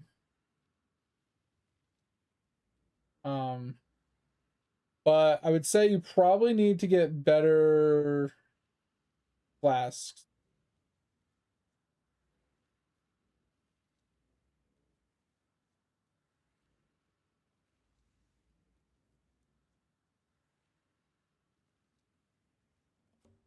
Oh, I have no idea.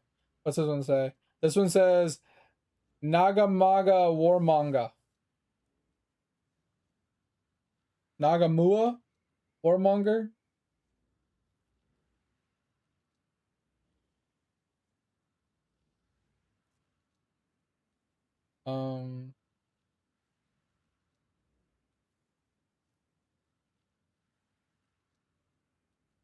But like a better shield would be really good for us here.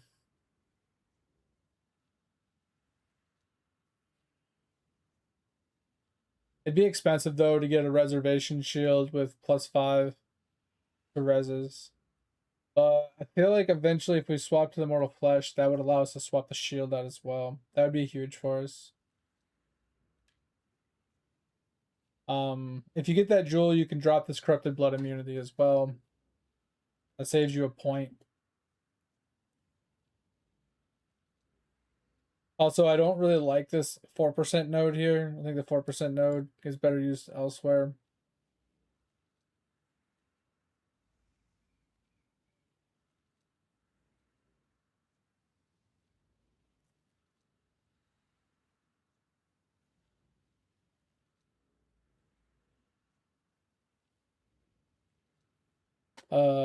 And like I'd rather see that 4% node put here into this 5% node.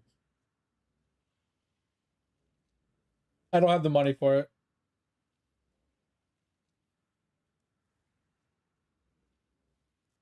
You still have that 20% node here. All right, so I think Flask would be good. I think we need to save for Mage Blood for that though. I think it was like 29 divines. Yeah, 29 divines.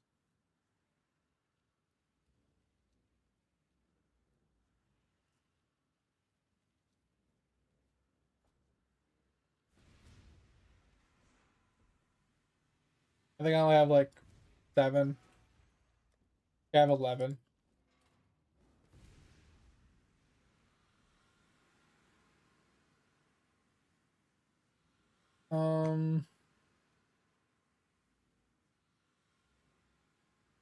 Yeah, 29. Also, you don't need to pick up these small nodes here and here. They're using a lot of points on these little small things that you don't really need. If you're going to use these 2 points, use them in the back to pick up widespread. If you need a place to put them.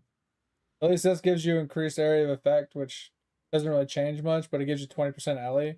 So you get 32% damage for 2 points instead of 24. Does give you a little chaos rose, but I feel like it's not really necessary. You're almost honestly better just going over here, just working your way up these 16%ers to get this 30%er at the end of the day. But there's a 6% life node here, which is even strong. It's really strong for you.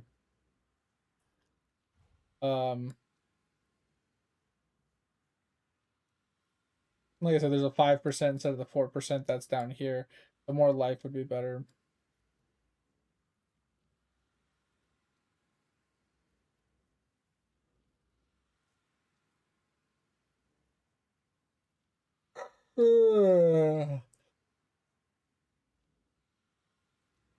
Those are just a few things that I would change if it was me.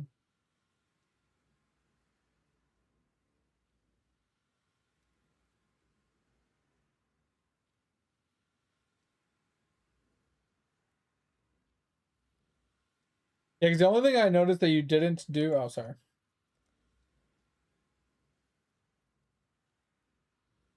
No, that's fine. I'm pretty sure I put together some stuff for you, remember? And you were following it.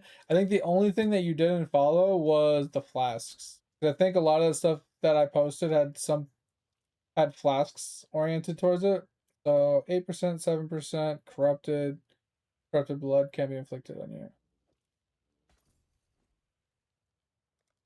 So this will give you your corrupted blood immunity.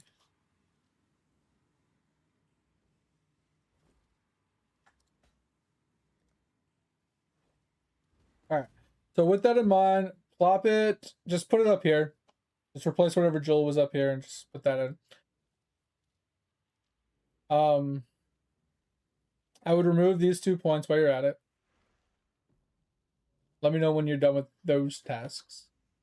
Yo, what up, Diablo? 11K. That's 18. That's 12. Just itself. I like that. 12 plus 10. 22. That's better than... Yeah, I'd rather do that.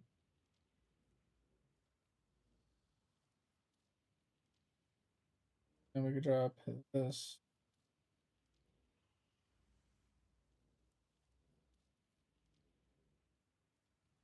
The flat regen can go too.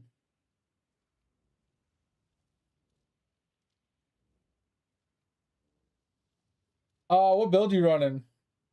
And if you want, I'm not actually mapping on this guy, Diablo. I'm ultimatum spamming.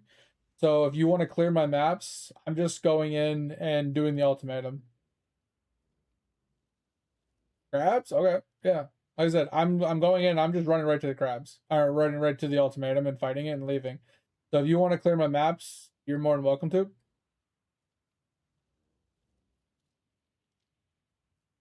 I'm just helping Z out while I'm kind of by myself. So.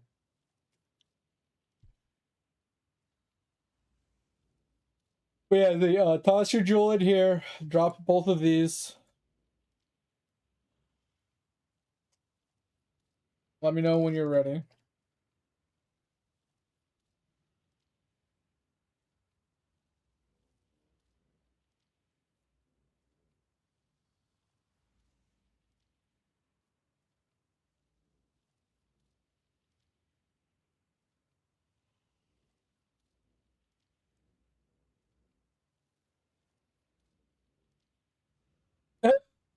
I can't say Z's name. That's why. Zuni, I can't do it. Can't do it.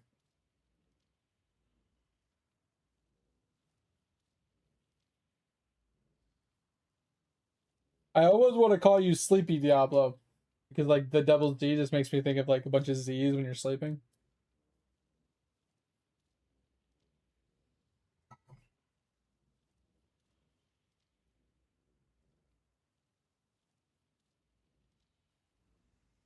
In game?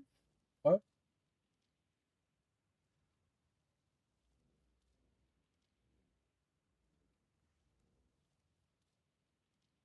So one was by glancing blows. Right here. And the other one is by the jewel slot next to your endurance charge. So they're both one right here and one right here.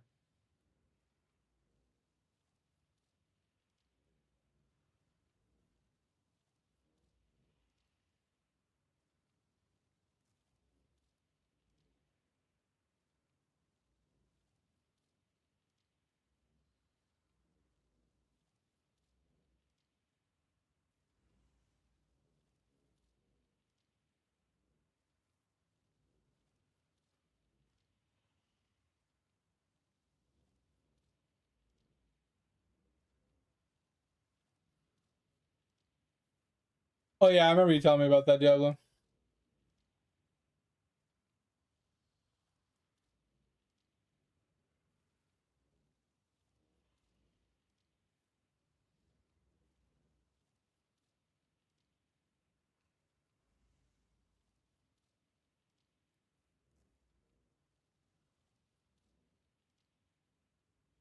Yeah, replace the one. I don't know which one it was, but I just said to make it easy, just replace this one for now.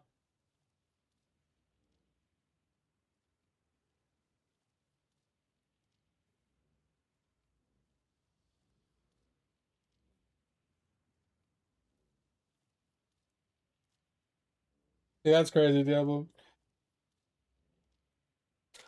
The one thing I didn't like about Diablo 1 is there was like a lot of dupers and a lot of cheaters.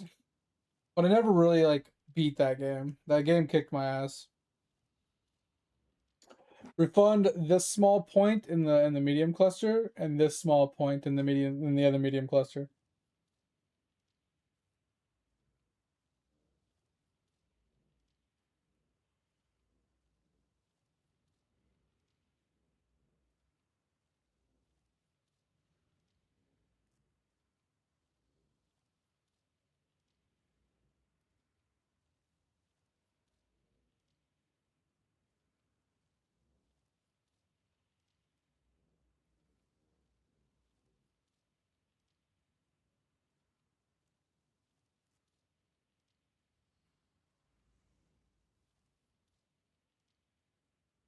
You're gonna be in an ad. Let me know when you're out of it. Yeah.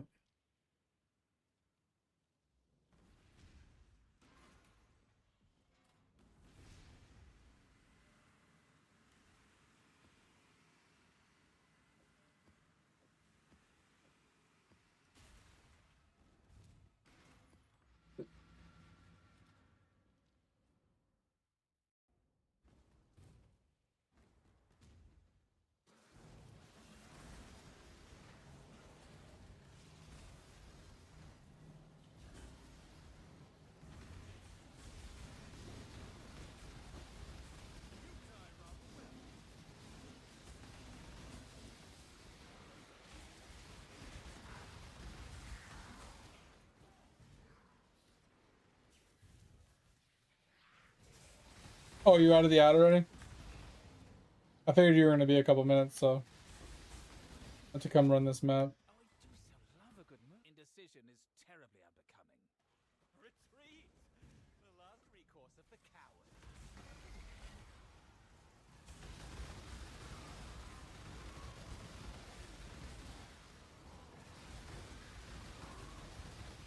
Alright, so you need to put 1 point in the 6% max life wheel.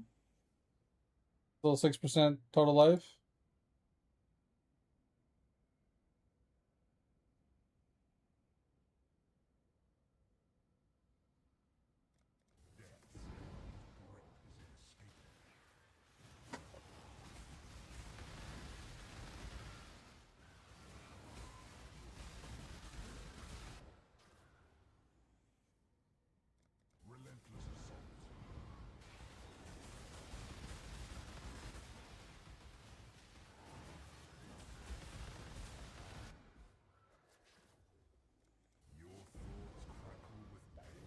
You can come in whenever, Diablo.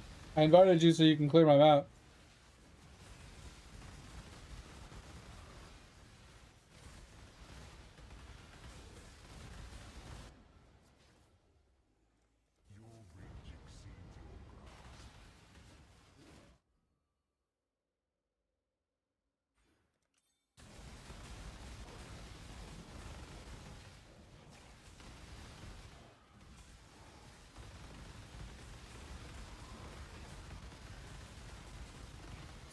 Spinning disc.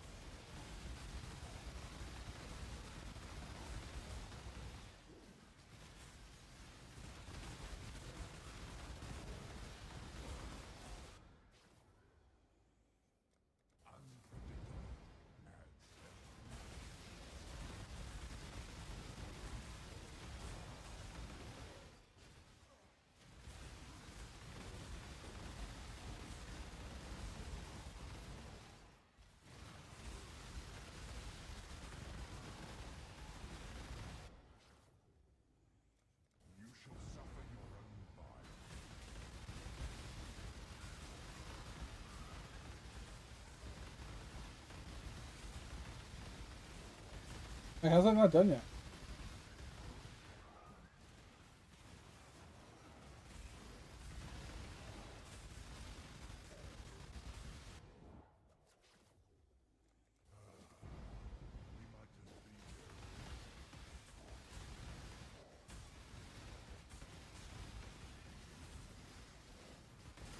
You don't need to help me. Like I said, just go clear the map itself. Diablo. Because I'm not killing any of the mobs or anything.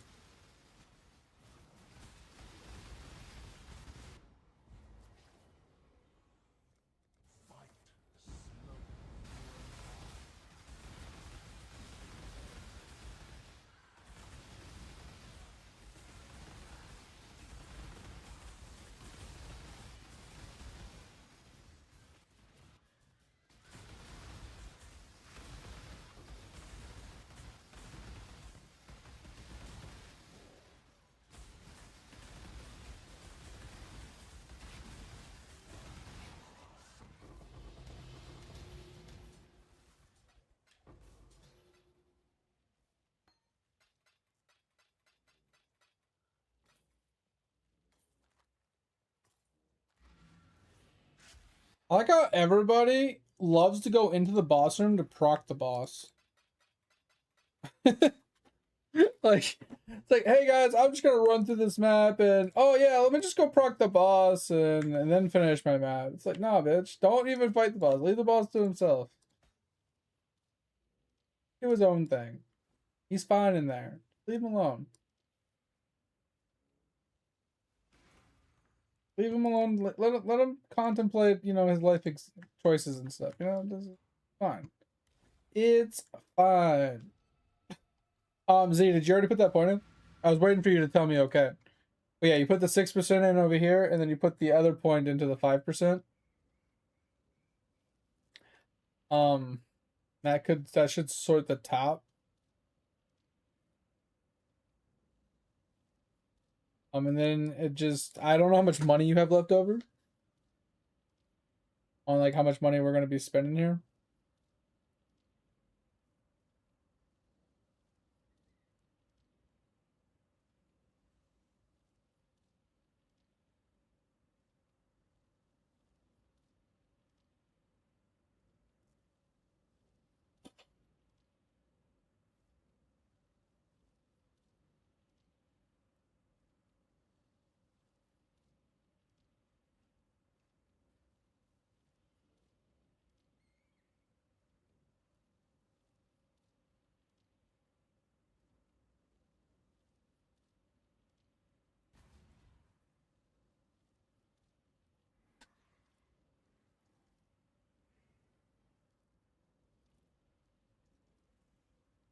Points didn't say. What points didn't say?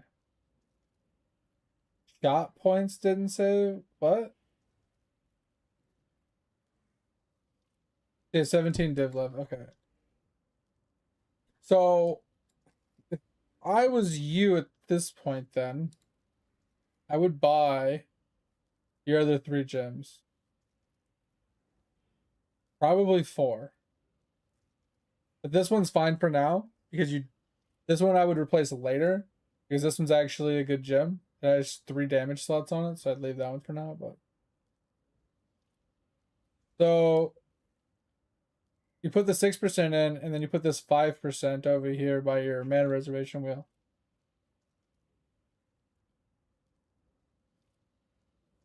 And then once you have that, we're gonna go to the bottom. We're gonna change 2 things.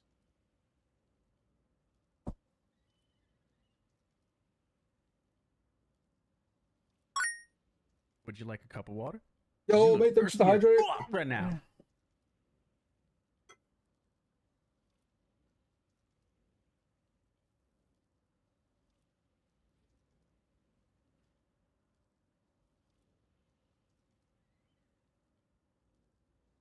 Yeah, I do. That's why I laughed.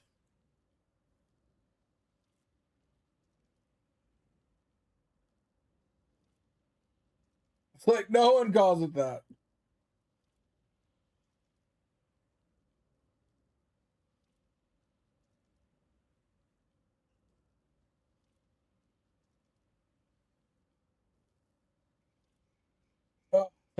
All right, so the bottom here, once you have that done, I would remove your 50 regen life.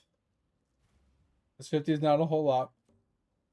And I would remove this 4% life wheel. I mean, you don't have to trade me. The only thing I need is like the basic bitch maps. How'd you get 40 C? The fuck?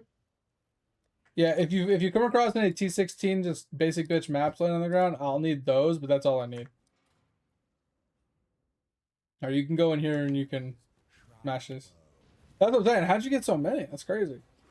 Yeah, you can go run the Wildwood. You can clear the map, do whatever you want. Like I said, I'm literally just going into these bitches for the ultimatums.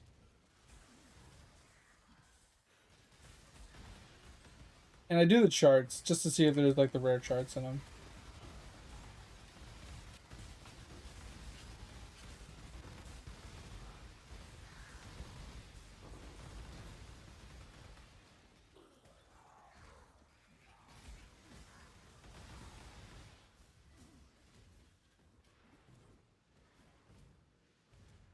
Is this some farcical joke?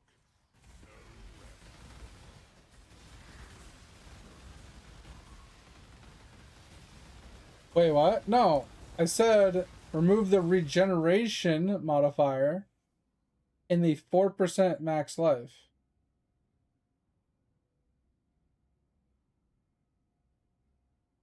Like the mastery here for regeneration, the 50 life regen.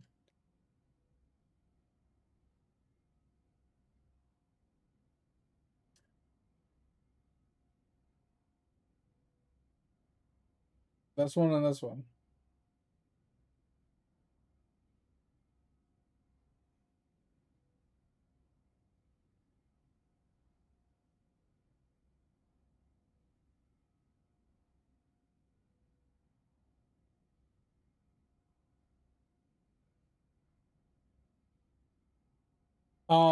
One of them will go here into this life wheel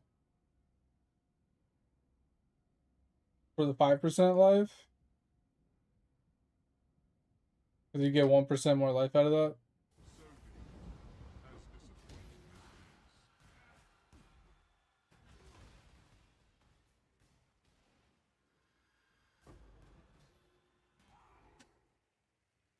Ugh.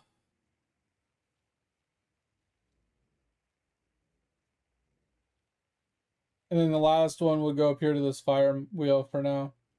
Eventually you'll remove it for something else, but put it in the fire wheel for now.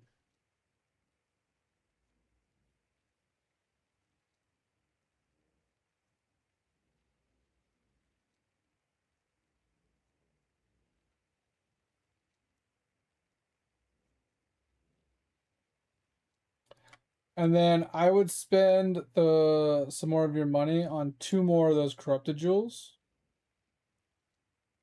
And possibly... Wait, did I fail? Did you finish this or did I... What happened to this trial master?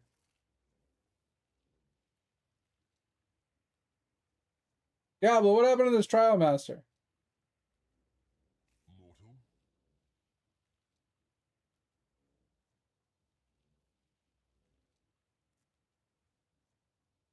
Did you walk into it and do something? Because it just failed for no apparent reason.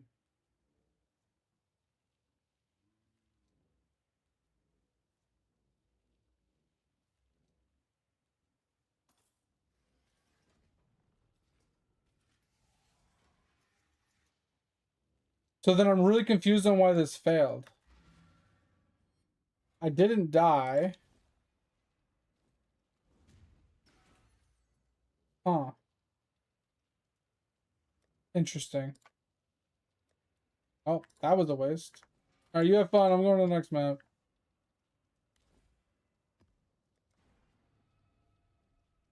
Yeah, I would buy yourself, if you have like 17 dev, I would buy yourself 2 more of these. Put these 2 in your other 2 slots that have the ignite chance jewels. which would be, so you replace this one.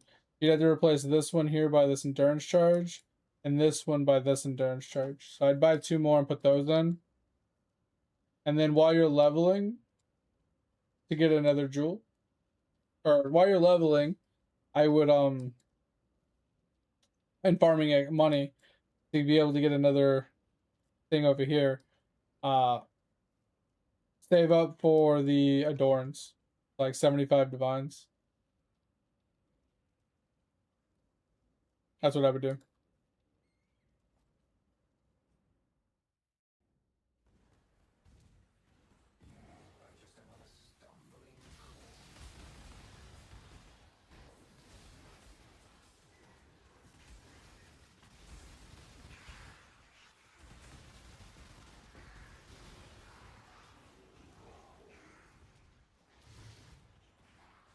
Kind of pissed if that failed somehow. I don't know what failed it.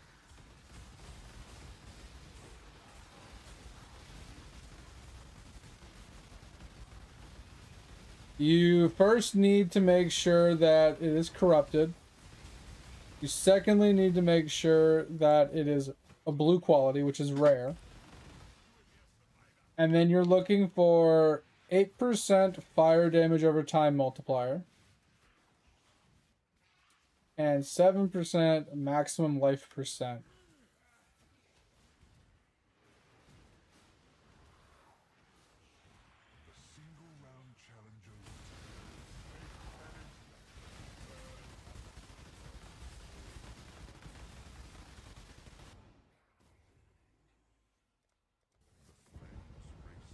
I figure I'll have to say that multiple times before you finally get it, but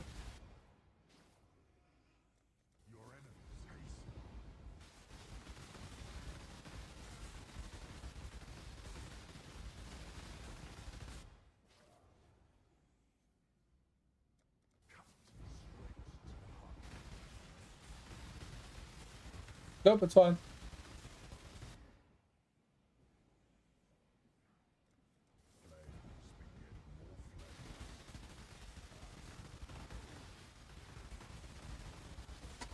I'm trying to farm up for my second Mage Blood. I kind of want to actually drop one instead of buy one. But I need to find a way to make this guy into a mapper while being able to do what I'm doing. So I need to figure out if I can feng shui this guy into being able to do like Righteous Fire on top of it. I might need a POB for a little bit. So just confirm so far, you have it toggled for corrupted, yes, in the miscellaneous tab, and you have it set in the rarity section as magic, which is blue quality, I'm pretty sure. Pretty sure that's the 2 combos. You already have those in place.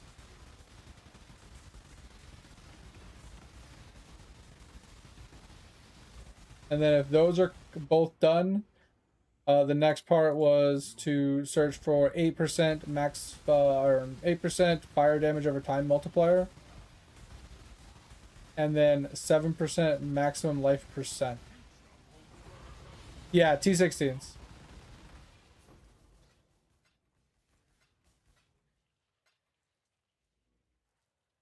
The rest of it I could care less about.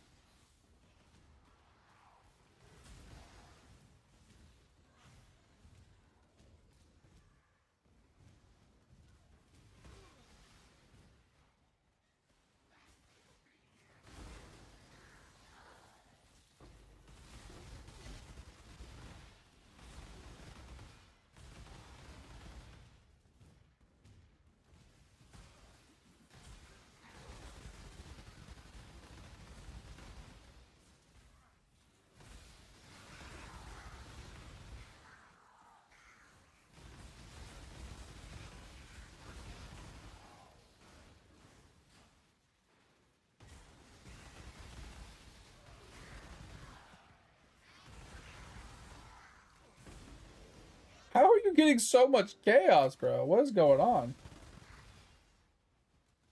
Where's money coming from?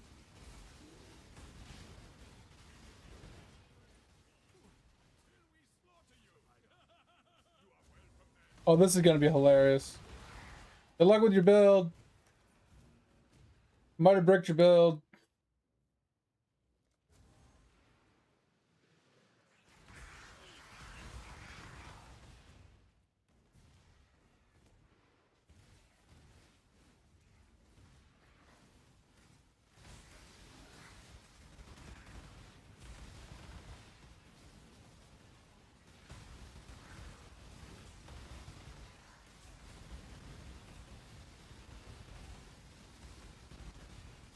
Oh, you are on burning ground, and that looked painful.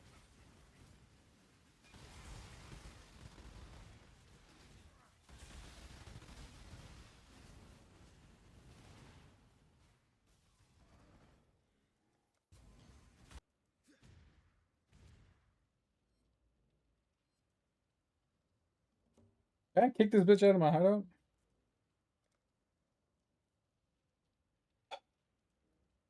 Alright, Z, did you get it all set up to search for it? Because you should see him for like roughly 680 C. 690. Buy 2 of them for now.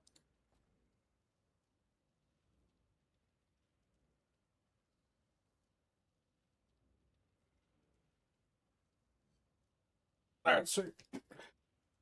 Yeah, those 2, they should bring your damage up a little bit as well.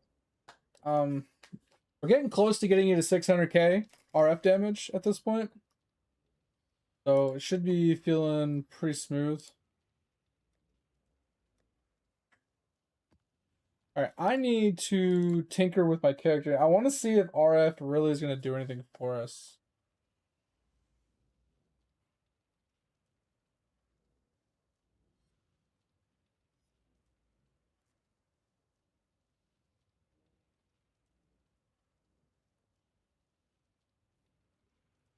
Technically I have elusive, but I don't really care about it. Alright, so we're good on all of that. 300k total DPS. And I'm curious if Rage's Fire will do. It does give us more damage. It does give us 100k damage. That's huge. That's actually like 120k DPS. That's like, that's not like that. That's decent. That's 28% damage increase. And like, it's not gonna do any damage. Don't get me wrong. It's 2k damage, but that's pretty insane.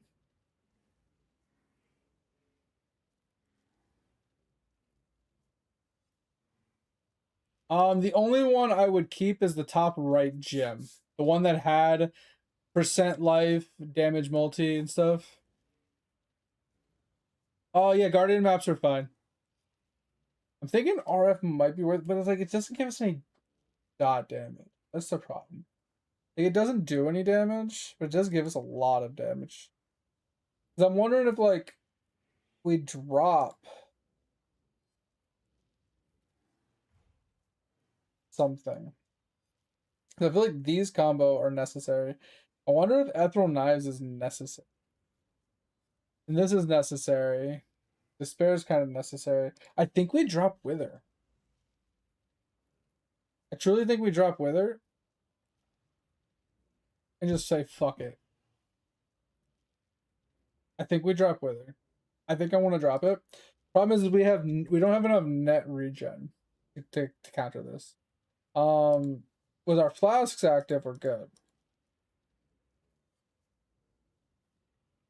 But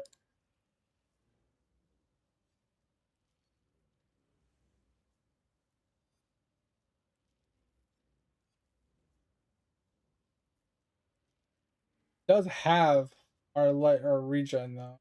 Go from 600 regen to 300 regen. I kind of want to try it. Kind of want to try it.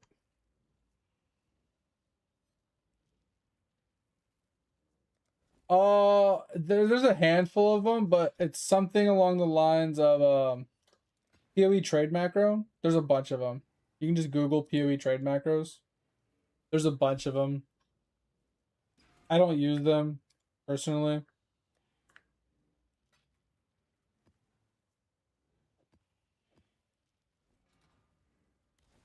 All right, hold on. I need to buy a 21 Righteous Fire really fast. This is for testing purposes.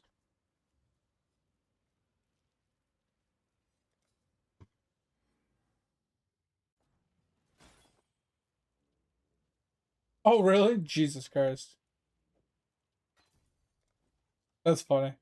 You're making so much money in my maps. You know what's even funnier though, Diablo? Is you're making that much money off of white maps. I'm not even alching them.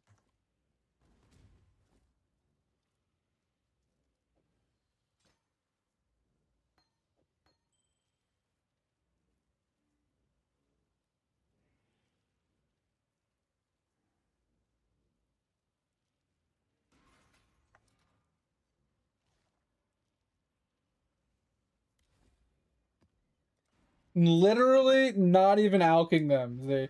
Or Diablo. That's why I was saying is like I don't mind if you run. I just need them to be. I just need you to pick up the maps. I don't because my build can't map. My build literally can't map.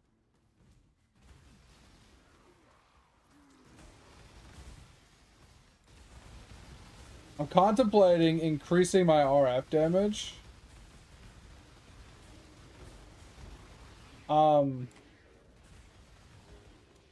Just so I can map on this guy. Because what I just changed gave me 28% more damage. Just putting on RF.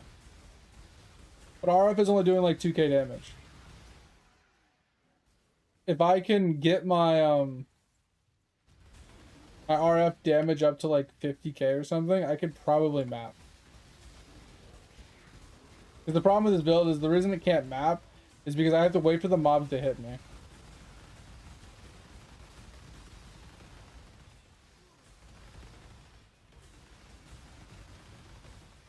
Well, I mean, Harvest is always lucrative, Z. It's just the problem I have with Harvest is it's so time consuming. And the amount of life force that drop is kind of meh this league. Last league, I was dropping like 10,000 life force like almost every map. Because we were able to take advantage of the Mirage.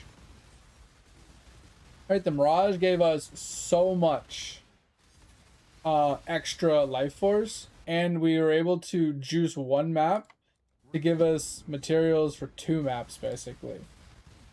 And then the Astrals juiced it even further, and since the Astrals were doubled up as well, everything being doubled from Mirage made the profitability so much better than it is now. Now we get half as much for the same amount of investment.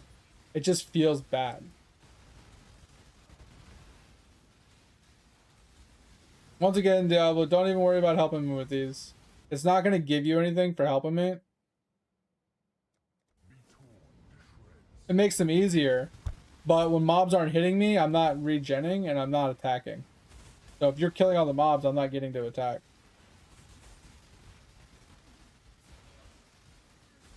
It kind of cucks my build. It's a solo build.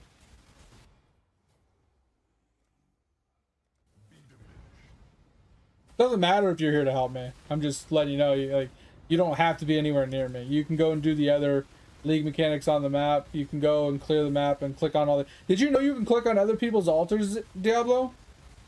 Like, if you're in my map, you can actually click my altars. Now, I don't recommend you clicking on my altars while I'm doing my ultimatum, but you can. If you see one that's you don't think is going to cuck me, like negative regen, or like negative reses or something like that, like sure, go ahead. But if you see like the divine orbs altar, like that one's huge. If you see that one, you can let me know and we can clear the map with that one. That one's really good.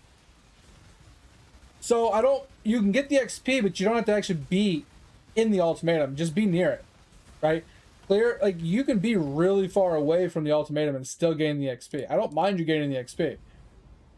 Just stay away so the mobs stay on me, right? Like you see how like on my map right now, I don't know if you can see it because of all the shit, but I'm here. If you were over here by this altar, you still get XP, right? You can be really far away and still gain XP.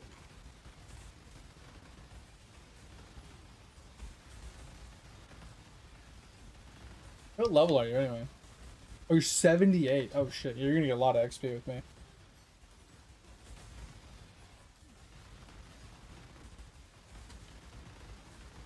But yeah, I'm just testing this out. Like I said, I kind of like the idea of this RF instead of withering stacks. Because the withering stacks aren't consistent. Right? They're not on 24/7. They're not... They only proc when I proc wither. Or when I proc withering step. I'm not a huge fan of that. But the RF just... It's on. Yeah, it has a negative downside where it does damage to me. But if I'm 90 res anyway... and I have some regen, I'll be fine, right? Because I have regen from some of the things on the tree that eventually I could get rid of. But you're negative 30 chaos res. That's really sad. Yeah.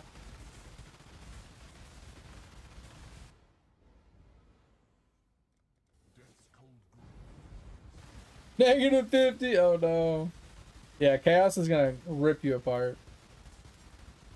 I feel like most times you can get away with like positive 20, like positive 25 res. Chaos res is probably more than enough to get you kind of feeling comfortable with the occasional death here and there, but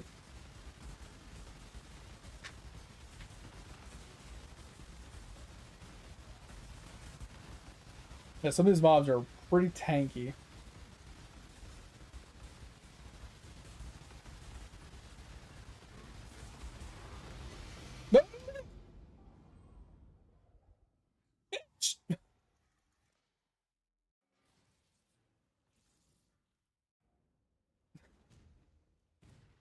Yeah, 340 regen is really bad when it comes to degen. That can be a problem, yeah.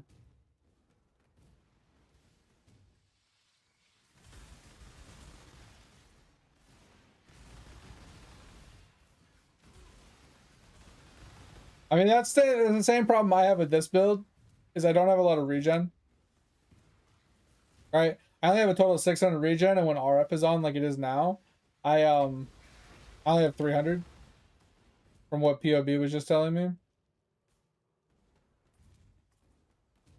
So I tend to be susceptible to degen. And what I just died to was an on-death effect. It was an on-death effect that was it like dropped like burning ground or something on death, and it literally just killed me.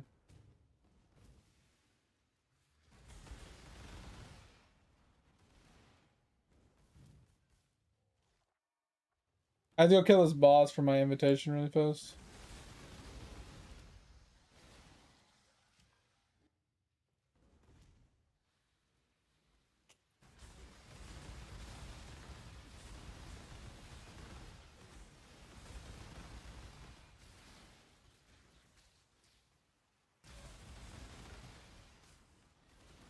I like how the average damage of my blade blast is only 1,000. Kind of hilarious. My blade ball is almost 5k though. It's actually kind of nuts. My Ethereal Knives is 10k? Okay, that I wasn't expecting. 15k for my Essence Drain? Yo, I was not expecting any of that.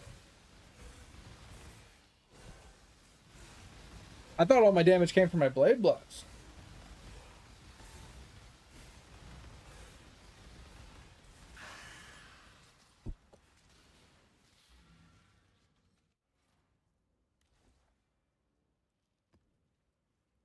Alright, next map. But yeah, like I said, Diablo, I don't mind you being there. I'm just saying, like, when it comes to the ultimatum, you don't need to be there. If anything, it's more chances you're gonna die because of the mods that I'm picking. So for EXP purposes, it's better if you just stay away, but stay within range to get XP. Even if you just AFK right out of range, you can just stand there and just hang out, like just right out of range, and then you can clear the map after the fact.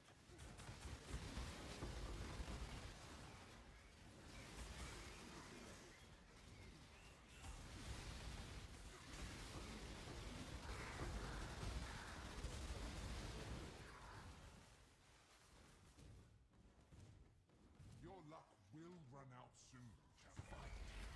Slowly, with your own eye.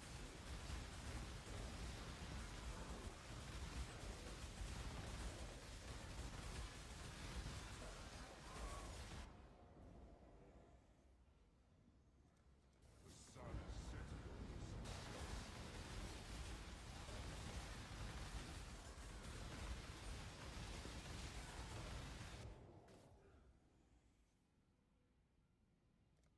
Tide of leaf is running. Wait, what's the arcane search thing?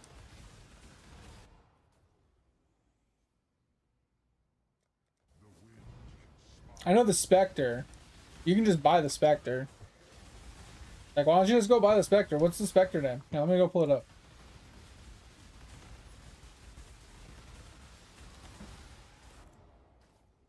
Spectre shouldn't be too expensive.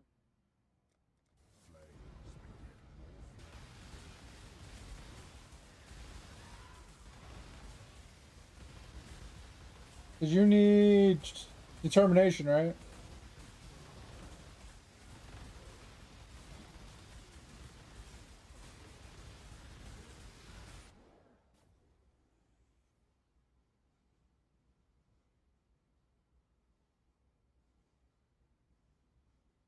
Just confirm if I'm right. You want determination?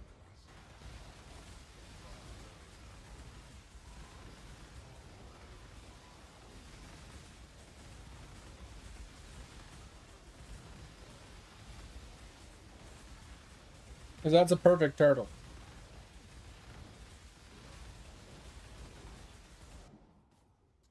Which, I don't know, like, how well does that vector keep up with you? I feel like the turtles are really slow. I've never really used it, so. But I feel like perfect turtle.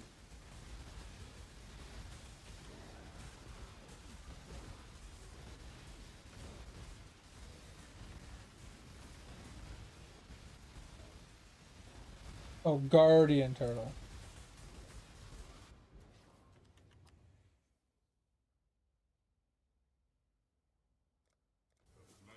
Okay, 875C is a little expensive. But I mean, that's pretty cheap.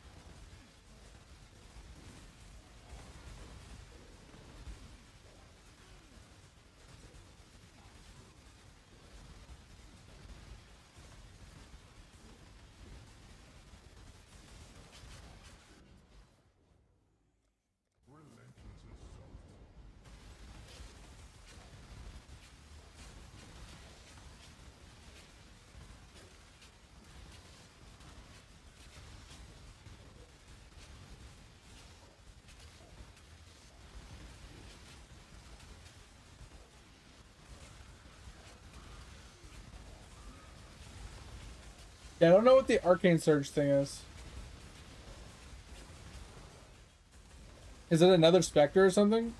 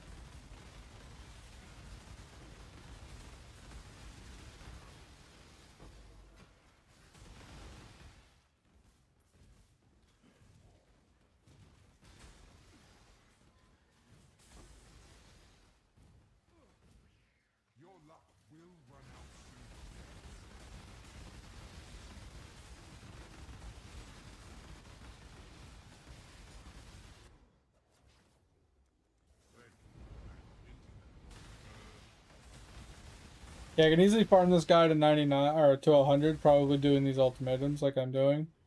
It would just be time consuming. There's only like 30 mil XP an hour or something like that. If you want. Shouldn't affect me. The only thing that would affect me is adding modifiers to the map. And only certain modifiers would really hurt me. Mostly, like I said, degen and reduced reses. Most of the other stuff doesn't really impact me. Oh, and minus block. If you happen to come across anything that reduces my block, you 100% kill me. But I don't know if any of the altars have reduced block.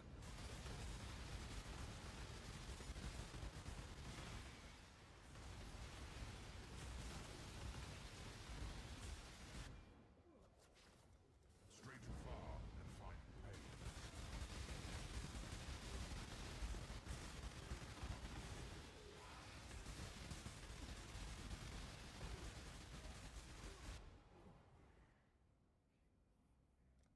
Be torn to shreds.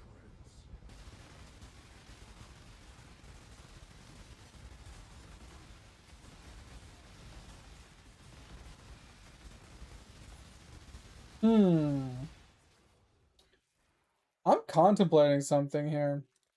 So, my weapon triggers when I block. So I don't need it to be on stun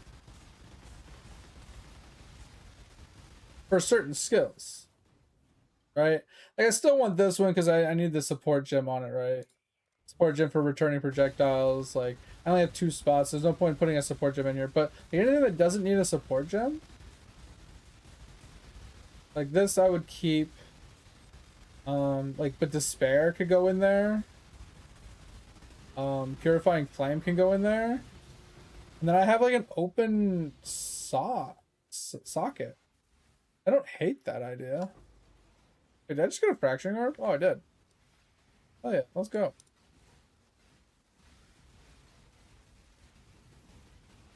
You good?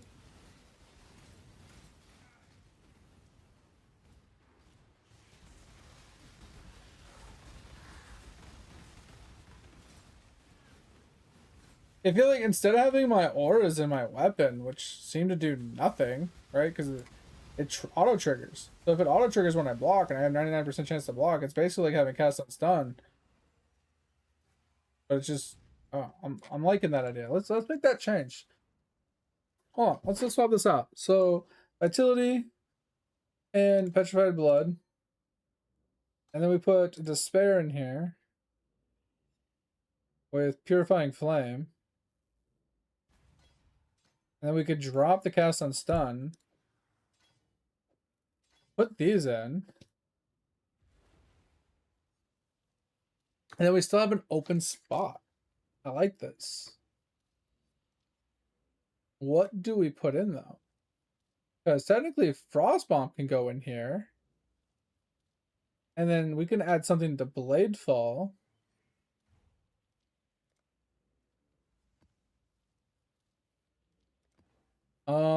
Or we can, I don't think we can change anything here. I think these are just the way they are. I'm thinking Frostbomb needs to be, okay, never mind. Frostbomb needs to be with something that, okay, so what can we add to, oh, maybe we Arrogance them? Yo, Arrogance for my Petrified? Oh, this helps. Okay, so if we do this, and then we Arrogance our Determination. Ooh, I like this idea. I like.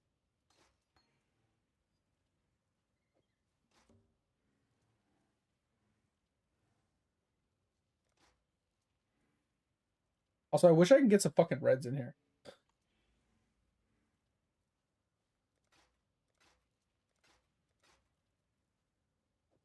I got 1 red. All right. So this is aura effect. Where? Okay, I need to go buy an Arrogance really quick. What does Arrogance?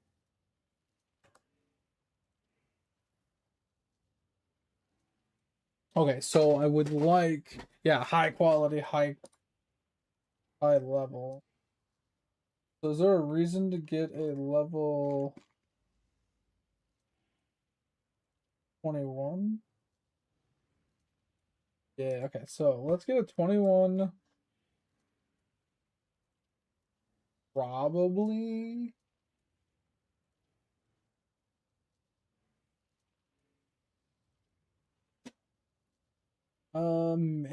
We'll check the price of a 21, 23. Hold on.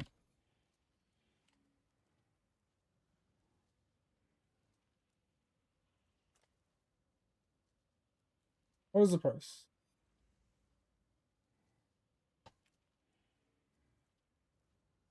Oh, I don't have 23s. 400C? We're buying it.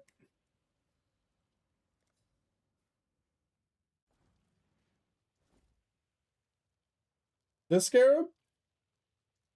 I do not.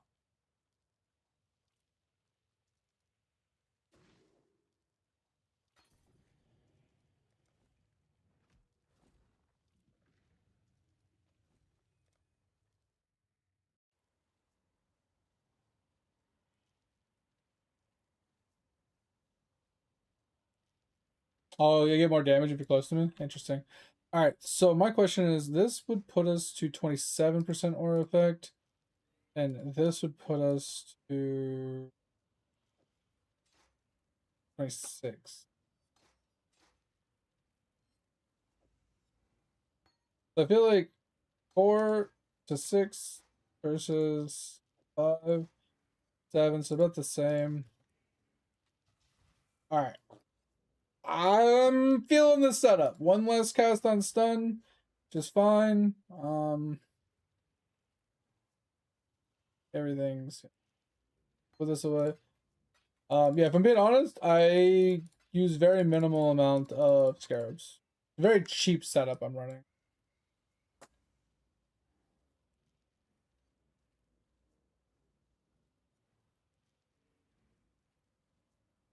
Which fragment are you doing, Z?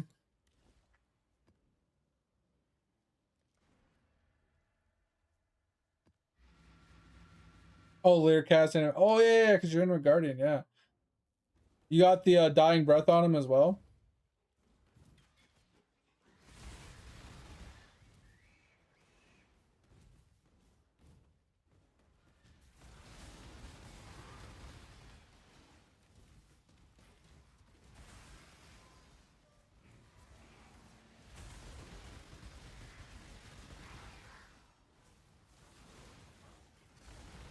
Yeah, if you take this one, reduce regen per endurance charge. I don't have endurance charges.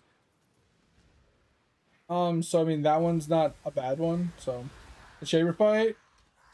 Oh, the Hydra. Oh, okay. So the Hydra. Hydra's not too bad. You just have to dodge the cannonballs on the side and follow her around. It's pretty easy. You just gotta learn where the cannonballs are and just dodge the orbs. Pretty simple. You stain the ground with your this choice carries weight. Flee where you will.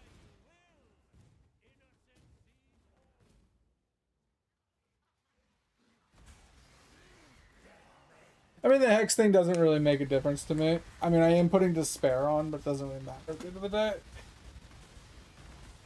Yeah, because we put in Purifying Flame. Is Purifying Flame actually triggering? And is Despair actually triggering? That is the question. You've been winning, but I know RF triggers right off the bat. But I'm curious if the rest are triggering. Okay. I think Despair triggered. But I don't know how to tell if Purifying Flame is. I think it is. I think that blue stuff on the ground is the Purifying Flame. Okay, yeah, I think that's Purifying Flame. Yeah, so I think it is working.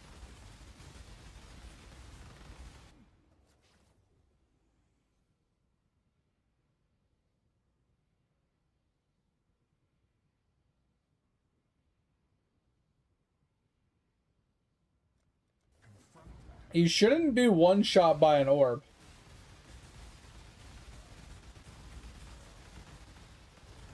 You have so much HP, and you have 99 or 89, 89, 89 reses that a water orb shouldn't one shot you. Did you take some altars, or did you put some sort of random mod on the map when you ran it that's like cucking your regen or your defensive layers or something? Did you get negative reses on your map? You got to pay attention to the reses on the map, or the mods on the map.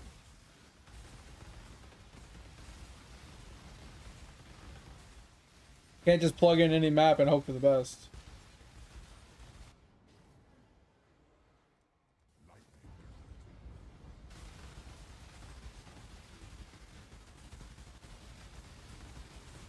If you want me to come into your Mabsy and finish it, I can.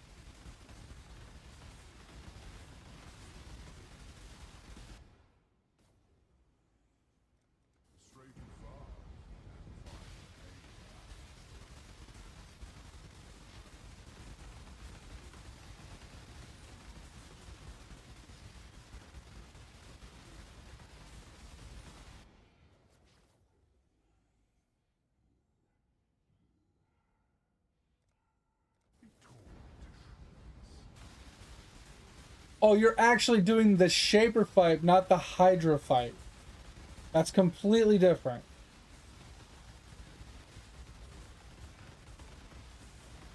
Because the Hydra fight is literally one of these maps.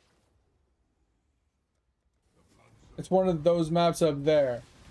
Not the Shaper is different. Yeah, you use one of each of the 4 fragments from the bosses. Shaper's... Okay, Shaper I can understand. So Shaper has a handful of abilities that can one-shot you. The Kamehameha Beam, that can one-shot you if you stand in it. He does throw orbs that you need to make sure you don't drop in the middle of the room. You need to drop them on the outside of the room. And then if you don't stand inside the red circle, when all hell breaks loose, you'll die outside the red circle as well.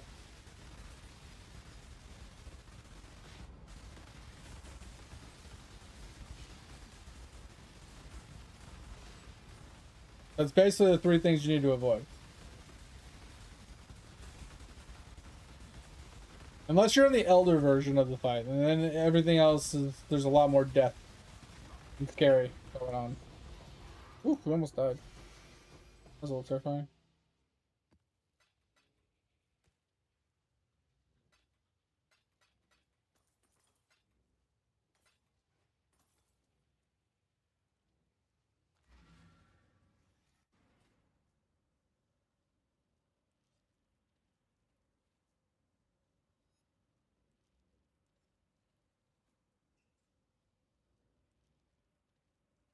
I'd have to see the fight. See, I can't just... I'd have to see what's actually killing you.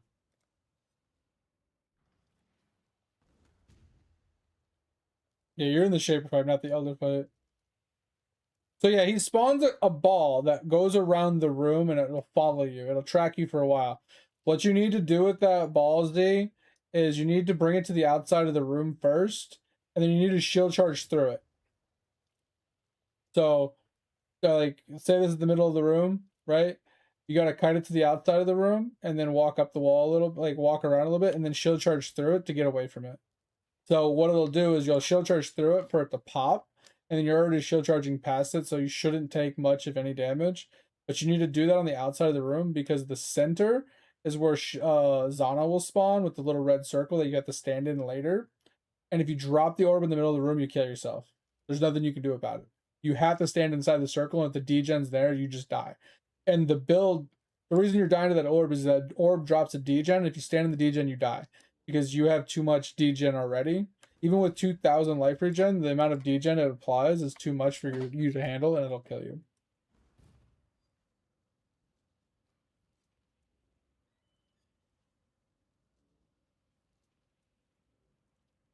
I mean, do you need me to come in and try and kill it? I don't know if I can, but I can try.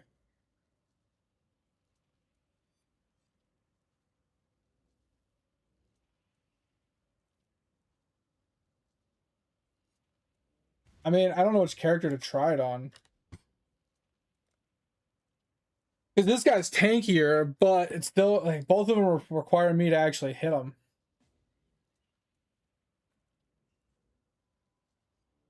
Like that's the problem I have is like this character is technically tankier, but he doesn't have constant damage. I see you, little mouse. You don't belong here. Run along.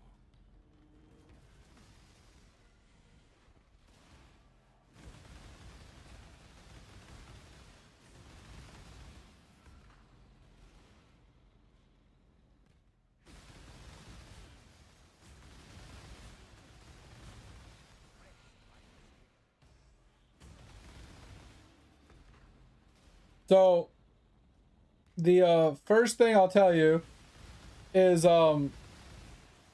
he will like put his hands back a little bit like that, and you'll see he starts lighting up yellow. That's when he's about to do his beam. Puts his hands up. He's about to teleport to wherever you were standing. Those are like the two like animation icons you're looking for.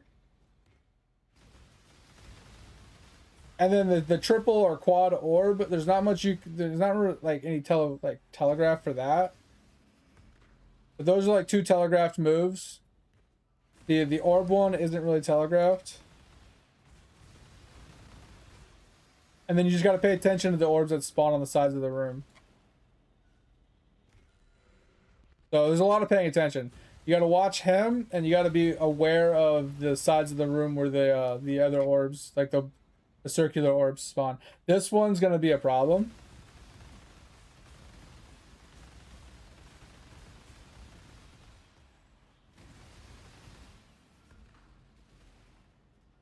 Okay, I'm not standing in it. Jesus Christ. It's got such a big hitbox. That Kamehameha beam. It's got a huge hitbox. You see the orb over here? Buy me some time.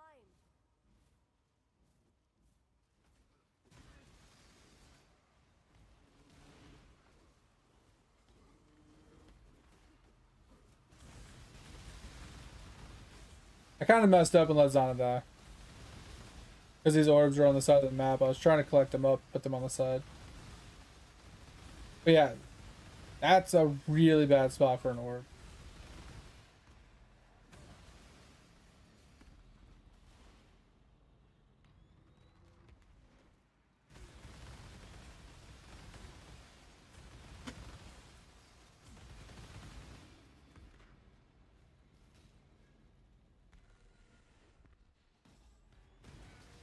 Woof, I didn't block that one.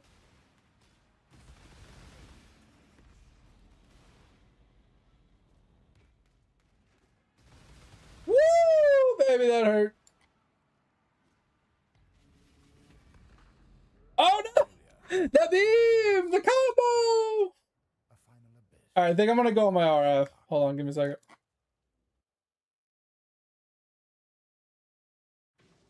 No, it's not Uber Juke. Z just spawned the boss, or spawned the fragment thinking she could do it, and she's never done it before.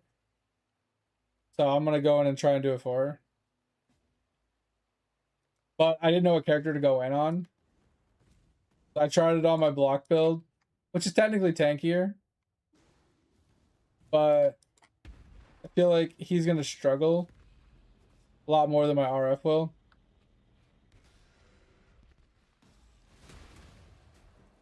We need to close this.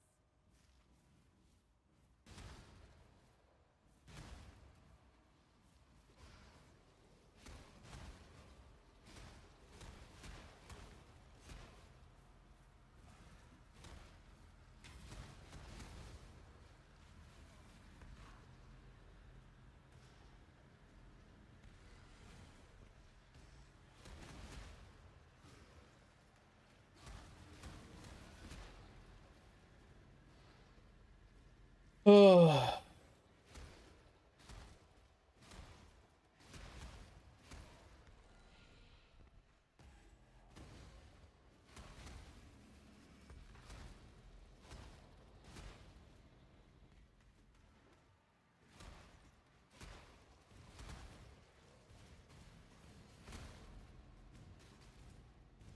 Hey, all the orbs is gone. Hell yeah. Alright.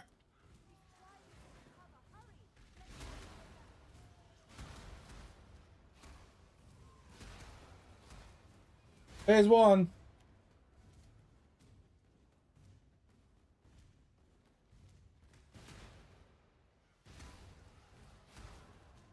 Yeah, Drew, because I've never actually done the Shaper fight myself, so it kind of... There's one portal left. If I die, you can just come and do it. I just kind of want to see if I can do it. I've never killed him by myself. I've usually duoed it. Like, I know the fight. I've just never actually cleared the fight myself. Because usually by the time, like, I go to do it, I'm too weak. And by the time I'm strong enough to do it, I have no reason to ever fight him again. So I normally never fight him. Like, I literally have no reason to ever fight the Shaper. Because the only reason I ever do it is to get my, my things.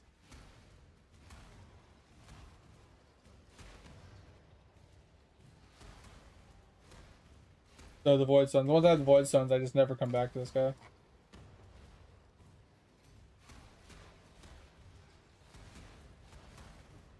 I do want to try and work on a Bleed Clad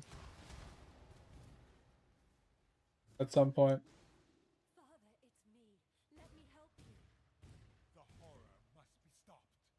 Obstacles destroyed.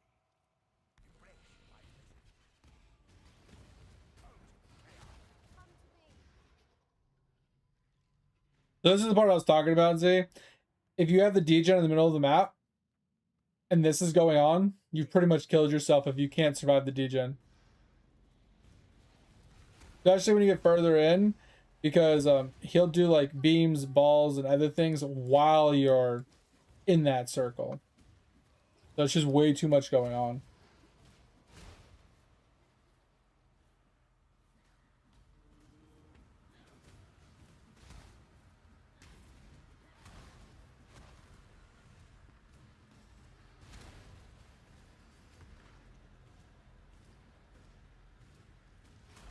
To me, exile.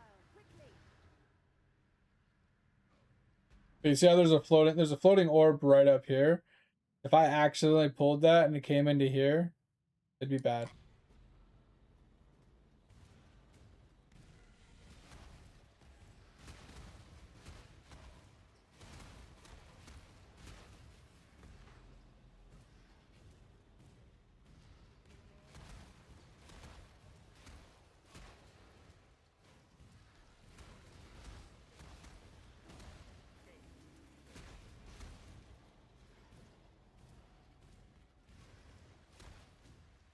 Oh, really, Z? Or Diablo? Yeah.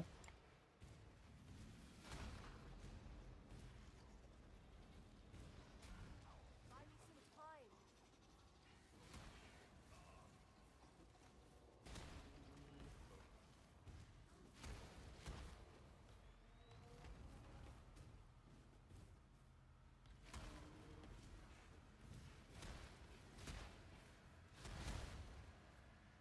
Oh, Zana died. Sad face. I don't know if Zana dying really makes much of a difference.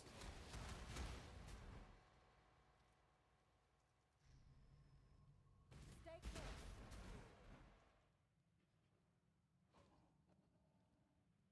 No, no, no. That was almost bad.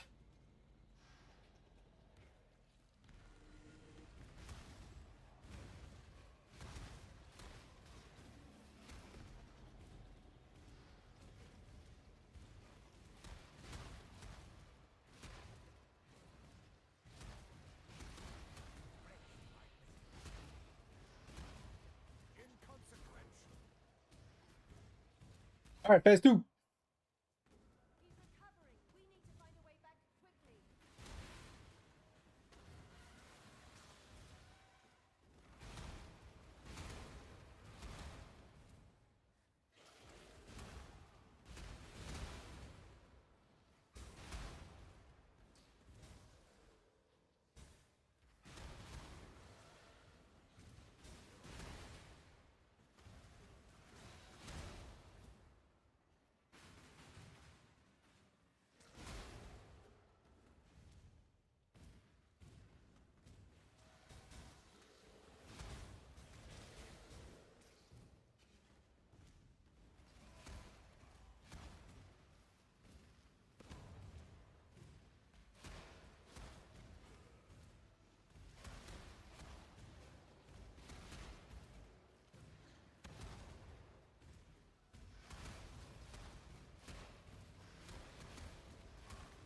They lie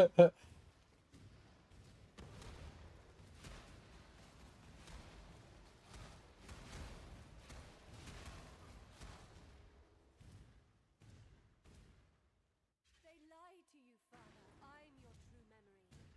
To save the future, the past must be sacrificed.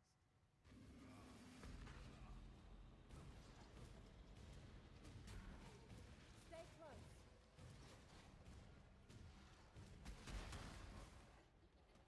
Whoa. I was not paying attention. We need to close this.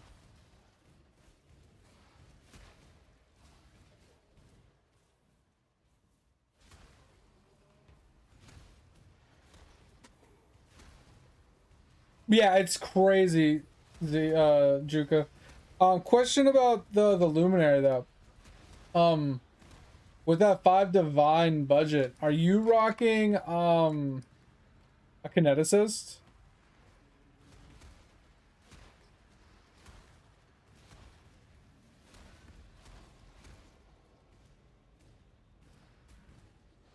Stay close.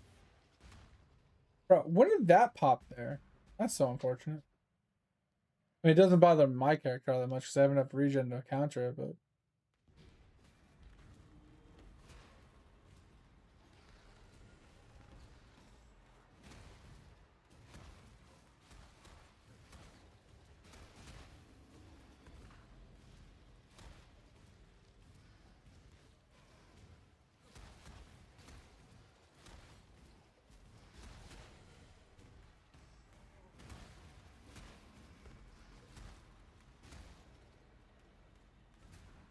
They're coming through.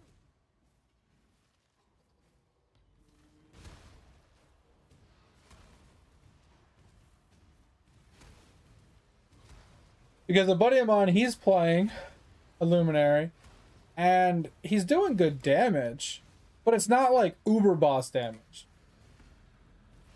But he hasn't been able to get a kineticist. So we've got him a kinetic. I found him a kineticist in a map, and we went to run it to beat him, and he got one tapped. Like we got the kineticist down to like a quarter of his HP, and he one tapped him through 5k HP. It was ridiculous how fast he died. I was like, okay, well that was unexpected. Well, then I found him another one, and the game literally trolled us. Not even exaggerating when I tell you this. We went into the map, he spawned it, I killed it while he ran away a little bit, and we killed it. And then we put the TP down, we both portaled out, and when we portaled out, the game crashed. Well, not the game, but the instance crashed. It said operation timed out, kicked us from the game, put us to the login screen. He had a 5,000 person queue. And I didn't. He logs in, his portals are gone, his warrant is gone. He didn't capture the fucking kineticist. And he ended up with nothing. He didn't have, the map was gone, the warrant was gone, and the kineticist was all gone.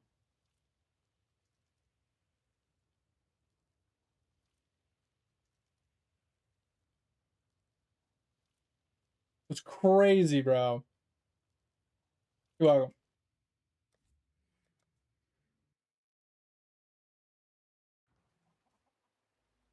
So he got really pissed and just logged off. Because that's the first time he got fucked because, like I said, it was like he got one tapped by the guy out of nowhere, and we're like, okay, well that was fucking bullshit, whatever. We fixed his defensive layers. We went back into we found another one. We went into it, and then the game's like, nah, you're good. We're not gonna give you this one either. It's like, bro, like why? All right, let's start with Divine. Orb? Hey, we got one. All right, let's take this one. Move it over here because we gotta check the states. I think we can run this one. I think that's a good one. That's an easy divine orb. We found one. Then we do 30%. 1, 2, 3, 4, 5. 1, 2, 3, 4, 1, 2, 4, 1, 2, 4, 1, 2, 3, 4, 1, 4, 1, 1, 2, 3, 4. Oh shit. I need to make sure these aren't 120s. I should start with 120s, right? Because the other ones have 30% in them.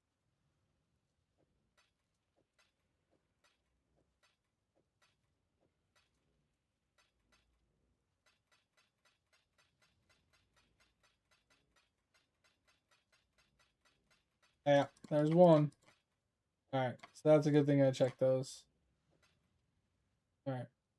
Change this to 30.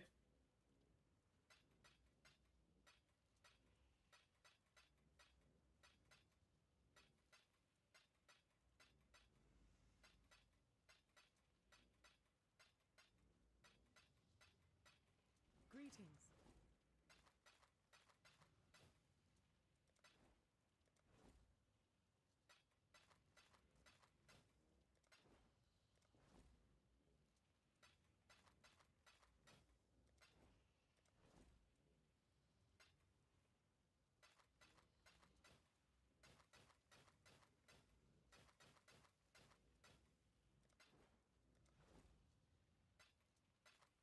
Oh, we got one.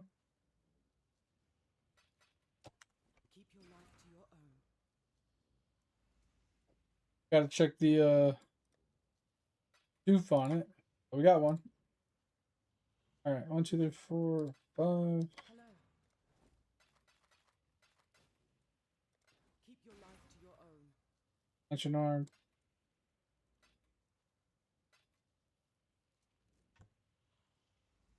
Uh, 2, 3, 4, 5. What's this one? That's a basic. Hello. Keep your life to your own. Alright. Alright, so we got 2 div ones. That's something. Go back to mapping.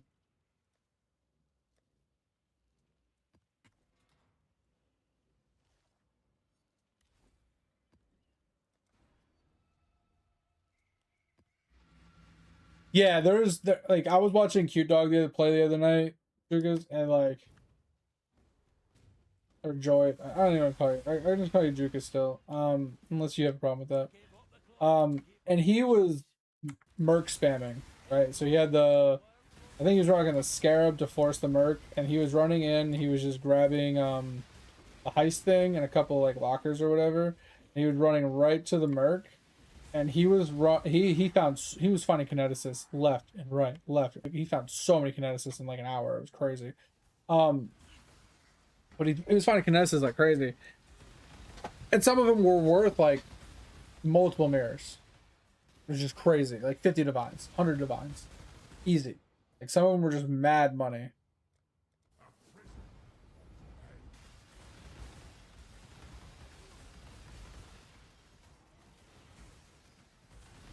And yeah, you can find them for like 1, 2 divines. I don't really personally know how to search for them. Specifically, I haven't like figured that part out. I know how to price check them. I just don't know how to price check them via the search engine, right? I don't know how to search for the specific mods and like socketed gyms are supported by, but you know what I mean, or like not socketed gyms, but like the support gyms. I don't know how to search for all that nonsensical stuff. But what? How did I fail? Can someone roll this back? Tell me what failed me. I didn't die. Like, someone take a clip, please, and send it to me. I don't understand why I just failed this. This happens to me every once in a while where it just randomly fails. Was this a defend the altar one and they just killed the altar somehow? What the fuck happened there? The guy's just pushing me around the screen and I just failed.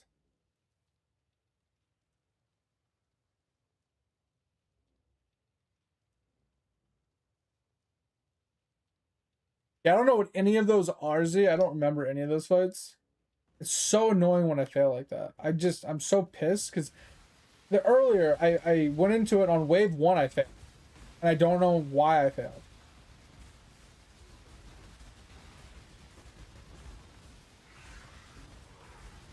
Really frustrating when I just fail out of nowhere like that.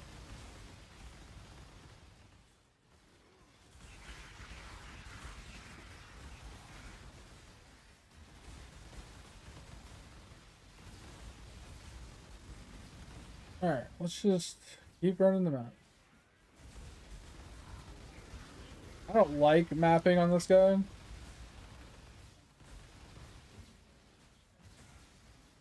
But that's fine. But I didn't pick Rune.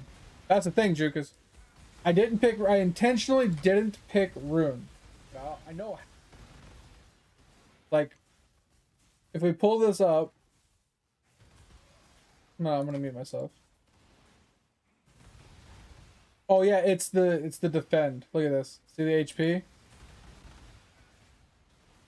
See the HP? I died because of this. Something is beating the absolute fuck out of it, and there's nothing I can do about it.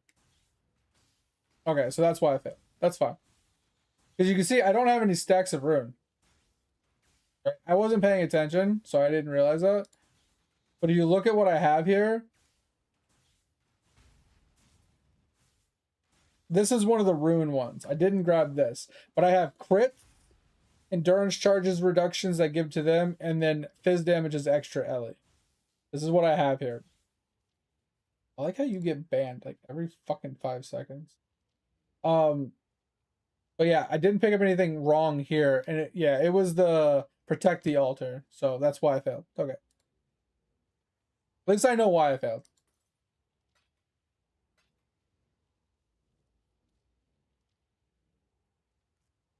How does it not have a save button? What the hell? That's interesting.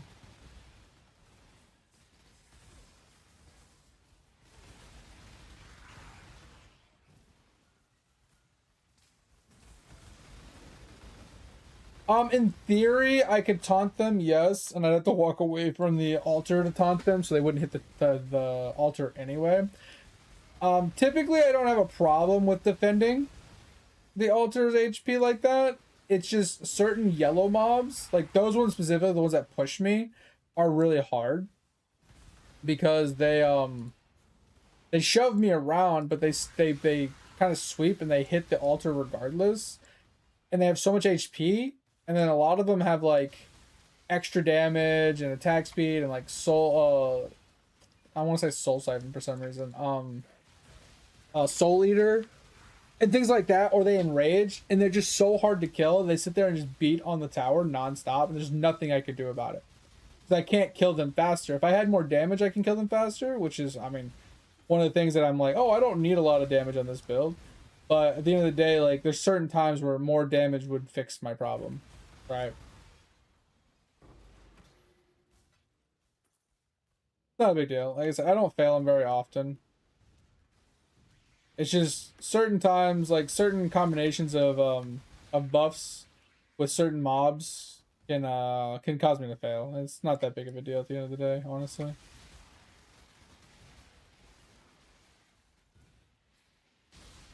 I just don't like mapping on this guy. Because as you can tell, it's kind of frustrating. I don't have endurance charges, so this is fine. Because like I have to be hit to do damage. Or I have to block. Which is just annoying. Kills everything fine once I take a hit. But I have to stand there and wait for them to hit me. Which is why I'm trying to I think I'm gonna make another block glad for testing purposes, but I want to make a bleed glad. I want to make a block bleed glad. So I just want to rock like lacerate or whatever, and I want to try and figure them out. Because if you look at POE Ninja, a lot of glads run basically exactly what I'm running, but they rock laceration of hemorrhage, and they do like 800 million damage or something fucking ridiculous. And I, for the life of me, can't POB this character, even following the things that they do, and make my character do the damage that theirs is doing. I can literally copy their gear over. I can copy their fucking talent tree over, and the damage never matches.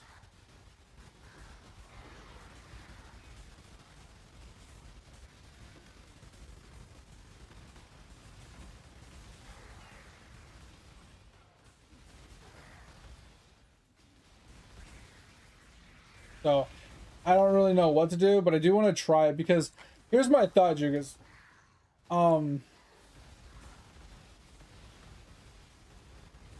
Is if I do like this character for ultimatums and stuff like that, which I currently do, it's pretty fun. I like it a lot. Or at least a farm to get the inscribes. I like running him. He's pretty consistent. He's pretty easy. I don't like him for the mapping portion of it, but to get the inscribes, he's pretty good at it. But the problem I have with him is he can't do the Atlas tree. Him trying to finish the Atlas tree to like farm up all 100 points of the Atlas tree and to get my thingies on the side, like to boss. Oh my god. Bossing is so horrendous. Like having to kill map bosses in every single map, I'd rather gouge my eyes out with a spoon, right? But if I could and leveling him would be a pain in the ass, right? Because you can't level him as a cast on stun. So if I leveled him as a bleed glad with block, right? Block and bleed, where but I just take the can't be stunned node, right? Do something like that. And I feel like an on-demand bleed ability with a lot of block for survivability would be fine for map clearing and for league start purposes, so on and so forth, right? I should be able to do my Atlas with that. I should be able to also do the Void Stones, which means I should probably, if I can get my damage up, I should be able to do, Shaper, Eater, Searing, Elder, hopefully Maven. I've never been able to fight Maven before.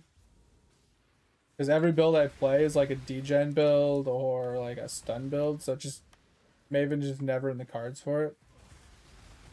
But anyway, so the goal is like to come up with a method to be able to play this character on league start as a bleed build, level him up to roughly 90 to 95 while finishing up my Atlas and getting my 4 Void Stones. And then once I have my 4 Void Stones and I have my Atlas done, and I've leveled up to 90, 95, 98, whatever it is that it takes me to get to that point, I need to get the Lycia bloodline.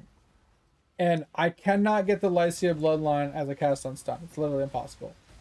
So I either have to pay someone to carry me through it, or B, I have to learn how to do it on a bleed glad. And what the fuck just degened me to all hell? That chilled bond is gonna kill me. What the fuck is that? That was nuts. So like I said, it's a little bit of trial and error, but that's kind of where I'm at right now. So I want to figure out the bleed glad. If I can figure him out, if I can figure out how to scale him, if I can figure out how to league start as him, we should be able to use him to get the bloodline, to get the void stones, to get the maps, the Atlas all completed and everything, to then convert this character and pivot over to the cast on stun variant to AFK ultimatums. That's the ultimate goal. To league start as one character, to pivot into the second character without having to make a second character, and then just be able to farm up anything and everything we need with the AFK ultimatums. Dude, this degen is no fucking joke. I'm actually terrified of that degen.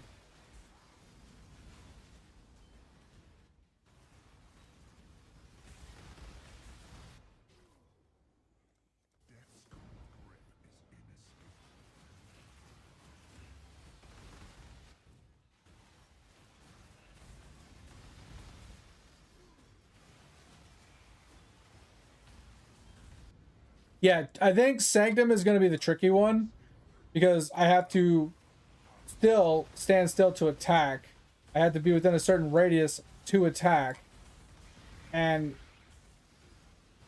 since I'm the one doing the attacking and not like, you know, brands or range or minions or something, because that's the easiest ones to do because they can get hit all they want and it doesn't matter. So I have to avoid taking as much damage. So it's about positioning and getting a good like sanctum layout, I feel like, more than it is anything. Like getting lucky with like my curses and the rooms that I hit on the way through and, you know, just that kind of stuff. I think that's what sanctum would boil down to. Confront that which you release. But yeah, I feel like when it comes to the maps and the Atlas and the Void Stones, I'm 100% confident in the Bleed Blood. Like 100,000% confident in him. I know for a fact he can do it. No! What the bro? On death effect almost killed us again. Whew, that was scary.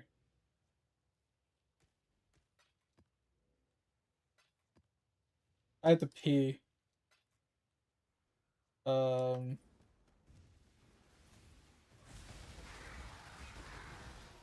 mean, it doesn't help that I did pick up a handful of like altars on the way through to make the ultimatum a little harder. This is why like I just run to the ultimatum to do the ultimatum right away rather than grabbing the altars. But I don't want to have to backtrack to the altars. This is why like I've been allowing people to come into my maps to run my maps while I just do the ultimatum, so my map doesn't just go to waste. Well, let me go pee really quick and then we'll play some more.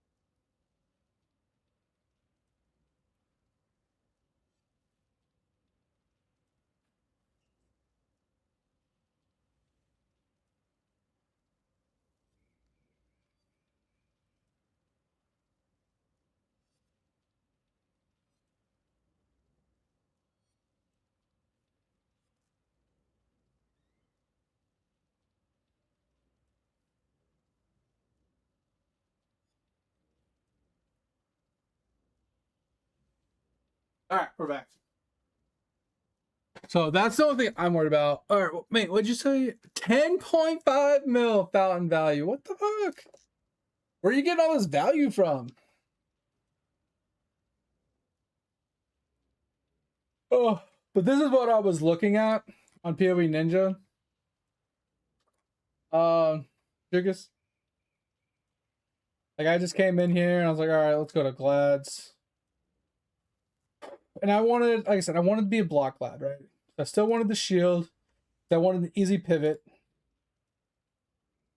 Right, and if we just look, like, obviously there's like billions in here. Or sorry, hundreds of millions. Right. But I went to EHP, which we'll scroll down past the 10 mils because those don't count. And when we get down here, you got a lot of blade blasts. And then you got like these lacerates. These 35 million lacerates.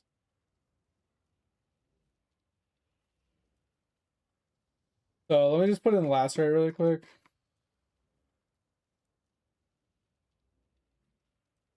And you can see, let's get past 10 mil, let's go down here. 35 mil, 35 mil, 30 mil, 35 mil. Like 35 mil seems to be like the cap. Yeah, 35 mils seems. I don't understand how this one works with damage over time with chaos, but this is what we were looking at, right? But like I said, I'm looking for something like in this like 1 mil plus, kind of like from here up for survivability purposes. Okay, so that's bleed cap. Okay, I thought dot cap was 50 mil. So like this is like what we were looking at. So like when we're looking at these, let's just take one of these ones for example. That's not 10 mil because these you run most of the 10 mils are running the ward flask where ward doesn't break during a flask effect, but you can't die while the ward's active because it doesn't break your HP, so it's like impossible to die.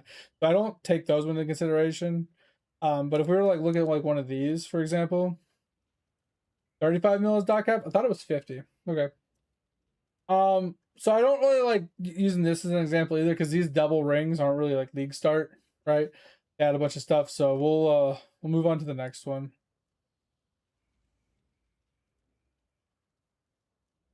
There's a lot that don't use the ring, like this one. He doesn't use the ring. Like they all use the ashes, which I'm okay with. Ashes doesn't need to be there. It's a lot of extra damage. Use the skill levels and the quality. But they use this ring. Sorry. For the bleed damage, right? And then you get shatters from bleeding, which is really cool. They use almost all of them use this belt for the min and maximum. They almost all use this boot for the duration, right? And the ailments deal damage faster, so it's a good combination. My question is, does the enemies in presence count as moving? Oh, so affected by elemental ailments. So I feel like that works because of the ring. Because non-chilled enemies inflicted by bleed are chilled. And then they count as moving. Does this combo with the aggravated bleeding?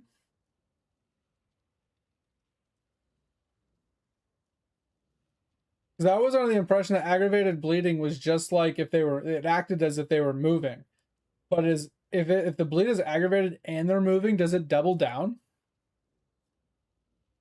Oh, just been upgrading stuff? Nice. Okay, that's a good idea. You just upgrade all of them instead of just like focusing on a few. I get you. Do they have an optimizer on on the toolbox?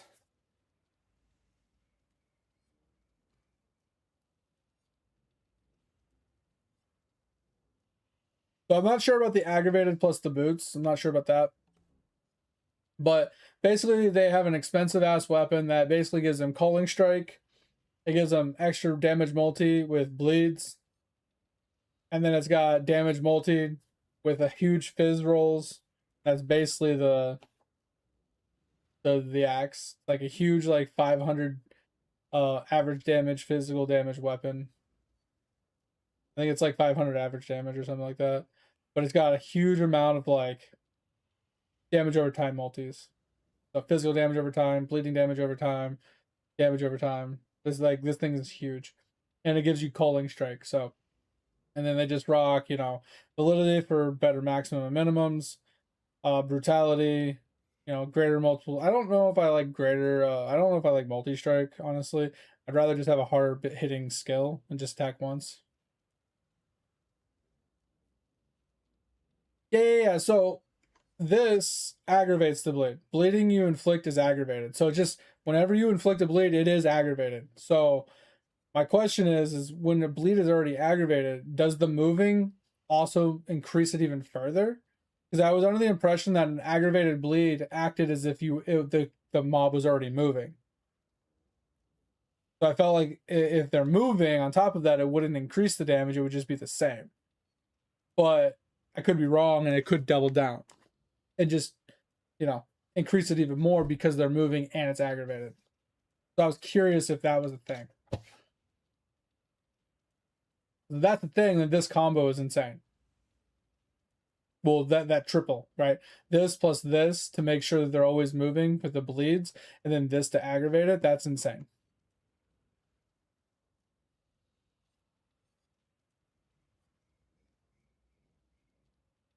And then I need to figure out how they're rocking this tincture.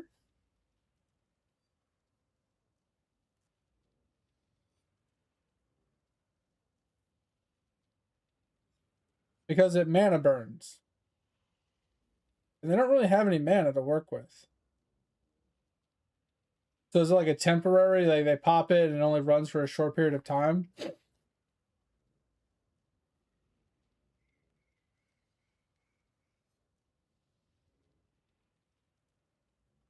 Basically just pop it on big mobs and just like hopefully they kill it before it runs out of mana or something?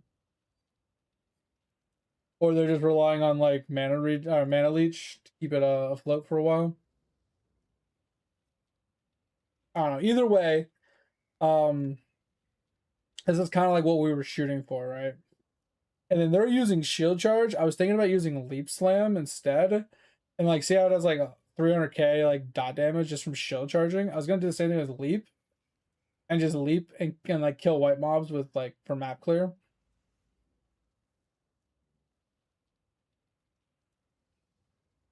You don't think it's sexy? That's what I was curious on. But every single Bleed Glad rocks it. So I feel like there has to be a hidden reason.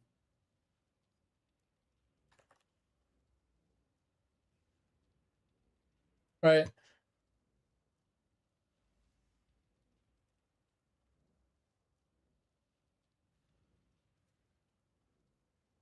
The 70% per second of the attack of the target is standing still. Reduce 10% and his monster light it.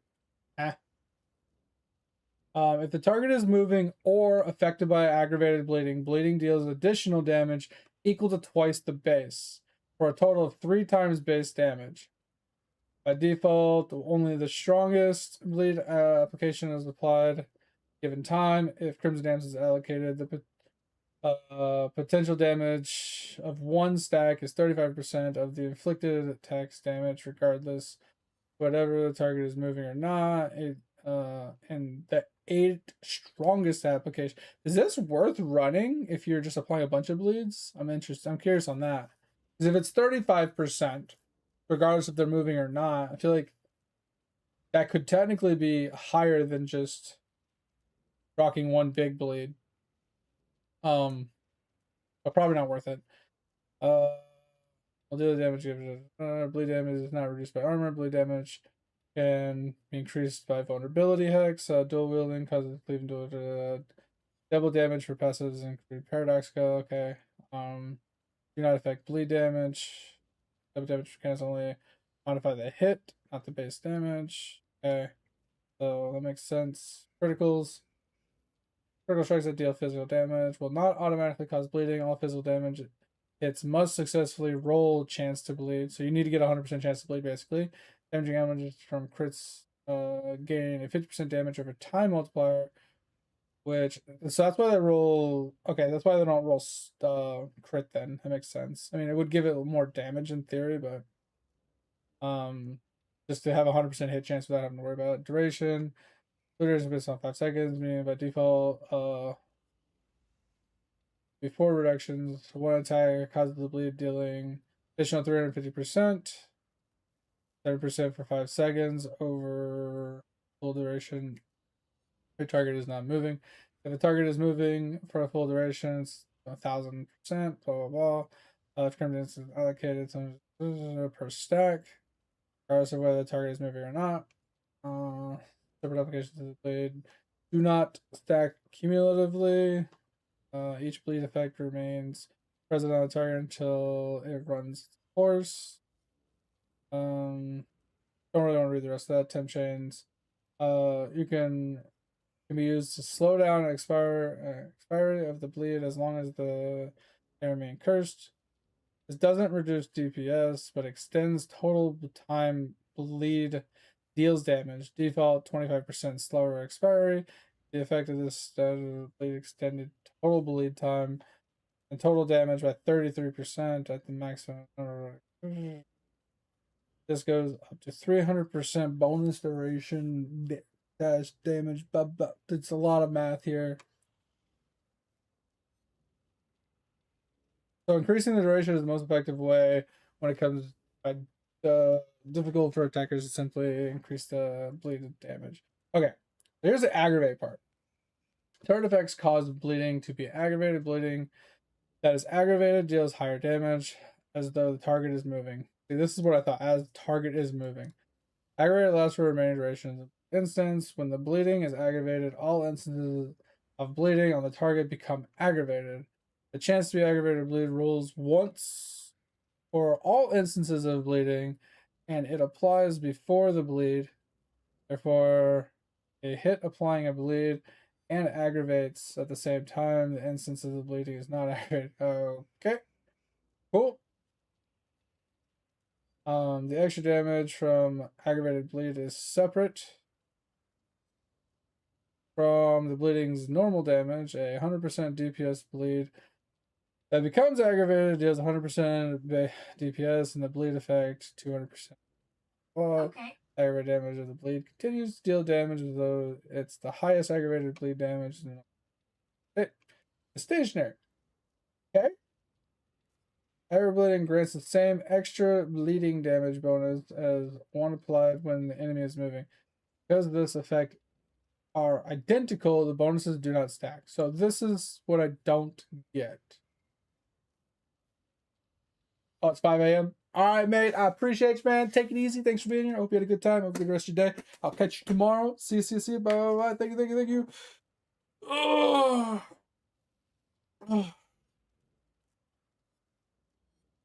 It's like watching paint dry. I know, exactly, mate. But yeah, so it says it does not stack. So what would be the point then, Juke? I don't understand the reason if they do not stack. Because if you're guaranteed to aggravate bleeds from your ascendancy, why rock the boots? Right? If you wanted to take a different ascendancy, the boots make sense.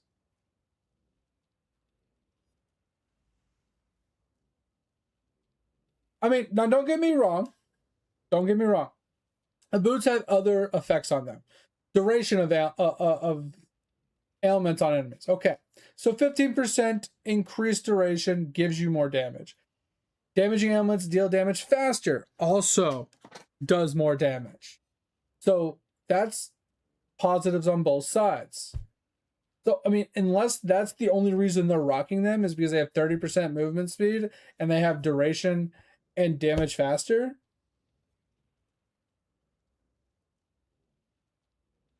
That's the only thing I could think of. Now, for me, looking at this, Juke, is if I'm going to rock these for the increased duration and the deals damage faster, change the ascendancy. Like you said. Use a different ascendancy at that point. Because the bottom line, your enemy is in presence. Technically, I guess the in presence part could be a limiting factor. But they count as moving while affected by elemental ailments. And I feel like this ring, applying chill,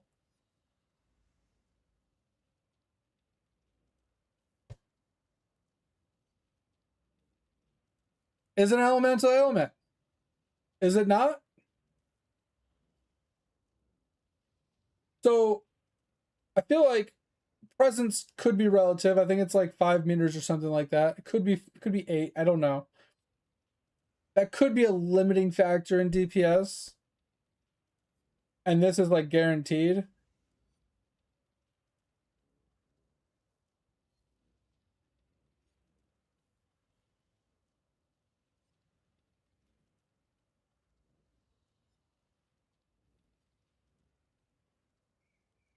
And I feel like, I don't know how I feel about this one, but I feel like this one's not bad. Because if you're using an axe, and yes, they have to get to 50% HP for it to work. But if you're fighting like an Uber boss and deal 30% more damage with your hits and ailments against low life monsters, I feel like that's kind of insane damage.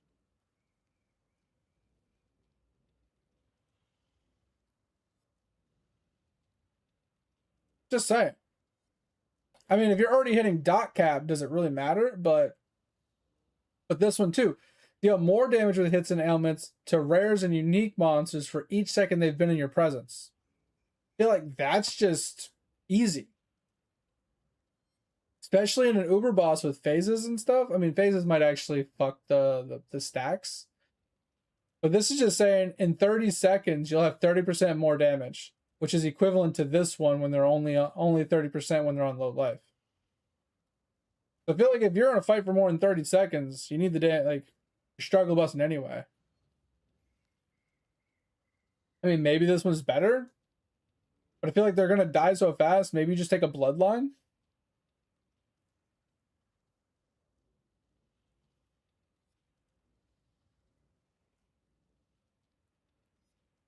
But I'm curious on like what bloodline you would want to take.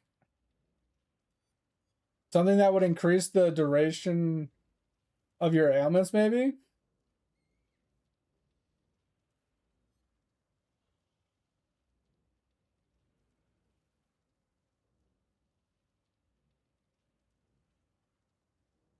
I don't know, but this is kind of like what I was drawing inspiration from, right?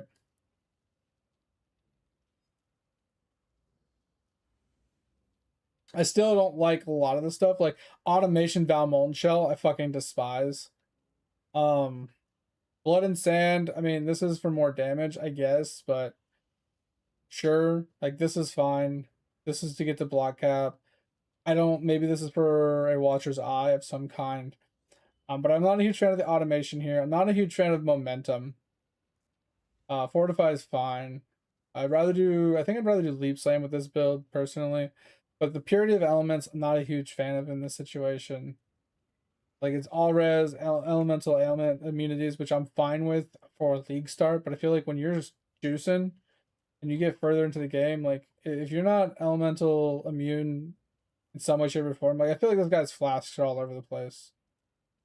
Like, why are you rocking a Ruby Flask with increased duration for the last 20 seconds, but it can't gain charges during Flask effect? Like, you have so much downtime here. This feels bad.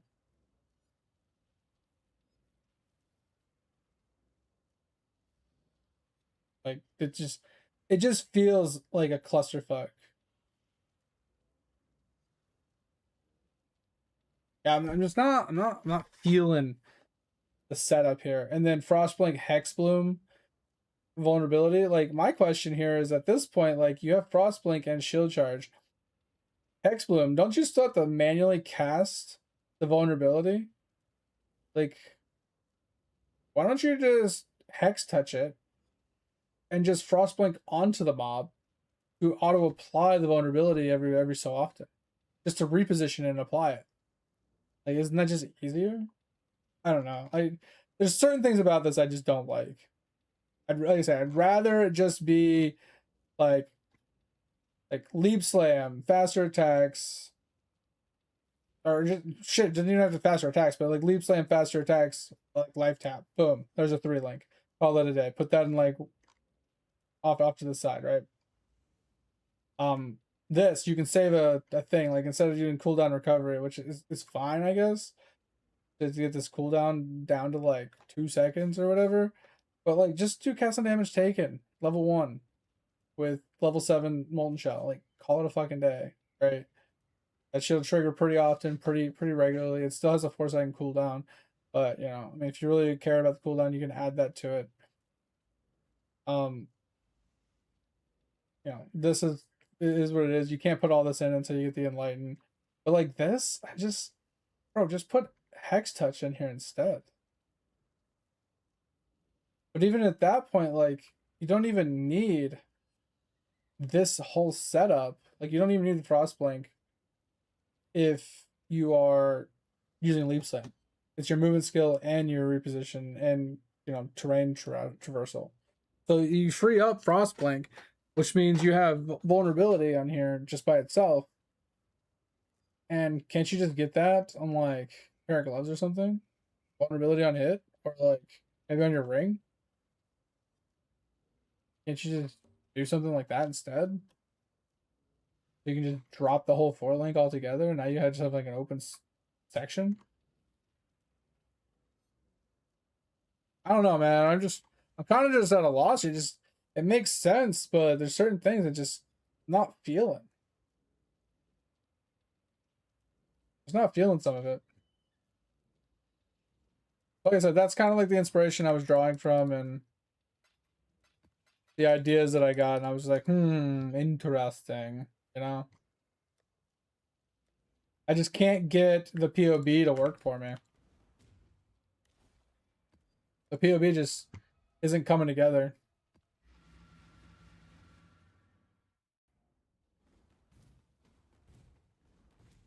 Does it sting to have got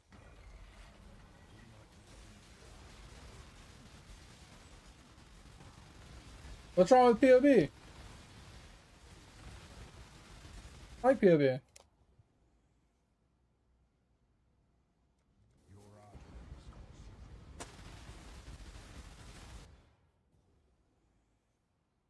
It's like I POB it, I start messing with it, and I get up to like 100k dot damage, and I'm like, why am I only getting to 100k? And they have 35 million.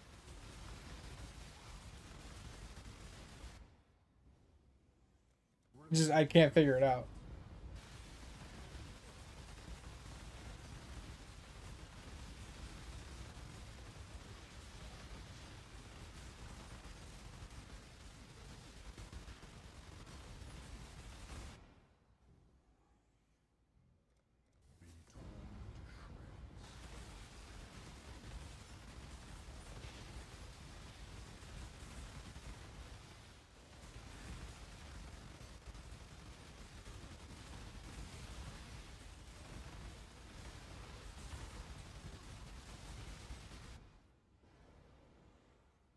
I have a question for you with my build.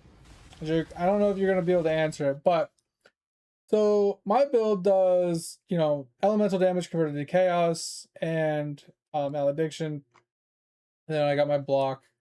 I do have like fizz converted to fire and lightning, which I should change the top one to fire, so everything's just all one. But it's fine. Anyway, so I have the conversions, right? And then I'm rocking this weapon where it says all damage with triggered spells can poison. And then it gives me poison damage and spell damage for everything being spell, right? But it tells me to run elemental overload. And I'm curious because it just says skills that crit in the past 8 seconds deal more elemental damage. Does this calculate in before it converts to chaos? And that's why it wants me to run it?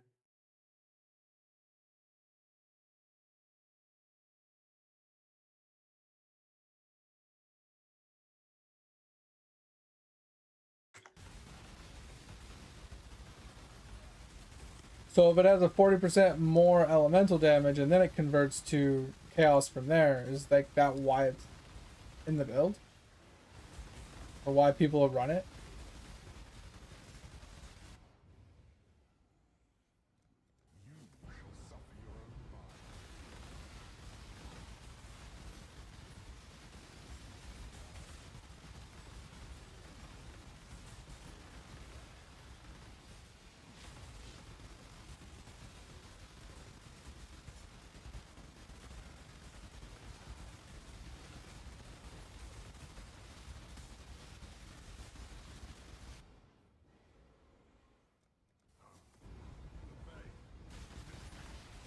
I'm gonna be getting off after this map.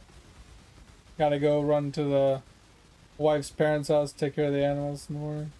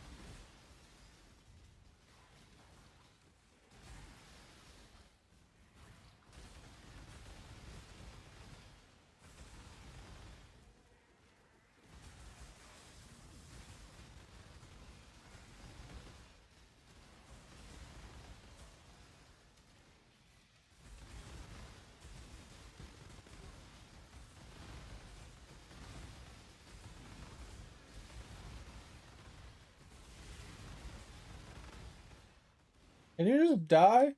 This is the problem. Like, this mob just running in circles, running in circles. Just attack me. Just attack me. Alright. What do you want, Jake?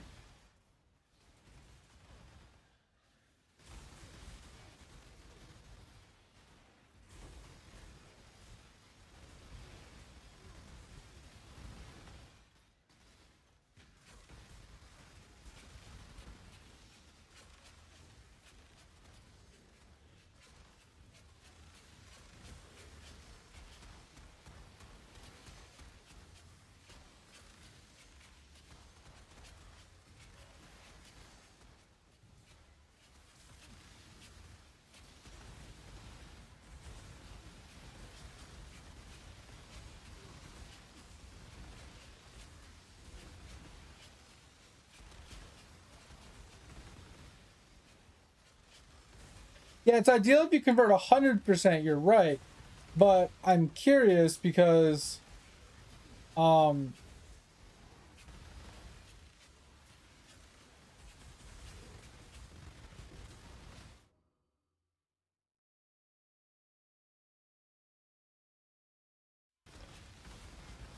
I should be converting all fizz damage to fire at this point. Or maybe not all. Or pretty close. I have to look. But I'm pretty sure almost all of my damage is being converted to chaos. But like, that's not really the question. The question is, does that additional more multiplier from elemental overload actually apply before it converts to chaos? So it actually isn't like a huge boost in damage? Because I mean, I know it makes sense if you're doing like elemental damage itself, right? Because then your elemental skills do more damage. Like, it makes sense. But the conversion kind of muddies the water a little bit, because if your elemental damage is doing chaos damage, then how would increasing the elemental damage benefit it unless it's converting after it gets the boost?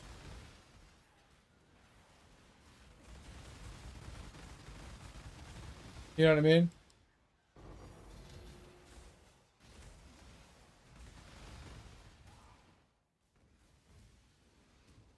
That's why I was curious.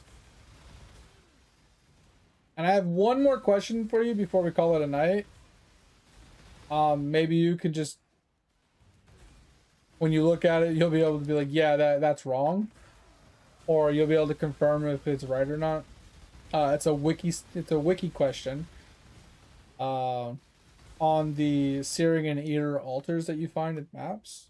According to the wiki, it states that Searing and Eater both have altars for divination, divine altars, or divine orbs, right? Supposedly both of them have it, according to the wiki. And according to Google, Searing doesn't have it. And according to my knowledge from back in the day, before I read the wiki, I was under the impression that it also, you know, Searing didn't have it. But why does the wiki state that it does have it? So I had those two burning questions in my pocket that I've been curious on. This build is a fetish. 100% it's a fetish. I'm not worried about that either. I'm just curious on the elemental overload. Like,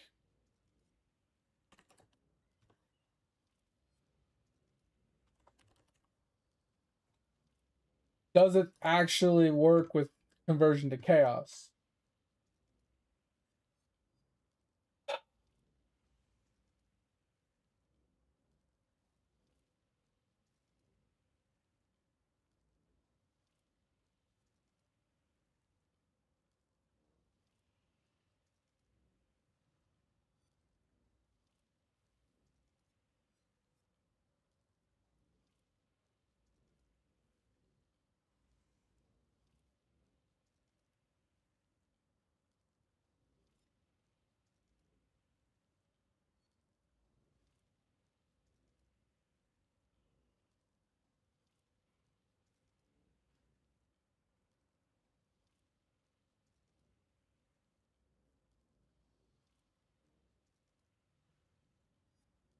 So it does. Okay, so according to this, it does apply to elemental damage converted into chaos.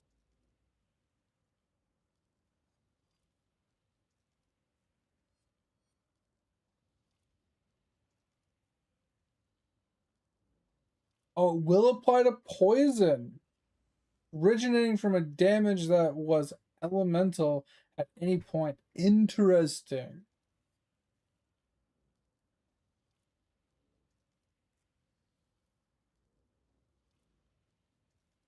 Interesting. I mean, technically, I don't think we're doing this part, but that's interesting. Yeah, I've only ever personally seen it on Eater, but look at this.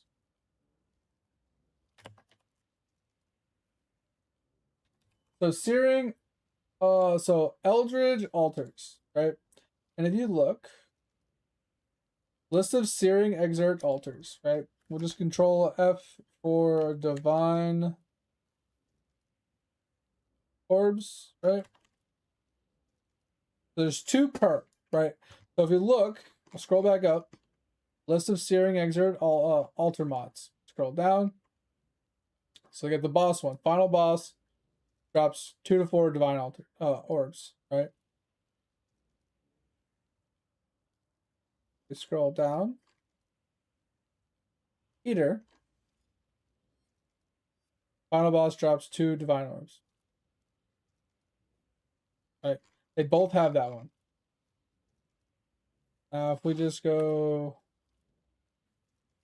I gotta find the other one.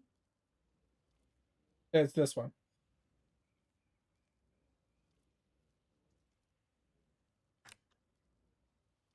So each one. So this one's Searing, right?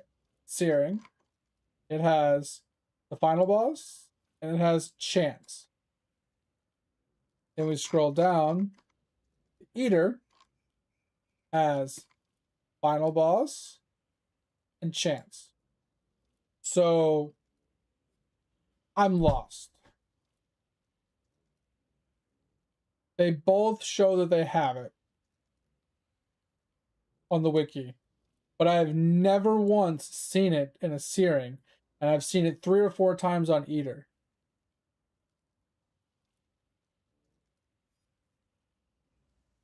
So I wanted to ask somebody else with some experience if the wiki is just wrong, or if we're just unlucky and we've never seen it.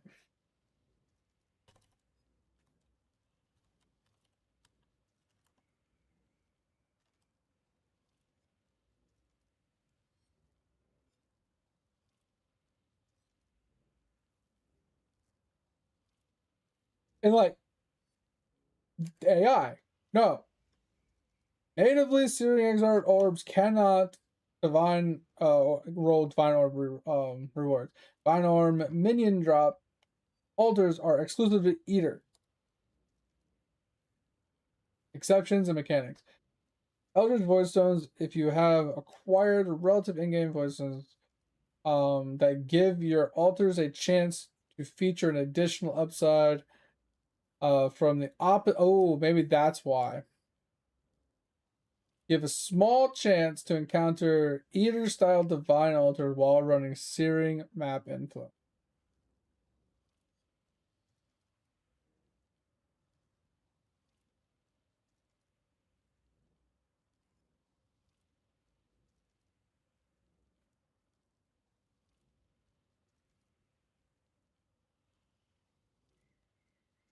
Like, what? That is the stupidest reason to have that on the wiki then.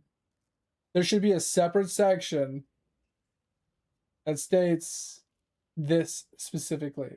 It might somewhere, but I didn't see it.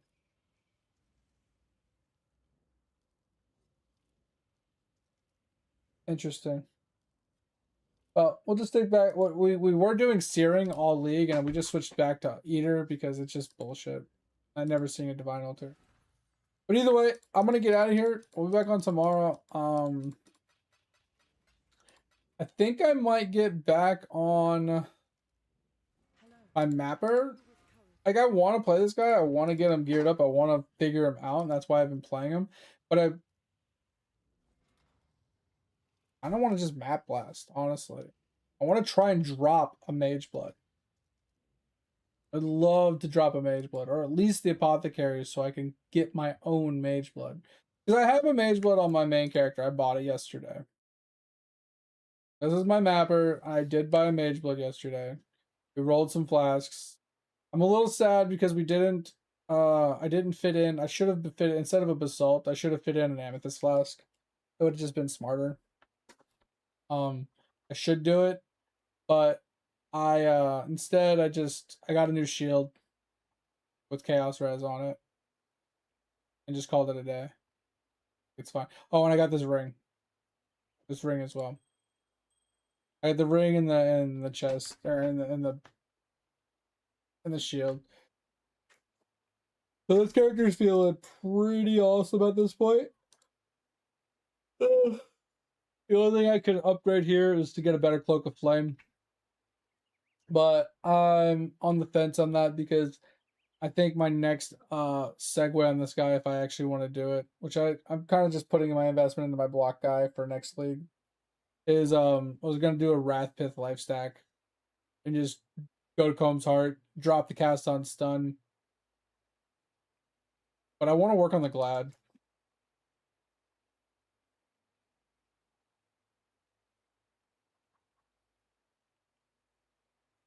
Are you talking about my RF character? I'll never Valdos. That's just not worth my time.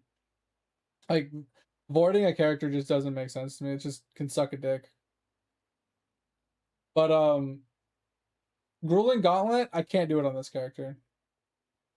This character has too many niche things that will kill him. Mainly the degen one. Actually, this guy might be able to do Grueling Gauntlet. Okay, sorry. The one there's two he can't do, and those are the rune ones. The rune strike ones, I cannot run the rune strike ones, right?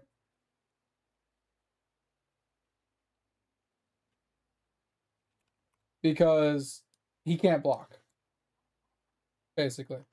So when it comes to the mods, like Curse doesn't matter, Freeze doesn't matter, the degen doesn't matter, the buffs don't matter. Like, this is kind of rough, but it should be fine. Depending on how much degen we get, we can handle most degen. Crits don't matter, spell suppression, can't charge flasks, that's fine.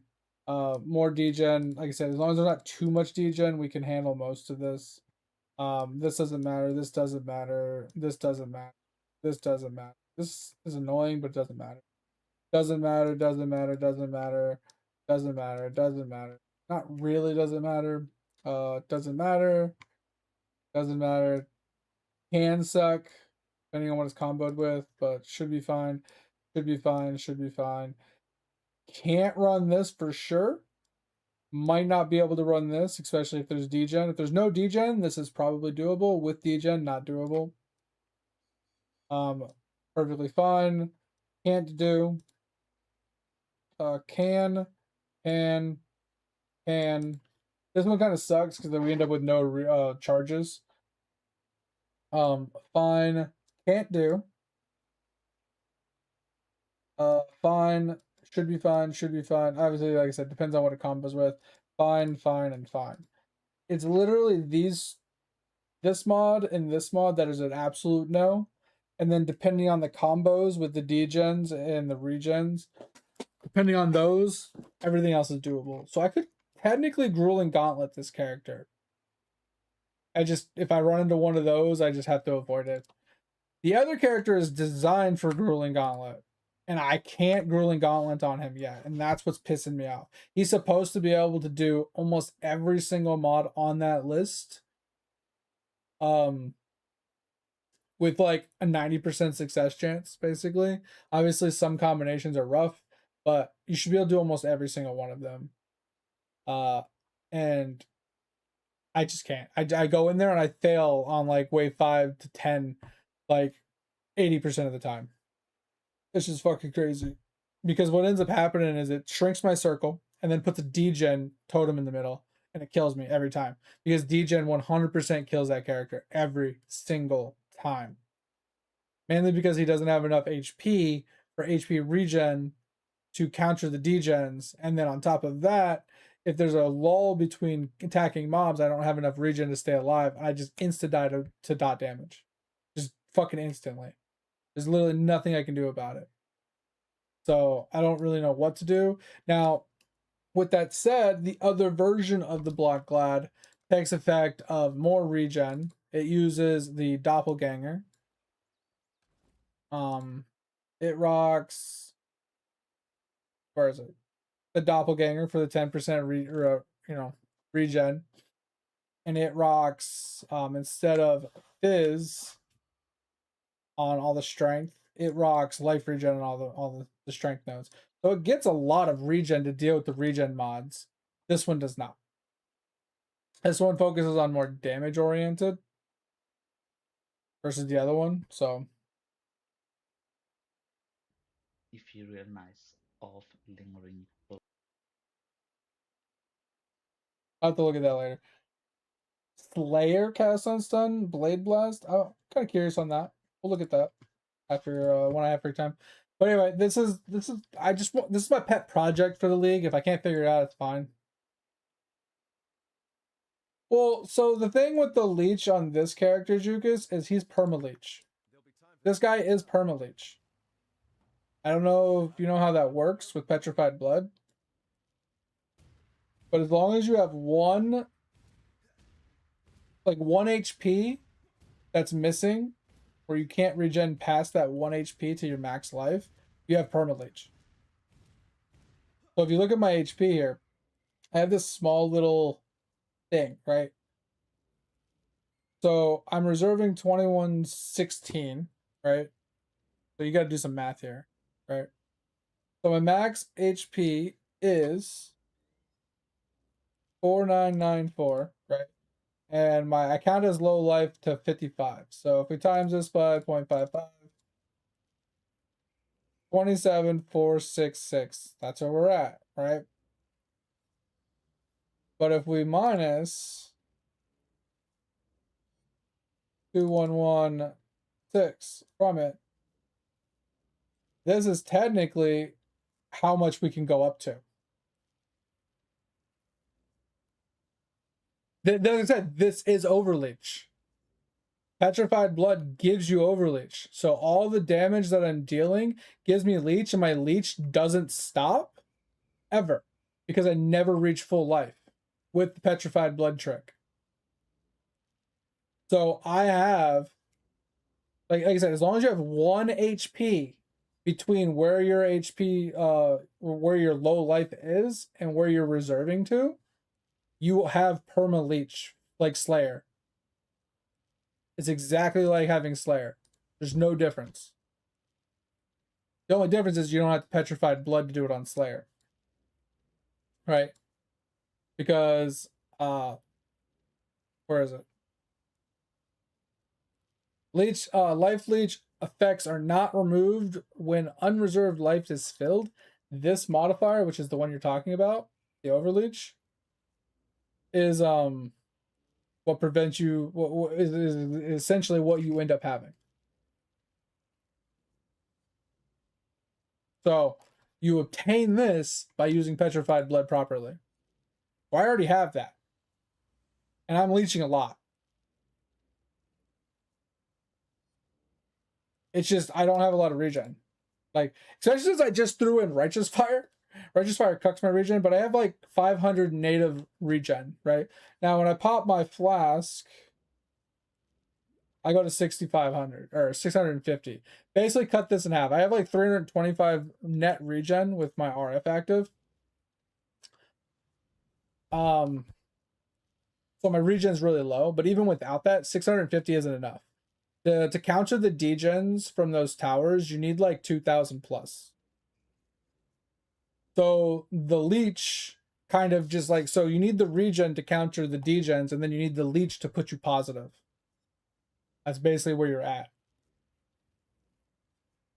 And that's like where this is currently lacking, because the amount of life, 5k life, isn't enough with percentage regen. Like I have 5% here. I have 3% from the flask, which will be more once I mage blood it.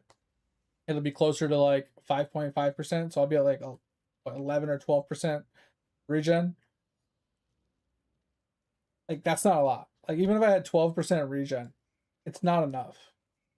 Now if I got regen rate on top of that and more life, maybe we can get it up there. But ideally we need to be at like 2,000, 1,500 to 2,000 regen to deal with the degen mods. Because there's certain degen mods that are 15%. They're just straight up 15%. It says degen 15% of, you know, life, whatever. If I don't have at least 15% regen, I can't deal with that mod. It will kill me. Right? And then if you add reductions to regen, I need even more. So this is like the problem we're running into. All right. Anyway, we'll talk more tomorrow. We'll tinker more tomorrow. We'll figure it out. Like I said, I would like to design this character around Grueling Gauntlet for me personally and make it easier. Like I said, it doesn't need to have tons of damage. Like if I can just get its damage to like 500k respectively, right? Consistent, I'm okay with that. Like I said, if we have to drop the whole poison setup, blade blast setup, I'm fine with it.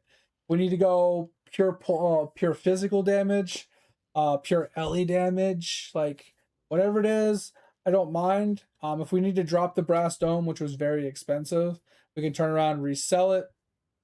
I think I spent 17 divines on it. We can sell this, try and get like a better, maybe a doppelganger or something like that for more regen. Yeah. So when we, that's something I was thinking about putting in here. So there's two things I'm thinking about putting into this build, and it just requires gym sockets, right?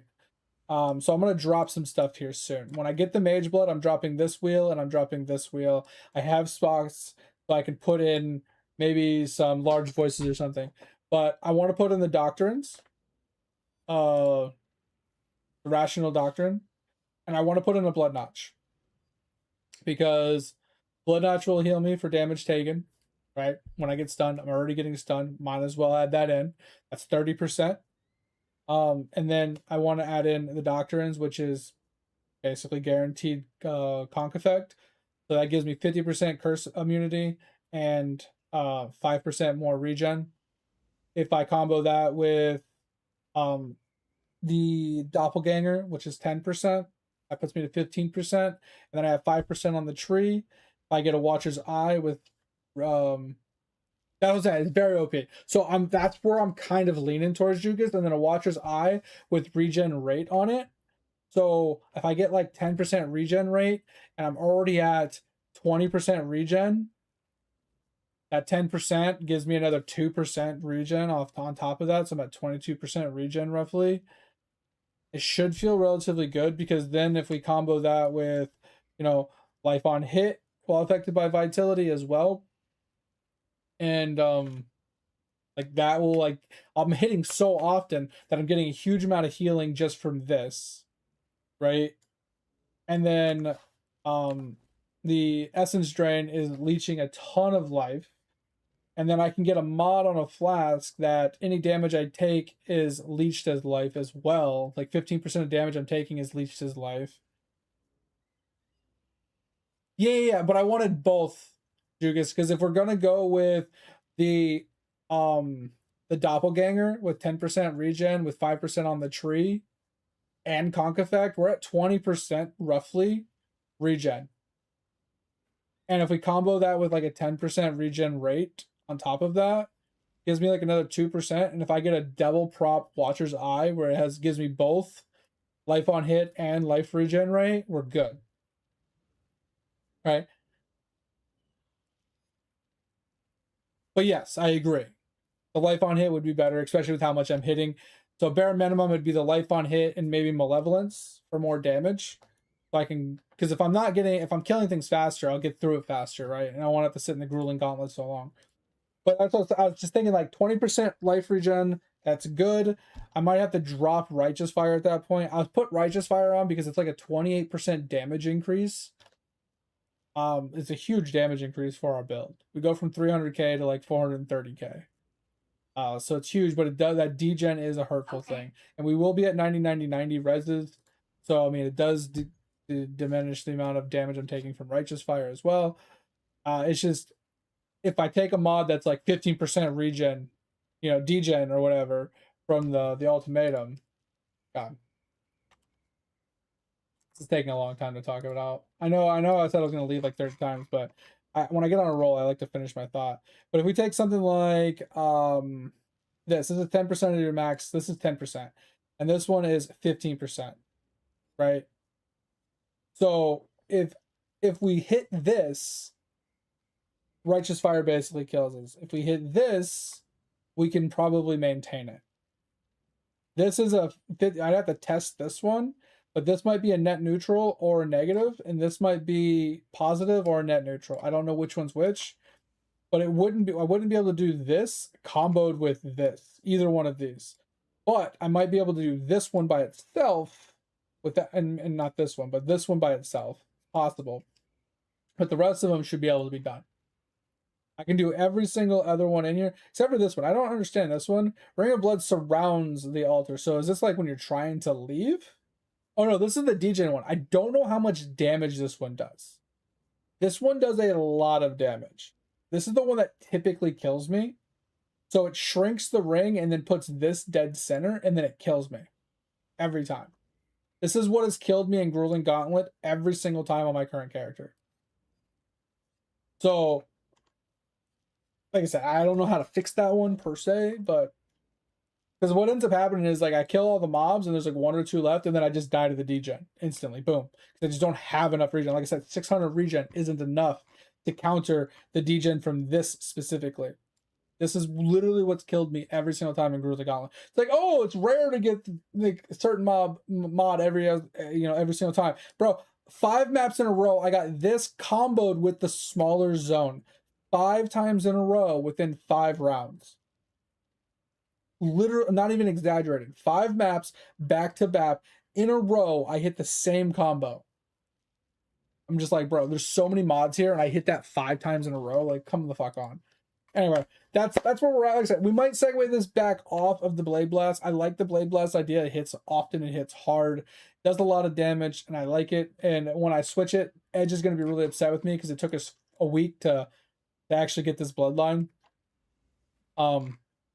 But I just want to try it. I want to test it out. I just want to make this character my own. Like, if I have to go back to fire damage, I'm okay with it. It's perfectly acceptable, because fire damage plus RF would be kind of dope, because then RF would do more damage and I'd have better map clear, and I'm okay with that. If I could have like slightly higher RF damage to be able to map clear, just saying. Yeah, I mean, I could keep it. It's not a big deal. I'm just thinking is like, this removes my conk effect, right? I get profane. I'd have to drop this just to have conk effect. This fire damage being converted to chaos is fine.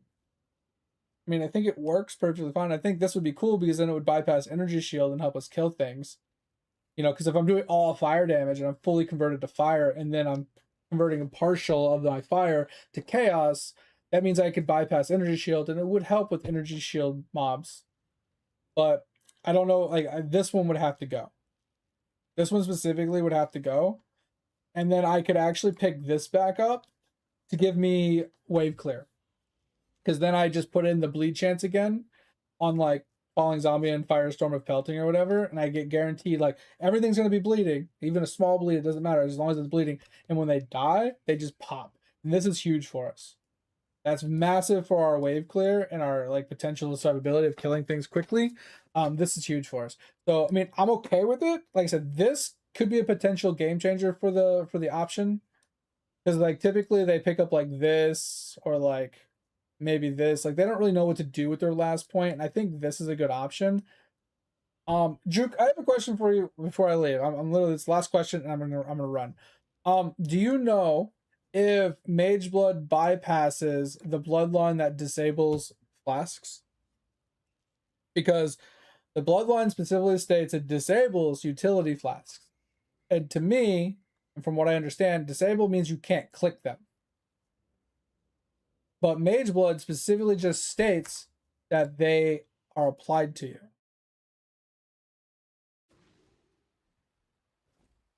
It literally just says magic utility flags cannot be removed. So it's not that they're being triggered. It's not that they're being, whatever. It's just they're constantly applied and they cannot be removed. Nothing bypasses what? The utility flask are disabled? Or the Mage Blood?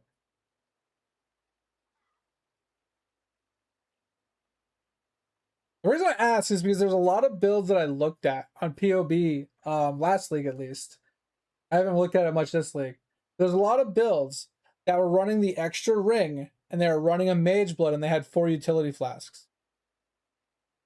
So I was like, why are they running the extra ring and disabling their flasks? They were specifically disabling their flasks.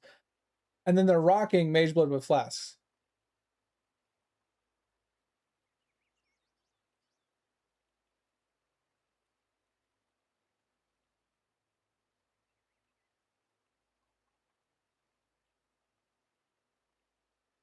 Well, it doesn't make sense. Why would you use it? Yeah, if you don't choose the belt one. Well, not the belt one, what? It's not the belt one, it's the one that disables your flasks. Because it's either you turn off your amulet, you turn off your flasks, or... Yeah, it's either amulet, flasks, or belt. So, I mean, are they using this? Is it 900,000% positive looking at it last? Like, they took the middle path to disable flasks, but they were running Mage Blood with utility flasks. It wasn't like they were running Mage Blood with, like, life flasks and tinctures. They had Mage Blood, and they had utility flasks, just like we normally would run, and they were taking the middle path. I was very confused, and I wasn't sure why they were doing it. I was like, are they just doing this to inflate, like, path of building numbers and stuff? Or is there actually some sort of tech to this? Because like I said, it just says they're disabled. And to me, disabled means you can't click them. And if you can't click them, that's fine because Mage Blood just puts them on. It just says they're active. It just applies them to you without you having to click them. That's why I was confused. I wasn't sure if it worked or not. I want to test it. Now that I have a Mage Blood, I kind of want to get this and try it just to see if they actually apply. That's going to be my test over the weekend. That's what I'm saying. It would be busted, and I'm assuming it doesn't work. But I'm like, why is? I'm not kidding you, Jugas. When I saw this last week, I saw it like 9 out of 10 people were rocking it. On like some of the high tier like survivability builds I was looking at, and I was so lost, so fucking lost. Anyway, we'll talk more tomorrow. We'll deal with more things. Like I said, over the weekend, I'm going to actually pick up that bloodline and I'm going to test it myself because I like to test things on my own just to verify, but we'll see how it goes. Anyway, I'm going to get out of here. I'm going to talk to you guys later. Appreciate you guys. Hope you guys had a good time. Hope you have a good rest of your day. If you haven't joined the Discord and want to join the Discord, feel free. The only thing I ask is don't be a dick. If you ever have any gaming questions, ever need help, want to share something, show something off, or help somebody else out, feel free to chime in at any time. If you ever need to reach me off stream, that's the best place to do it. Just at me. Call it a day, I'll message you when I'm available. And if you haven't checked out the VODs channel, I'd appreciate that too. Any support and love you guys would give us over there, I'd appreciate it. And if you ever miss a stream or want to rewatch a stream, that's probably the best place to reach it. But anyway, I'll talk to you guys later. See you, bye, bye, bye. Thank you. See ya.